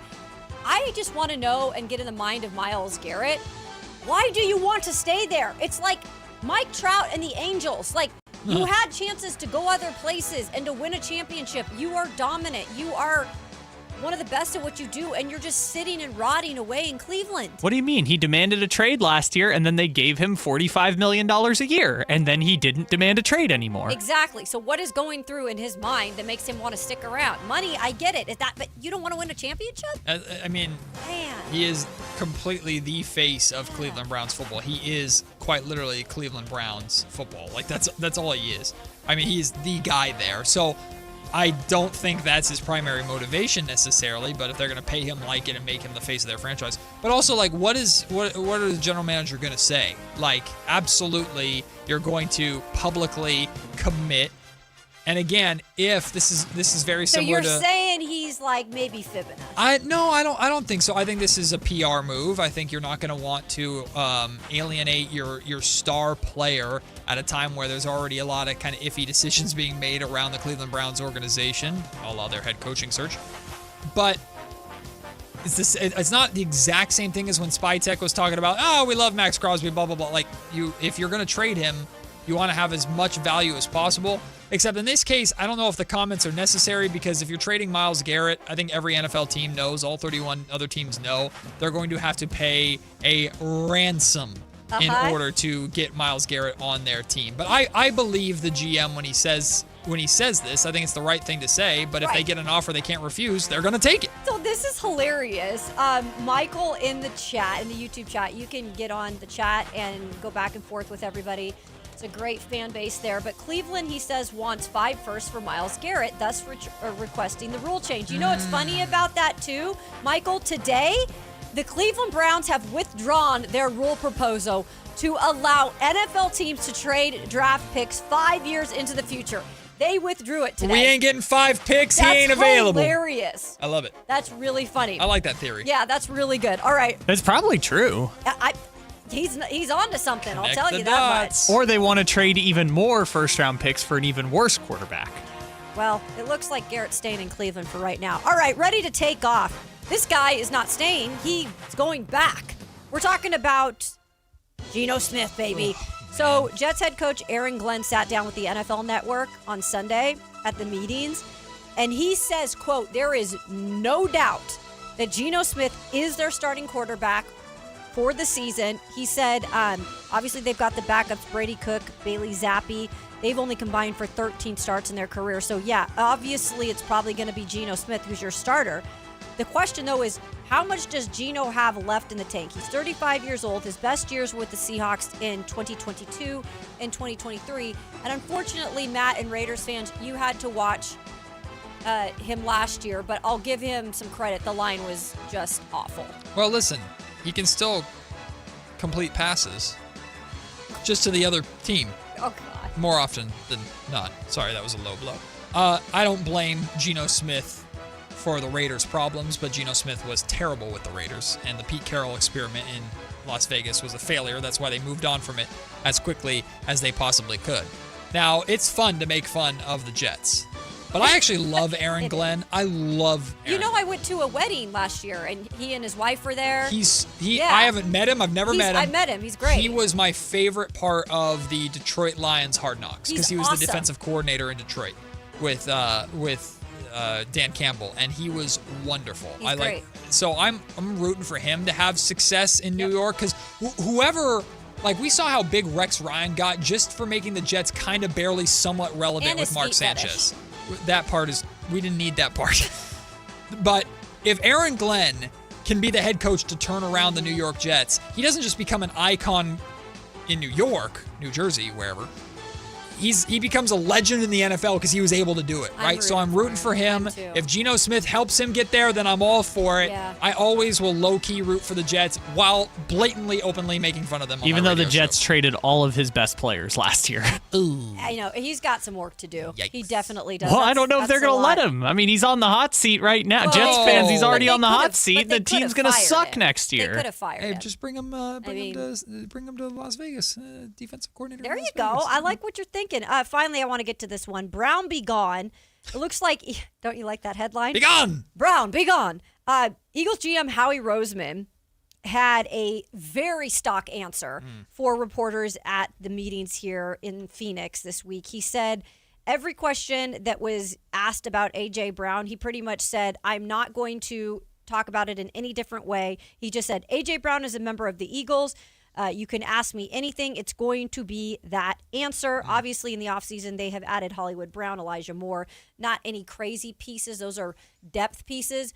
I think A.J. Brown is going to be traded. I think it could actually happen maybe even in the draft where it's going to be deja vu when he was traded from the Titans to the Eagles and it was coming out of the blue. You know what that is, Kayla? It's the GM version of I'm just here so I won't get fined. Exactly. It's about the worst thing that you could say. He's a member of the Eagles. Yeah. Anyway, next. I'm not answering any other different questions. Where is Treylon Burks? Could he possibly get Treylon's traded in Washington, and he got an extension. Props to Treylon because he had some difficult years in Tennessee. He did some work over there and stayed healthy for Washington. They re-signed him for a year. So now let's have Washington trade him and their first-round pick for A.J. Brown. That would be so messy. There's plenty more from these NFL owners meetings to get to, but how about we talk about it just from a San Francisco 49ers standpoint? John Lynch has been talking. Kyle Shanahan has been talking. What did they say? And what do we have to react to? It's content, baby. We love it during the NFL offseason. Kayla and I begin the final hour of the show with 49er Talk coming up next on Sactown Sports. This is the story of the one. As a safety manager at a manufacturing plant, he does everything he can to keep his coworkers safe. From finding ways to reduce risks to keeping safety supplies in stock. And for that, he relies on Grainger. Grainger offers a broad range of quality products and next-day delivery, so he can always play it safe. Call 1-800-GRAINGER, click Grainger.com, or just stop by. Grainger, for the ones who get it done. If you're serious about your golf game, then you need to know about Total Game Fitting at the Hagen Oaks Golf Supershop. Whether it's the TrackMan-powered player performance studio for your best fit clubs, or the cutting-edge technology putter fitting studio, or the free Ballnamic ball fitter and 3D foot scanner, the Hagen Oaks Golf Supershop offers you total game fitting from head to toe with equipment and apparel. Find your advantage at the Hagen Oaks Golf Supershop with the latest offering of new golf products in Northern California. Fulton Avenue at the Cap City Freeway. Planet Fitness has everything you need to power your progress, so you can give everything you've got, all for just 1 cent down. Whether you want to get the most out of our best-in-class equipment or go all in with free fitness training, our trainers are ready to help you get stronger than ever before. Take your workout to the next level at Planet Fitness. Join the club today for 1 cent down, $15 a month. No commitment. Deal ends Friday, April 10th. You ready? Planet Fitness. We're all strong on this planet. See Club for details. Spring is here, and there's really nothing better than hitting the open road in a new Honda. Whether you're shopping new or pre-owned, Stockton Honda has the selection and savings, plus get top dollar for your trade. And while life's roads are often filled with bumps, buying from Stockton Honda couldn't be smoother. Wherever the road you travel might lead, Stockton Honda is happy to get you there. Come in today or go to StocktonHonda.com. Anytime, anywhere, it's all here. StocktonHonda.com. Card collectors know there's nothing as special as a rare one-of-one card. And now you can hear a very rare one-of-a-kind sports card show right here on Sactown Sports. Whitey Gleason here inviting you to join me and Mr. True Sports Cards himself, Emran Pilati, for the True Sports Card Show every Saturday morning at 10 on Sactown Sports. It's the only sports card radio show in the nation. For all your hobby needs, get to True Sports Cards, 6661 Stanford Ranch Road in Rockland. And for hobby, insight, and fun, join us for the True Sports Card Show Saturday mornings at 10 on Sactown Sports. Meet iPhone 17e. A whole lot for a lot less. With an almighty, all-powerful A19 chip. And Ceramic Shield 2, built to survive this. And this. and a 48-megapixel fusion camera with 2x optical quality zoom and next-gen portraits, and double the starting storage of iPhone 16e, and long-lasting battery life for hours of watching the studio. That's the dream! And it comes with Apple Intelligence, and you can charge it with USB-C or with MagSafe accessories, and a whole lot more, all for a lot less. Get the new iPhone 17e at T-Mobile today. LinkedIn is pretty amazing at helping you grow your small business. We cannot stop your new clients from emailing you at 3 a.m. We can help you sell, market, and hire in one place. We cannot help you be in 3 places at once. And while we can't help you organize your calendar, LinkedIn can help you land more clients so you have a calendar to organize. Grow your small business on LinkedIn. Learn more at linkedin.com/smallbusiness. Hey, it's Carmichael Dave. I got to tell you, I am so excited to get this decking project started with Trex decking and railings. From the first time I stepped foot in the showroom last week, I was so impressed. So many color options, heat-resistant composite deck. What does that mean? That means I don't have to do any maintenance on it whatsoever. They even have a deck designer, so you can go online and see what your dream deck will look like on your house. Just visit Trex, that's Trex.com to get it started. Tell them Carmichael Dave sent you. KHTK HD1 Sacramento, KYMX HD3 Sacramento. From the Power Business Technology Toshiba Studios. Sactown Sports 1140.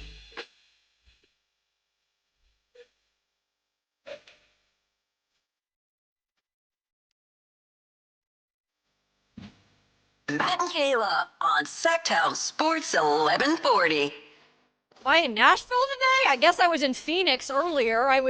I'm just positioning myself, telling stories, and putting myself in those locations. Will this here be the NFL meetings during the offseason? Shoot. And the San Francisco 49ers, when they're not digging for gold, are digging for wins. Let's go. And their average age is about the age of the average prospector on the roster, so darn tootin'.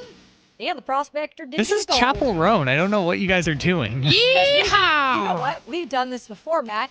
We did the same thing and thought it was country, and then he said it was Chapel Roan, and we were like, what? Yeah, it's the same song. Which, in fairness, she is doing like a country pop song, but like... I done hear a fiddle, and I just think back to my time at the Sacramento River. Panning for gold. By the way, You're doing like old-timey prospector. Old prospector. The American River this weekend, oh my goodness, Packed? that thing was packed. I've never seen so many paddle boarders in my life, and I know that's where you go.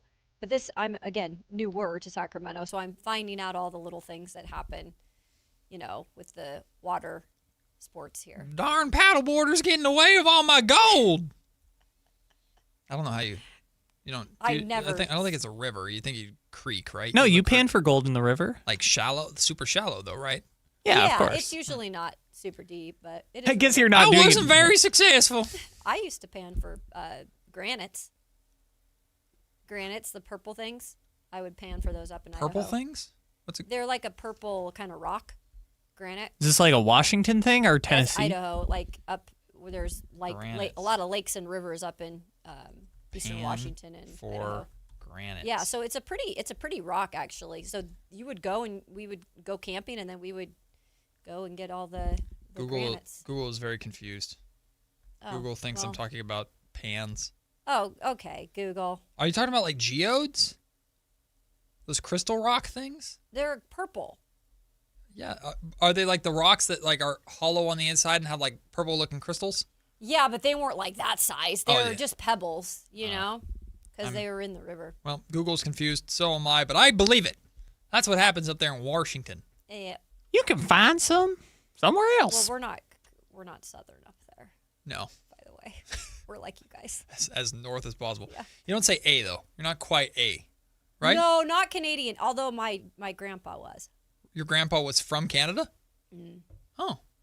Well, that's obviously kinda neat. came over from Norway and then. Yes. Oh, yes, Norway. obviously. Yes, great. Congratulations, Norway. Most gold medals. Yes, and he Congratulations was a to them. Marine, so. That's right, your Viking history. Yes. Anyway, the San Francisco 49ers. I wonder where Kayla gets it from. I seriously do. The Norse anger. Just see the storms of Odin in her eyes when she's mad at me. Or just normally. Oh, Is that why you drink out of a horn?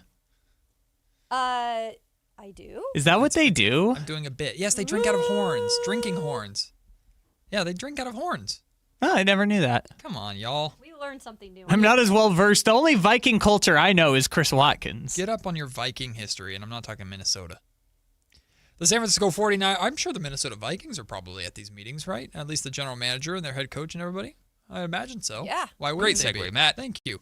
The 49ers are out there in Phoenix, Arizona. Like, what is Phoenix? Phoenix is what I Is that like. the name of the hotel that McAfee was doing his show from? It might be. It looks, look, Arizona's gorgeous this time of the year.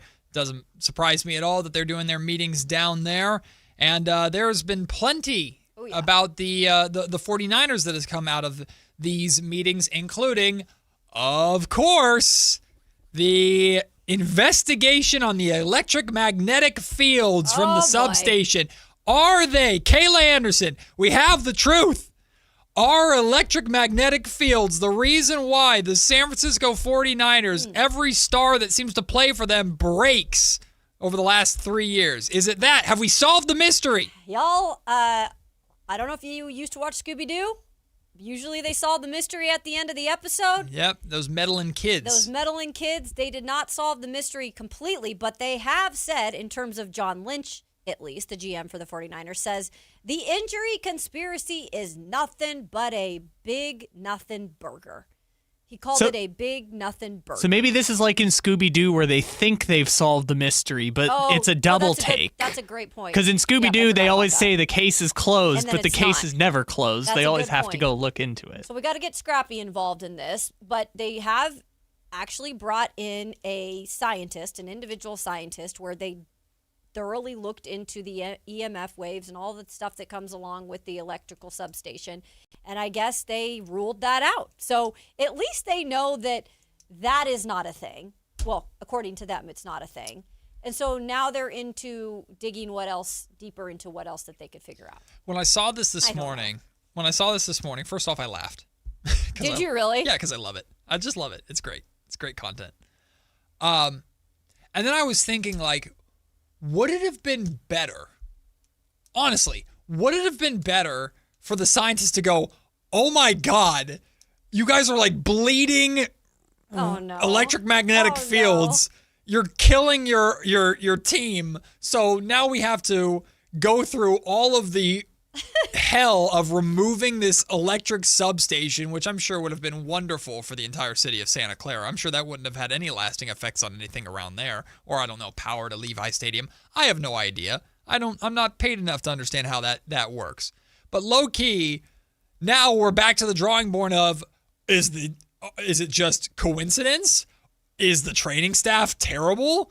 Is Kyle Shanahan pushing his team too hard? You heard all the vet days they get, though. Yeah. You heard all these guys that have signed there. Oh, they have these vet days, so they keep us healthy.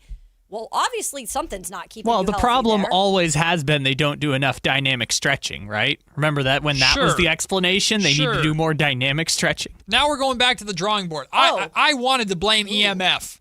Oh, by the way, this is not good news for everyday people. So they did the readings for 49ers in terms of that facility. The facility, according to the scientists, had exposure levels similar to what you would find in a typical workplace or commercial gym. And a person would get higher exposure level from a vacuum cleaner, hair dryer, or microwave. Throw them all out. Throw them all out. So, no, this is brilliant. So I'm going to go home tonight. And when my wife asks me, hey, can you vacuum the living room? No, babe, I don't want to tear my ACL. There we go. I don't want to rupture my Achilles vacuuming. Men and women everywhere finding an excuse. Hair dryers. We don't have to do our hair anymore. So We're throwing those out. This scientist both cleared the substation of blame for the Niners injuries and gave married men everywhere an out for women for not vacuuming our house pretty great. and not microwaving food. Hair dryer though, those things already scare me. Look, I didn't need a doctor to tell me that. I mean, I don't have a microwave in my house, and I've never torn my Achilles. So, Yeah, I got rid of mine 7 years ago. And have you ever torn your Achilles? No, but So there I've you done go. all the other things like my wrist and all You that. haven't had a microwave for 6 years? No. Yeah, the only air reason- fryer does the same job. Yeah, the air fryer is actually cool. The only reason I have one right now is with my brother and sister-in-law. Yeah, but like, if you have to, I just use the stove. like, heat up water really quickly for like coffee or tea. Well, or I guess you have a coffee machine. But if you need Back like in the day, you heat it just up put for like it on tea. the stove top. Yeah, and have that whistling kettle that makes it sound like Ooh, you're I gonna love that, die, or there's like something is screaming. But you know how you're actually going to die? Using your microwave and its electromagnetic fields. Listen, I've been enjoying my microwave for years, and my No, ACL is fantastic. Y'all are fine. Apparently not. The thing just said I did we're a not. story back in the day on this cycler who cycled in Tucson at this big race, and he had this big retreat, and they never did microwaves, and he told this whole story, and it scared me, and then I got rid of my microwave. Okay, hold on. Dead serious. You did a story about a cyclist Yes. who didn't like microwaves? Well, I told this whole story of everything about the microwave. Did he have a microwave on his bike? No, but just in like food-wise, like prep-wise, like what these athletes do for food and Yeah. why they do it. Well, microwave food isn't good anyway. No, but And it's also leading to torn Achilles. anyways, I don't want to scare the audience here, but that to each is your own. Well, now I'm afraid of my oatmeal in the morning. See, Matt, you've got these Oh, weak tendons goodness. now. All this microwaving you doing. To say what it is with this conversation is they are not going to blame it on the electrical. Boo. So we have got to figure out moving on. If it happens again this year, there's going to be some issues in terms of like, is Shanahan have to do with it? Because all this started happening when Shanahan got in. But what would Shanahan have to do with it? Like, he's giving his guys rest days. I don't know. The entire training staff is now sweating.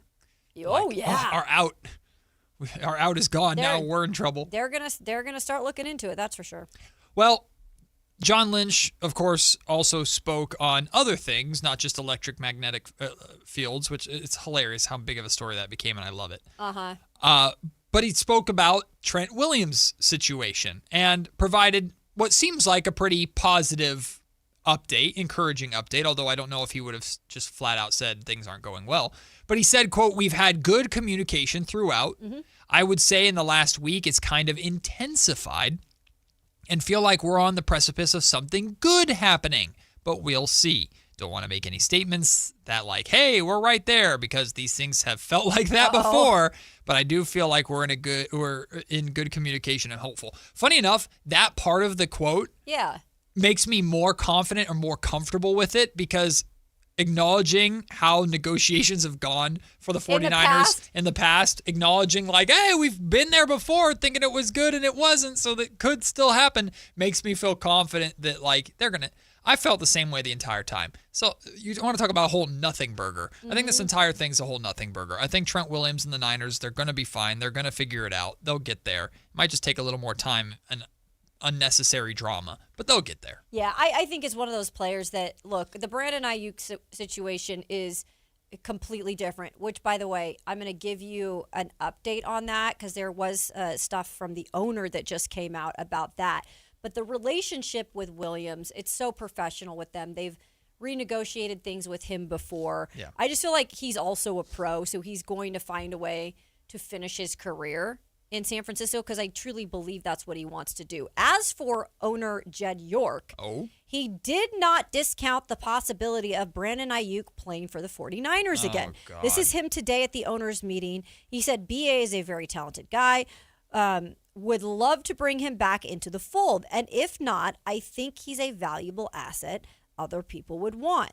I think anything's possible. Guys like Mike Evans and Christian Kirk are legit veteran people. That's a room that can absorb somebody that has had a tough go with our franchise for the last year or so. That's hilarious. And to me, he's just trying to get teams interested in Brandon Aiyuk. Yeah, stop it, Jed. Stop. That ain't happening. Even though his general manager literally said, I think Brandon Ayuk's played his last game. Yeah, stop it, Jed. I just think that's a little weird. That was a politically correct answer to that question that I'm sure he didn't know how to answer. We wish Brandon Aiyuk the best. But don't give him a chance of being back on the roster when you've already had different opinions from the general manager. That's very Don't weird. open that door. No thanks, Jed. No thanks. Well, because John Lynch, I believe, spoke Was it John Lynch? I think, Yeah, yeah, it John was Lynch John spoke Lynch. on the Brandon Aiyuk situation and basically said the Niners are in no rush to, release him or anything because Right. they're still going to try and trade it. but, They don't. but it wasn't about keeping him. Right. By any means. It's just, we have time to seek trades. We're not just going to let him go. We're going to take our time with this. Right. This which is the exact right approach to have. opposite from Jed, the owner. Jed's It's like, we'll play him tomorrow. Exactly. He's like, wait, we'll find a way. He's going to line up next to Mike Evans on Sunday. Just you wait. Sure, that would go over really well. Right. Well, in terms of injury news for the 49ers, lots of stuff for fans to be excited about. 49ers are expecting defensive ends Nick Bosa and Trent Williams to be ready for training camp in some capacity. Okay. Probably ease them back into it. It's not like, hey, first day of training camp, go all ahead full, but nobody really does, especially veterans. But that's good news. Good injury news for Nick Bosa and Trent Williams, and even potentially some good news, Kayla, for George Kittle. John Lynch said that the team is hopeful that Kittle will be available in week 1, noting that he's progressing well from his Achilles injury. Love to see that because we, of course, love George Kittle and want to see him play. Do not rush this by any means. Just because he might be ready and you're hopeful he'll be ready for week 1 doesn't mean it won't still be in the best interest for him to come back week 5 or 6, right? Yeah. Take your time with it. But this is all encouraging news because what this says is they're either progressing normally or even slightly ahead of schedule, a la Fred Warner last year, which is a very good sign. Yeah, because Fred's going to be ready to go. He was possibly going to be ready to go if they made it further in the playoffs. Oh, he for sure was playing. Which is wild, right? It's crazy to think how far modern medicine has taken us, and especially with an injury like an Achilles. I know. Like that was once an injury where we would never even think about this short amount of time being able to be back. But you saw what happened with Aaron Rodgers and at his age, which George Kittle's way younger than that. But that's really encouraging because I truly feel like Kittle's going to retire a Niner. Like he's going to finish his career out there. But he has been such a crucial part of this offense and just a blanket. Like, I'm not saying it's a good thing always to have a safety blanket, but it is once in a while good to have for Brock Purdy. I feel like in situations where maybe they won't need that as much this year with adding Mike Evans and stuff. Yeah. But Kittle just seems to like change the vibe of everything when he's out on the field. Absolutely. Like he's just by far, besides Warner, the guy that you count on to help you win these tight games or just help you kind of push yourself over the threshold. And he's that security blanket in so many ways for Brock Purdy, right? 100%. Arguably, Christian McCaffrey has become that. Yeah, but it'd be nice to have a couple. Sure. And especially with Mike Evans now on the outside to draw so much attention, and especially be such a red zone threat. Just the idea of taking some of that pressure off of George Kittle a little bit. Because I felt like, correct me if I'm wrong, when the Kings, when the Niners were in the red zone, unless it was like 1st and goal at the 3 and they just hand the ball to McCaffrey, it was the vast majority of the time they were looking for Kittle. Yeah. In those spots. Yeah. Now to have Mike Evans to free gonna up be some huge. opportunity for Kittle or vice versa, that's going to be a big deal for They them. just got to stay healthy. And on the note of Bosa, Nick Bosa, I'm just interested to see. I think he'll be good. Like he's a pro. He takes care of his body and everything in terms of eating right, and he changed his diet a couple years ago. But this is a significant amount of injuries here that is happening in a short period of time. Curious to see how he looks if he's ready to go week 1. Well, what about the other Bosa? Oh, Joey? What about Joey? I think John Lynch might have made Mama Bosa sad because basically he said, like, I'd love to make Mama Bosa happy, but I don't know if we could afford Joey. This is based off of Mama Bosa put a graphic out on Instagram of Joey and Nick together in Niners uniforms, which I think she's done this before. But John Lynch was like, I don't know if we could afford I him. think he's a little too expensive. Even though he shouldn't be at this point. I But agree. I don't know what expensive is to the Niners after their big free agency period of signings. True. Look, Bosa is a depth piece at best, but look, we're all loving the storyline of bringing the brothers together. It'd be great. I mean, it'd be fun. The double Bosa team. Yeah. The Bosa Double attack. B's. I don't like that. Yeah, we got to workshop that Well, one. I mean, they're just bees. Just Not D's. bunch of bees. Yeah. Bunch of Bosas. Yeah, but we have standards on this show. It's well, no ranch and blue Are you cheese, sure with right? me? Yeah, ranch and blue cheese. They're not a thing. We're talking about Kyle Juszczyk and No, McCaffrey. They we're are not- back. We're not They're calling back them in ranch the new and blue movie cheese. Ranch and Blue Cheese. No. We did get comments of blue cheese is stinky, blue cheese is not good. Look, if you do blue cheese right, blue cheese is. I had a blue cheese Cobb salad this weekend. Very good. Even if you do blue cheese wrong, it's still pretty good. I think Kayla's, when this horrible idea was being workshopped by you two, I had nothing to do with it. I think Kayla's quote was verbatim, "It doesn't mean he stinks on the field, Kyle Juszczyk. It just could mean he's stinky."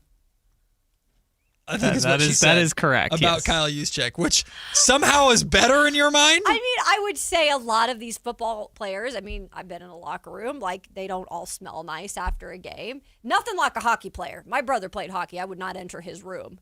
But, you play a sport, you're sweating the whole game, you're a little stinky. Juszczyk, take ownership. Let's go. He just smells bad. If anybody ever called me blue cheese, it would crush me.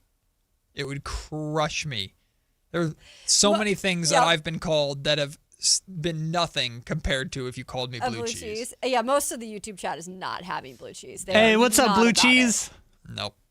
But how about we haven't talked about ranch, and is that offensive, I should say, to the great Christian McCaffrey? It is ranch's GOAT. Ranch. We had this convo about Jordan. Ranch is basic. Okay. Ranch is basic. I just had ranch with my fries last night.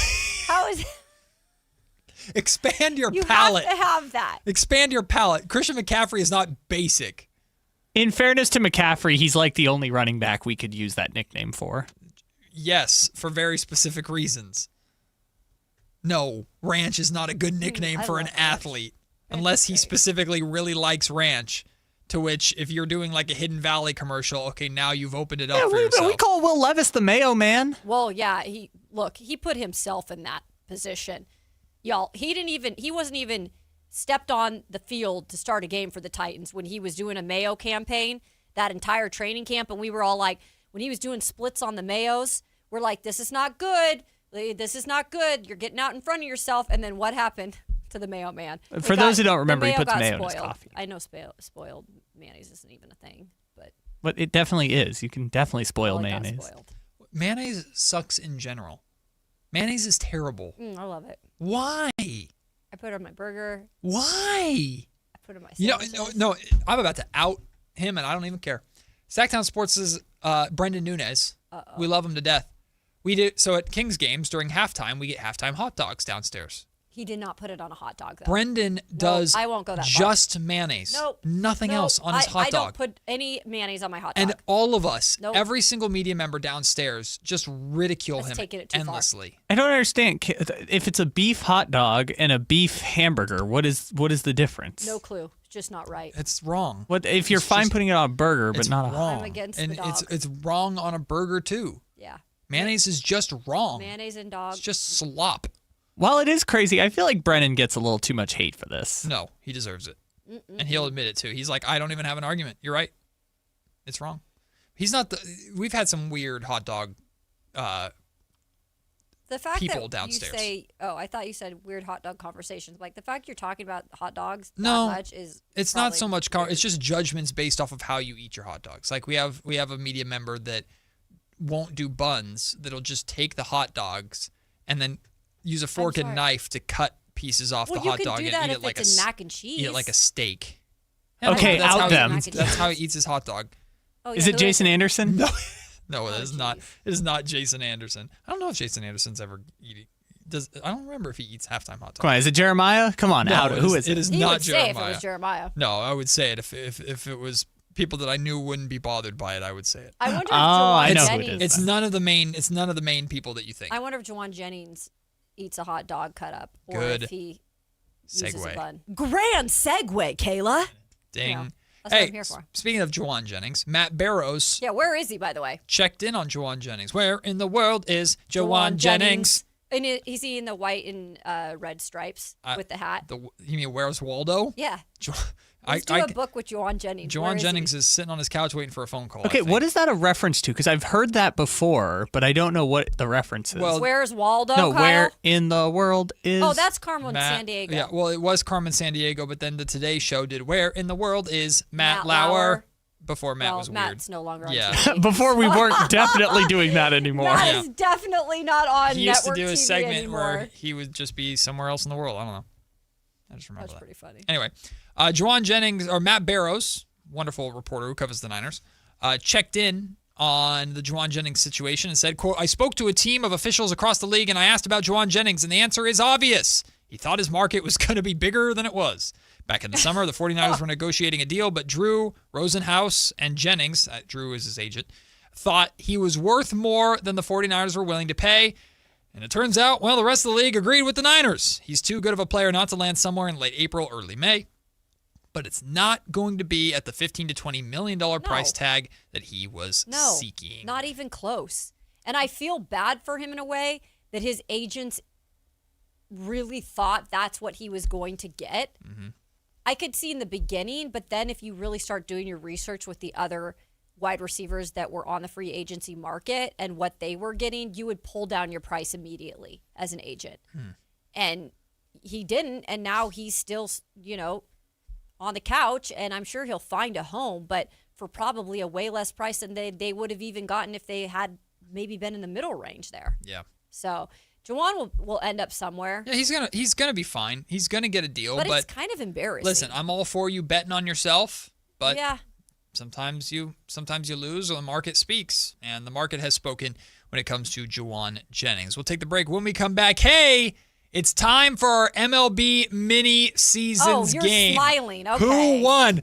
Who do you think won the first week? Who is the smartest baseball mind on this show? Who do you think is going to get the new trophy that is to be revealed your own trophy next? that you had Shut made? up! I think it's rigged. No, it couldn't be. You don't know who did it. Who won? We'll see. Plus, we'll draft our teams for this week's mini seasons. Champion, I'm the winner. Spoiler alert. We'll see you when we come back. It's Matt and Kayla, Sactown Sports. Switchfoot Live. Friday, April 24th, 7 p.m. The venue at Thunder Valley. With Fuel. And Lit. And Thomas Ian Nicholas. For tickets, visit ThunderValleyResort.com. One incredible night with Switchfoot, Fuel, and Lit together live. Growing your business? It's all about having the right team on the court. At Bank of Marin, we partner with businesses in the greater Sacramento area, delivering personalized service and local expertise to help you make a slam dunk. Whether it's customized lending or solutions to keep your business growing, you'll benefit from local decision making, expanding, acquiring additional assets, or building a lasting banking relationship. We're ready for tip-off. Bank of Marin, your local business bank. Visit us at bankofmarin.com. Member FDIC. When you take the time to shop at Folsom Lake Honda, there's one thing you'll always find. Happy people ready to serve you. As a family-owned and operated dealership since 2009, customer service is our #1 priority. Our customers love doing business with us, and you will too. Looking to own or lease? During the spring sales event, drive a brand new Accord or Civic. Visit us today at FolsomLakeHonda.com, your one-stop Honda shop. Folsom Lake Honda. Yeah, your one-stop Honda shop. This is the story of the one. As a procurement manager for a hospital system, she keeps every facility in her network stocked and ready. That's why she counts on Granger to be her single source for thousands of products, from disinfectants to lighting, air filters, and more. And with fast, dependable delivery, Granger helps her keep every facility stocked, safe, and running smoothly. Call 1-800-GRANGER, click Granger.com, or just stop by. Granger, for the ones who get it done. When your check engine light comes on, do you see a repair bill or do you see peace of mind? For 20 years, CarShield's been the name America trusts to help keep you on the road. While other companies stop covering you when your car gets older, CarShield offers protection plans up to 200,000 miles. With over $1 billion in claims paid, we don't just promise protection, we deliver it. Don't let a breakdown break your budget. Get the flexible month-to-month coverage you deserve. Go to carshield.com. That's carshield.com today. Country in the Park is back. May 8th and 9th at Cal Expo. Miranda Lambert. John Party. Chris Young. Turnpike Troubadours. Dylan Scott and more. Line dancing live DJs, Mechanical Bulls, huge festival area, and food trucks. Tickets start at only $68. Country in the Park. May 8th and 9th at Cal Expo with the California Highway Patrol, Fox Family Heating and Air, and Tecovas. More info at CITPFest.com.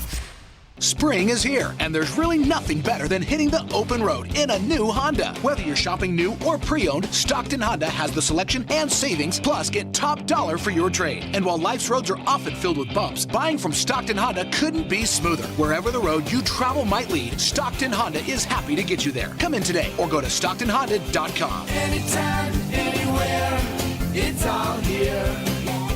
StocktonHonda.com.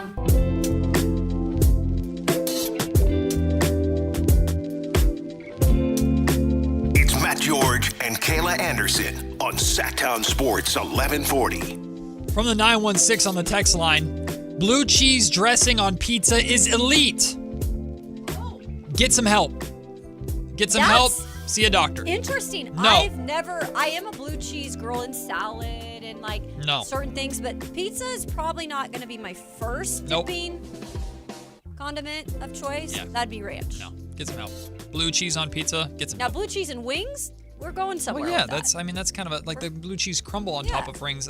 That's natural. We're going somewhere with that. Yeah, no, get some help. Blue Pizza cheese. is fine. I don't understand what you're doing with blue cheese. Exactly. Let me just drown out something delicious with that. Craving pizza, by the way. What do you mean? It's good. Like 3 commercials today on pizza. Pizza commercials? Yeah. Those are always the worst ones. When you're I hungry know. and pizza commercials just get you every They time. truly work. Hey, it is time to check in on our opening week of our mini seasons Okay, game. pipe down. Who do you over there. think won?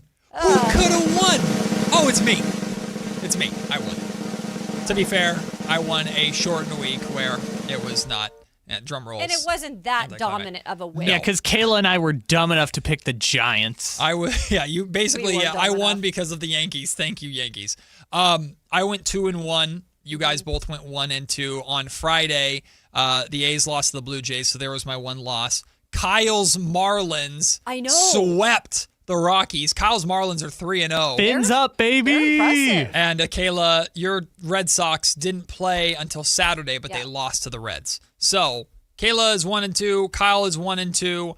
I am 2-1, which means I limp my way to the all-new, brand new, He couldn't wait to open this up, state-of-the-art mini seasons trophy. Oh, that's a good look. That's cool. I like it. Look at that Little League trophy. And it says Matt and Kayla Show World Baseball Champion, Sactown Sports Look 1140. at that. Look at that. So the question is, where are you going to put it where Dave won't knock it off and it will break? That's what I was thinking. Is like I don't want to carry it around with me. Don't I have leave to it keep. with me. If I get mad, that thing is.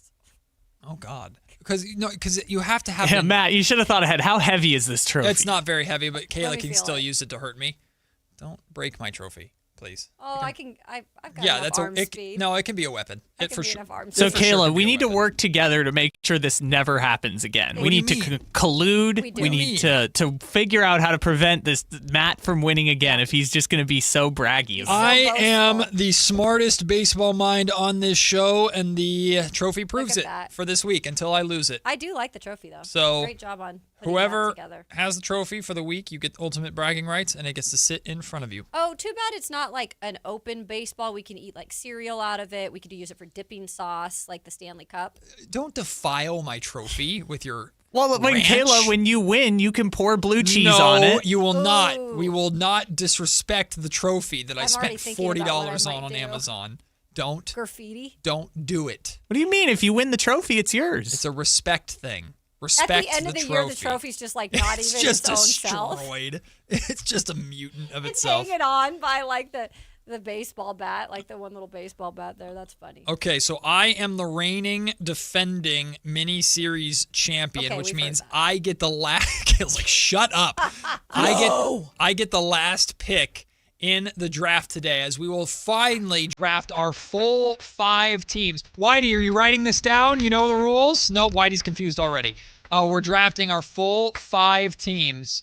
And we will start with Kyle because he lost first. So Kyle gets first pick, Kayla gets second pick, I get third pick. You cannot pick the same team that you had last week. So Kyle, you just can't pick the Marlins. Oh no.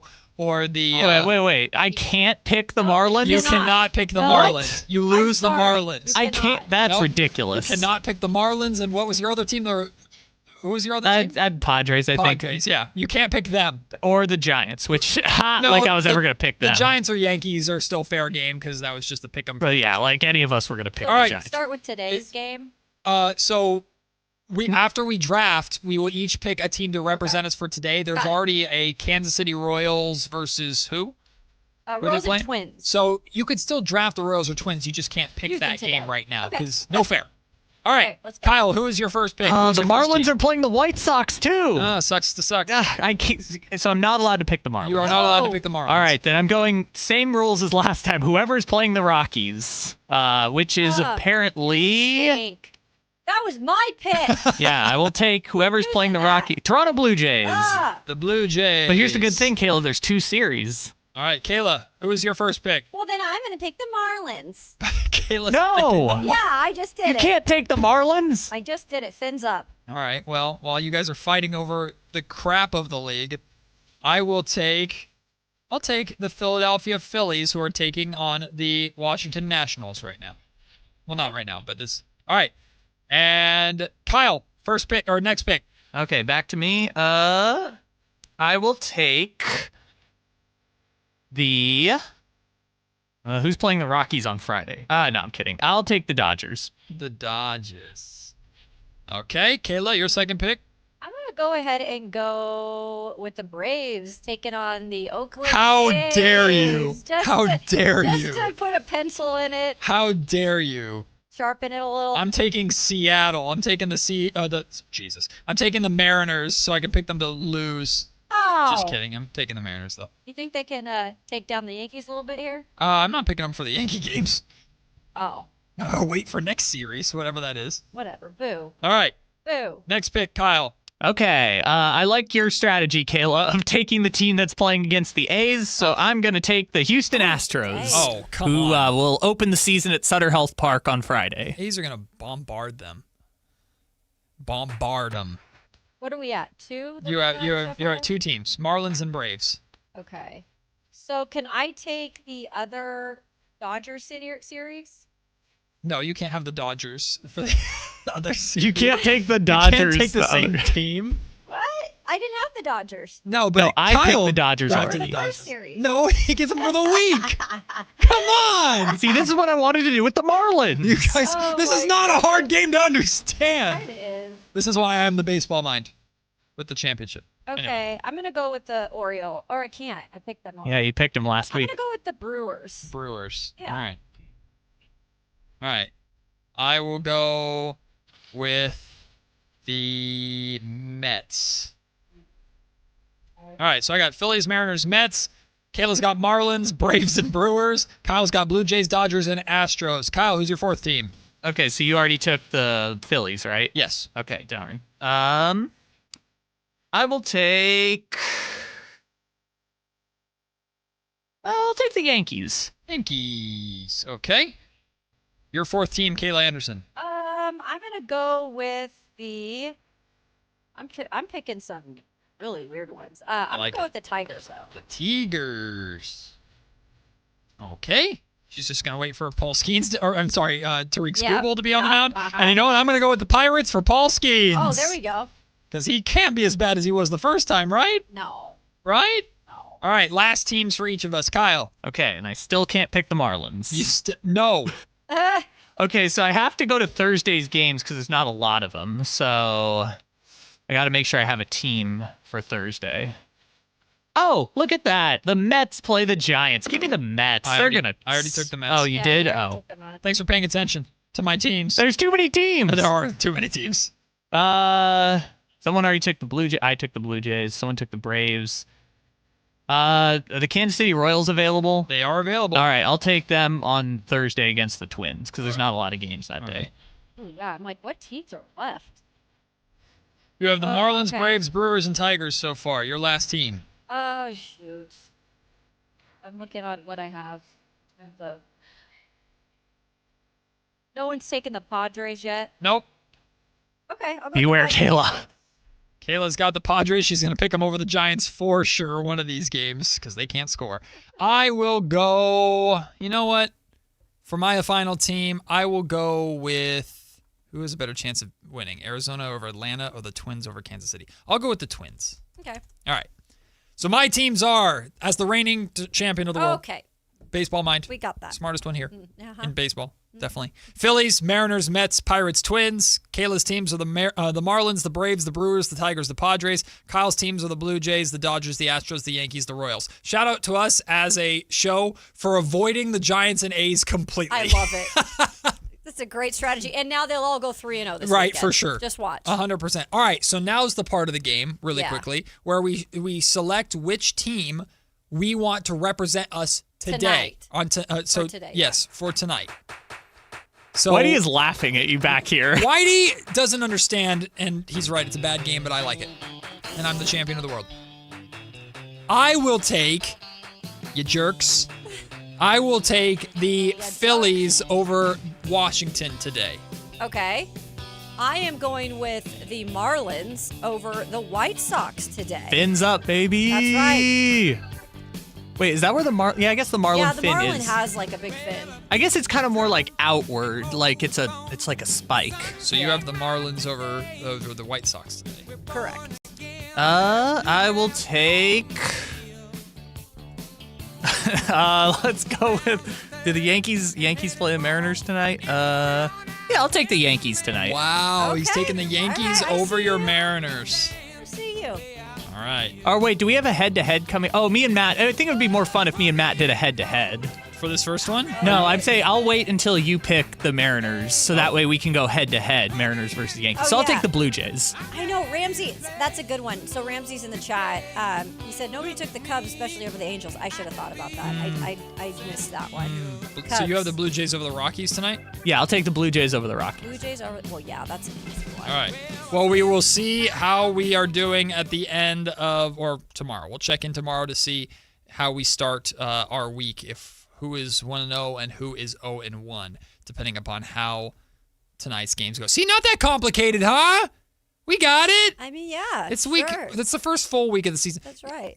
Can we try to have some? I like it. Thank you. I just don't like the game is fun. I just hate don't that like I the can't take the trophy. Marlins. Kayla, no, this is good. This is why I got the trophy, because it's going to tap into Kayla's competitiveness. And all week long, Kayla has to look at me being the trophy owner. Statue of Liberty over here with this trophy. It's just going to be there all week long as the champion of I have something to say the about world. it. Well, you can't take it this week. Don't be leaving it up there where somebody can brush by it. All right, I'm going to hold on to this very closely. Take care of that like a baby. We'll take the break. When we come back, it's time for Crosstalk with the Drive Guys. Whitey Gleason, Alan Stiles join us next to begin their week. It's Sactown Sports. I need a little range, step to the range, come on, meet me at the Introducing the new Chick-fil-A Jalapeno Ranch Club Sandwich. With that juicy Chick-fil-A chicken on a buttermilk ranch bun, jalapeno ranch sauce, and pickled jalapenos, it's a little ranch with a lot of kick. The new Chick-fil-A Jalapeno Ranch Club with original spicy or grilled filet. Available for a limited time only. Order ahead on the Chick-fil-A app. Wait, everything on this IHOP value menu is just $6? I told you it was amazing. A huge plate of pancakes, bacon, and eggs is just $6. Wow. There's also French toast, a ham and cheese omelet, and they got a BLT and fries now. Okay, we're coming here every day. You don't have to tell me twice. Feast for just $6 with the IHOP value menu. $7 in some locations, available every day for a limited time at participating restaurants in the U.S. Hours may vary. No substitutions. Not valid with other discounts or promotions. Prices may vary. Finding great candidates to hire can be like, well, trying to find a needle in a haystack, but not with ZipRecruiter. Its powerful technology actively finds and invites qualified candidates to apply to your job. So while other companies might deliver a lot of hay, ZipRecruiter finds you the needle in the haystack. See why 4 out of 5 employers who post a job on ZipRecruiter get a quality candidate within the first day. Try ZipRecruiter for free at ZipRecruiter.com/free. That's ZipRecruiter.com/free. ZipRecruiter. Making an Impact, sponsored by Granger. We know about boxed wine, but what about paper wine? One California winery is going greener with paper wine bottles. Here's Shannon Baladeras from Monterey Wine Company. It's better for the environment. It reduces the carbon footprint by 6 times that of glass. For the ones who get it done, Granger offers the professional-grade products you need delivered when and where you need them. Call, click Granger.com, or just stop by. Power Business Technology is proud to be a 100% independent, locally owned and managed Toshiba copier dealer. Local ownership cuts out the red tape, allowing ourselves to never be too busy to personally answer the call when our clients need us. Recognized for excellence in service execution, training, and customer service, we're proud to be named a Toshiba ProMasters Elite dealer since 2021. Contact us today for all of your business printing needs at 844-POWER-BZ. That's 844-769-3729. Or visit us at PowerCopiers.com. NBA fans don't just watch the game, they live it. So stream like you're courtside with NBA League Pass, your ticket to all the action. Watch your favorite team shine and catch the league's brightest stars and rising stars at the same time with multi-view on your favorite devices. From the plays you can't believe to the most live games and the drama that comes with it. If it happens on the court, it's happening on NBA League Pass. Only select out-of-market games available. Blackout restrictions apply. Additional charges and other conditions may apply. Visit NBA.com/subscriber agreement for full terms and conditions. Tune in every Thursday, Friday, and Saturday for the Toyota Tahoe Report with Johnny Mosley and me, Elena, bringing you the latest weather conditions up at Tahoe. Brought to you by your local Toyota dealers. Toyota, let's go places.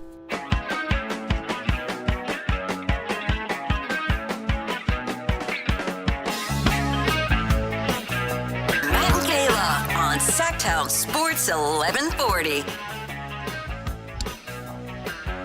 Deputy Kyle, if you would be so kind to fade out the music, we have some business to take care of here, sir. Yes. Please, if you don't mind, we have some business to take care of here.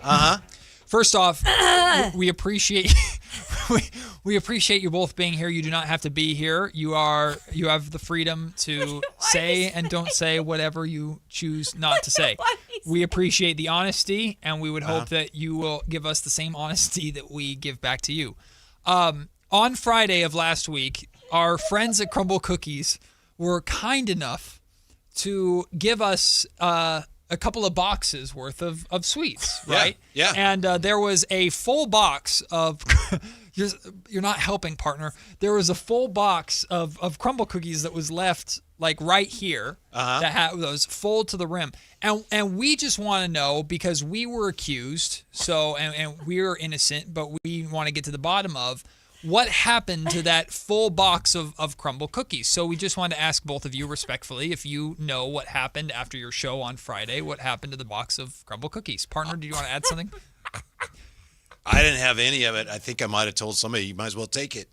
Yeah. Figuring if it was the end of the day, what's here at the end of the day is fair game. But I personally did not take any. But I defend to the death the right of anyone who took it home to take it home. I took one of the butterscotch, whatever one it was with the icing on top, and 2 of the ginger snap ones. And I left the box there. Cool.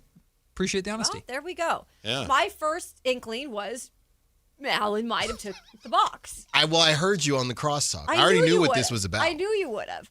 Now, Thanks for listening. Alan and I are brother and sister, essentially. Okay. We have the same mindset, but we just battle. And so that was my first inkling, was my brother Alan here. It's a Friday. We left more. I mean, look, if you don't leave them, we don't need critters. Right. We left you vegetables and got yelled at for it. I don't want Did vegetables. you leave them for Sep or something? Is Sep That's what I said. I was like, if they left them, 100%. So Dave wanted to come in here this morning to eat the stale cookies? I guess think so. I don't know. I believe that was what happened. We were just trying to get to the bottom of it. Well, there was actually, speaking of, I took there was one too, one by the box way. there. There was a box in the trash. Yes. So Dave had already stuffed his face with that first box. Well, we kind of consolidated, but yes. Someone stuffed their face because there were 2 boxes. No, it was still Dave. And, Crumble Cookies, we love them. Shout out Crumble Cookies. You could squat a box of Crumble Cookies and it'll be a good workout. Ooh, that's so a good point. the fact that one box was already gone, whoever had their fill, I only took one thickum, right? Because there's the normal cookies and then the thin ones. I took one thickum and 2 thins. I mean, it's a freaking radio station. You leave food in the studio? Yeah. very good. Leave it to Dave. Leave it to Dave. The cookies will be here the whole time. Why don't you tell Dave to bring in his own cookie batter, make his own dang cookies? He's getting pretty defensive. Well, because what is the point of this conversation? And why are you so concerned about it? No. What was the mystery? We are doing our job I just want to clarify, just so so when you left on Friday, there was a big box. See, And so I think my theory is correct. Know now the box was still in the building. See, the box had not left the building. The box did not leave the building. Here's the thing. Now this is going to transition. Sorry, shake your trophy. No, Alan. listen, I'll shake my trophy at whoever wants. Now this is going from a show versus show beef to an inner show beef because I'm disappointed in you. You were supposed to be bad cop and you started laughing. You were supposed to lay it on. I was the good cop. You guys playing this out for this long? Kyle, play the sound. It was supposed to be play the Kyle, play the sound. You don't work with him anymore. Kyle's on our team. You don't work with him anymore. This was a good cop, bad cop thing. I was supposed to just deliver and see what the response was, and then Kayla was going to lay the heat on. But Kayla started laughing. There's no heat. I was the last show. No, but I was laughing so hard I couldn't even put on my game face. This is when we leave on You Friday. let us down. It's I Am Legend. Hello, there's no one here to leave the cookies to. Right. Especially on a freaking Friday. If this was you guys and one of you took a box while we were coming in, that's different. We leave them, they get stale, you get critters, it's hot. What do we actually, Whitey, do you know what we're talking about? We did the station a favor, and this is the thanks we get. Do you know, what are we talking so about? you did take the cookies? Somebody didn't. Somebody didn't. I didn't take any, and if I had, I would have told you. There was one of the chocolate ones that was I wanted left. To know. Oh, the Oreo one. I left that. That's the best we left the box there. I was. And I didn't think there was a whole box. Was No. there? We left the box. Yeah. With like 3 cookies. Yeah. In it. Yeah. Yeah. Well, there were only 3 left. The Oreo and more of the Ginger Snap butter ones. And maybe another one. I don't know. All I know is I took a butterscotch and one thick butterscotch that we shared amongst my family and 2 Ginger Snaps. Yeah. Bringing his kids into it.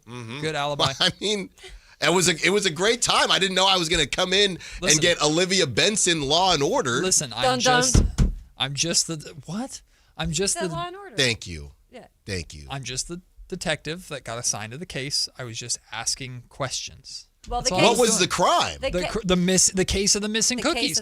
I got accused of it. So did my partner. Yeah. And then we decided on the radio to do a bit. It's been the same forever. Whoever the cookies come in, we eat the cookies. They're in crosstalk. They hang out throughout the rest of the day. And when the last show is done, they can do whatever they want with them. So we don't have to order pest control. Chris Verlaud, I had to comfort a crying Jason Ross that there were no cookies when we had to work on Saturday. Thank you. When he came in for the And King that's stuff. why we took the case so seriously. Because if someone makes J. Ross cry, I don't know. So they may have stuck around till Saturday. No, I think my theory is correct. I think Sep's team took them. For sure. If they were still there in the morning. There weren't many left for them to take if there were any. No. No, it was the Oreo one and the Ginger Snappies. So that's enough to feed a family. Yeah, it is. Yeah. I feel very confident that Sepp and his crew did not take them home.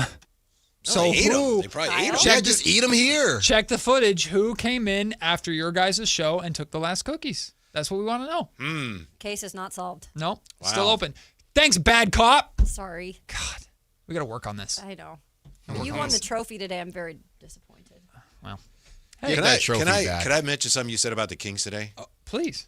Please, Whitey, please save us. You really got me wondering about the Kings with something you said today, Matt. I can't understand, honestly, how they can be so bad defensively when on the coaching staff they have Charles Woodson. Yep. Oh, Charles Woodson. Thank you. But one of the great. He's a Hall of Fame defender. Hold on. Talk amongst yourselves because there's a reason for Alan this. thought he was going in a different direction. Well, I was just double checking the name in my mind. Yep. Charles Woodson. Yes. Yeah. I kicked it with Charles Woodson before. You did? Is he cool? Someone He's may cool. or may not have very cool. Accidentally in said Napa. Charles. I'm in talking Napa. about Mike Woodson. Yeah. Well, hey, one of the See, best. You and I on our show would not be good. We'd be name dropping all the time. One of the best defensive stats that the Kings have as a team is steals. Ah, well, okay. Because Charles Woodson has taught them how to intercept. No, I like that. That was very savvy. But yes, I meant Mike Woodson. Very savvy. And I said Charles. You meant Mike. That makes. Thank you, Kyle. Little delayed. I corrected myself on the show, which I know you heard, and you're being mean to me. I don't like that. Thank you, Whitey. Did you? So hold on. Just again, we're not on the air. It's just us four friends here. How would you grade our good cop, bad cop radio bit? Okay, we're not going. That just happened. That just happened. How many crumble cookies do you give that? Yeah. On a scale of 0 to 5. I didn't agree to any bad cop. Same as what I took. 1 and 1.3. Oh hell no! That was crazy, Kayla. Hell no! We got it on. I'm gonna be the bad cop. I want to be the bad cop. That's what you said. No, in fairness, Kayla is trying to swap it up because, like I said, Kayla, the whole time you were saying Allen took the box. I did. You were saying it the whole time. Yeah. You were saying it the whole time this morning. But I get it. I walk in. Right. Energy's a little bit different. You're a little intimidated. No, I'm not intimidated. It's okay. I couldn't stop laughing because you make me laugh. It's okay. You should go home and talk about it on your podcast. Wait, you? Oh, his? No, it's a joke. Oh, I didn't know that one. It's okay. Kayla did a great job. She did have the bead of sweat across her forehead. Yeah, when you came crumbled. In. Yeah, you crumbled like cookies. I actually did. I did not think he knew at first. No, you crumbled. I knew Whitey would probably know. I'm disappointed. But I wasn't sure if Alan would know because he usually listens to us on his drive-in. Yeah. Did you hear on the show about the cookies that Kayla made for friends of hers in school? Did you hear about? No. Did you hear that story? I did not. You get away Why from did she poisoned you the get away lunch for lady? The summer. No, I was trying to make the guys constipated, and then it took a turn for the worst. So what are you guys going to talk about on your show today? Well, we can't talk about that. We're going to do an hour on that. Well, Whitey crossed it off the list. Constipation. Yeah. Not going to make it. Not going to make it in the 2 o'clock hour. Dang it. Well, we have full shows we can actually talk about, like fun We're stuff. 4 hours today. They're 4 hours. Oh. And tomorrow. Sorry. And we need it. Greg Swartz, Bleacher Report, 3:30. Okay? And Whitey, I'm telling you right now, that 5 o'clock segment, I can't wait to do it. And Alan, I got something for you. On the end of that Duke game yesterday. Okay. I strongly disagree with something that everyone is saying. I have a guess, but I'm going to let you rock. Wait, are they doing their show now? I don't. What can we at least know what the 5 o'clock segment is going to be about? The 5 o'clock segment is about the Fox trade being so bad, it ended up being good. I liked that take on social media. And we're going to follow up on it 5 p.m. on the dot. But first, 2 o'clock, the Big Bang. Right. What? Oh, my gosh. Let's get over Drive it. Guy starts with the Big Bang. That's right. Yeah. Everybody knows that. We're the weird ones for trying to do a fun good cop, bad cop bit. But and just having fun. Finally, the 5 o'clock segment. Now that the show's over, why don't you guys go work on the good cop, bad cop segment and give it a good go tomorrow? Yeah. How about that? No. Okay. No, we will not. No. All right. Fair enough. See if you can tidy up those rules. We do. Yeah. Get your trophy. And, you can only be a bad cop before 5 p.m. One in the person NL West. in this room is a champion. The person and who made the rules. The rest are nobody else knew how to play. The rest are peasants. Everyone else got disqualified. You're lucky you don't have that in my hands today. Well, you had to win the game to get it, and you lost. I'll do that next week. Mm-hmm. Yes, you will. That's Kayla Anderson. I'm Matt George. The Drive Bullies are coming up next. Alan Stiles, Whitey Gleason take you over for the next 4 hours. Kayla and I will be back at 10 o'clock tomorrow. Have a good Monday, everybody. Peace. Who stole the box? This is the story.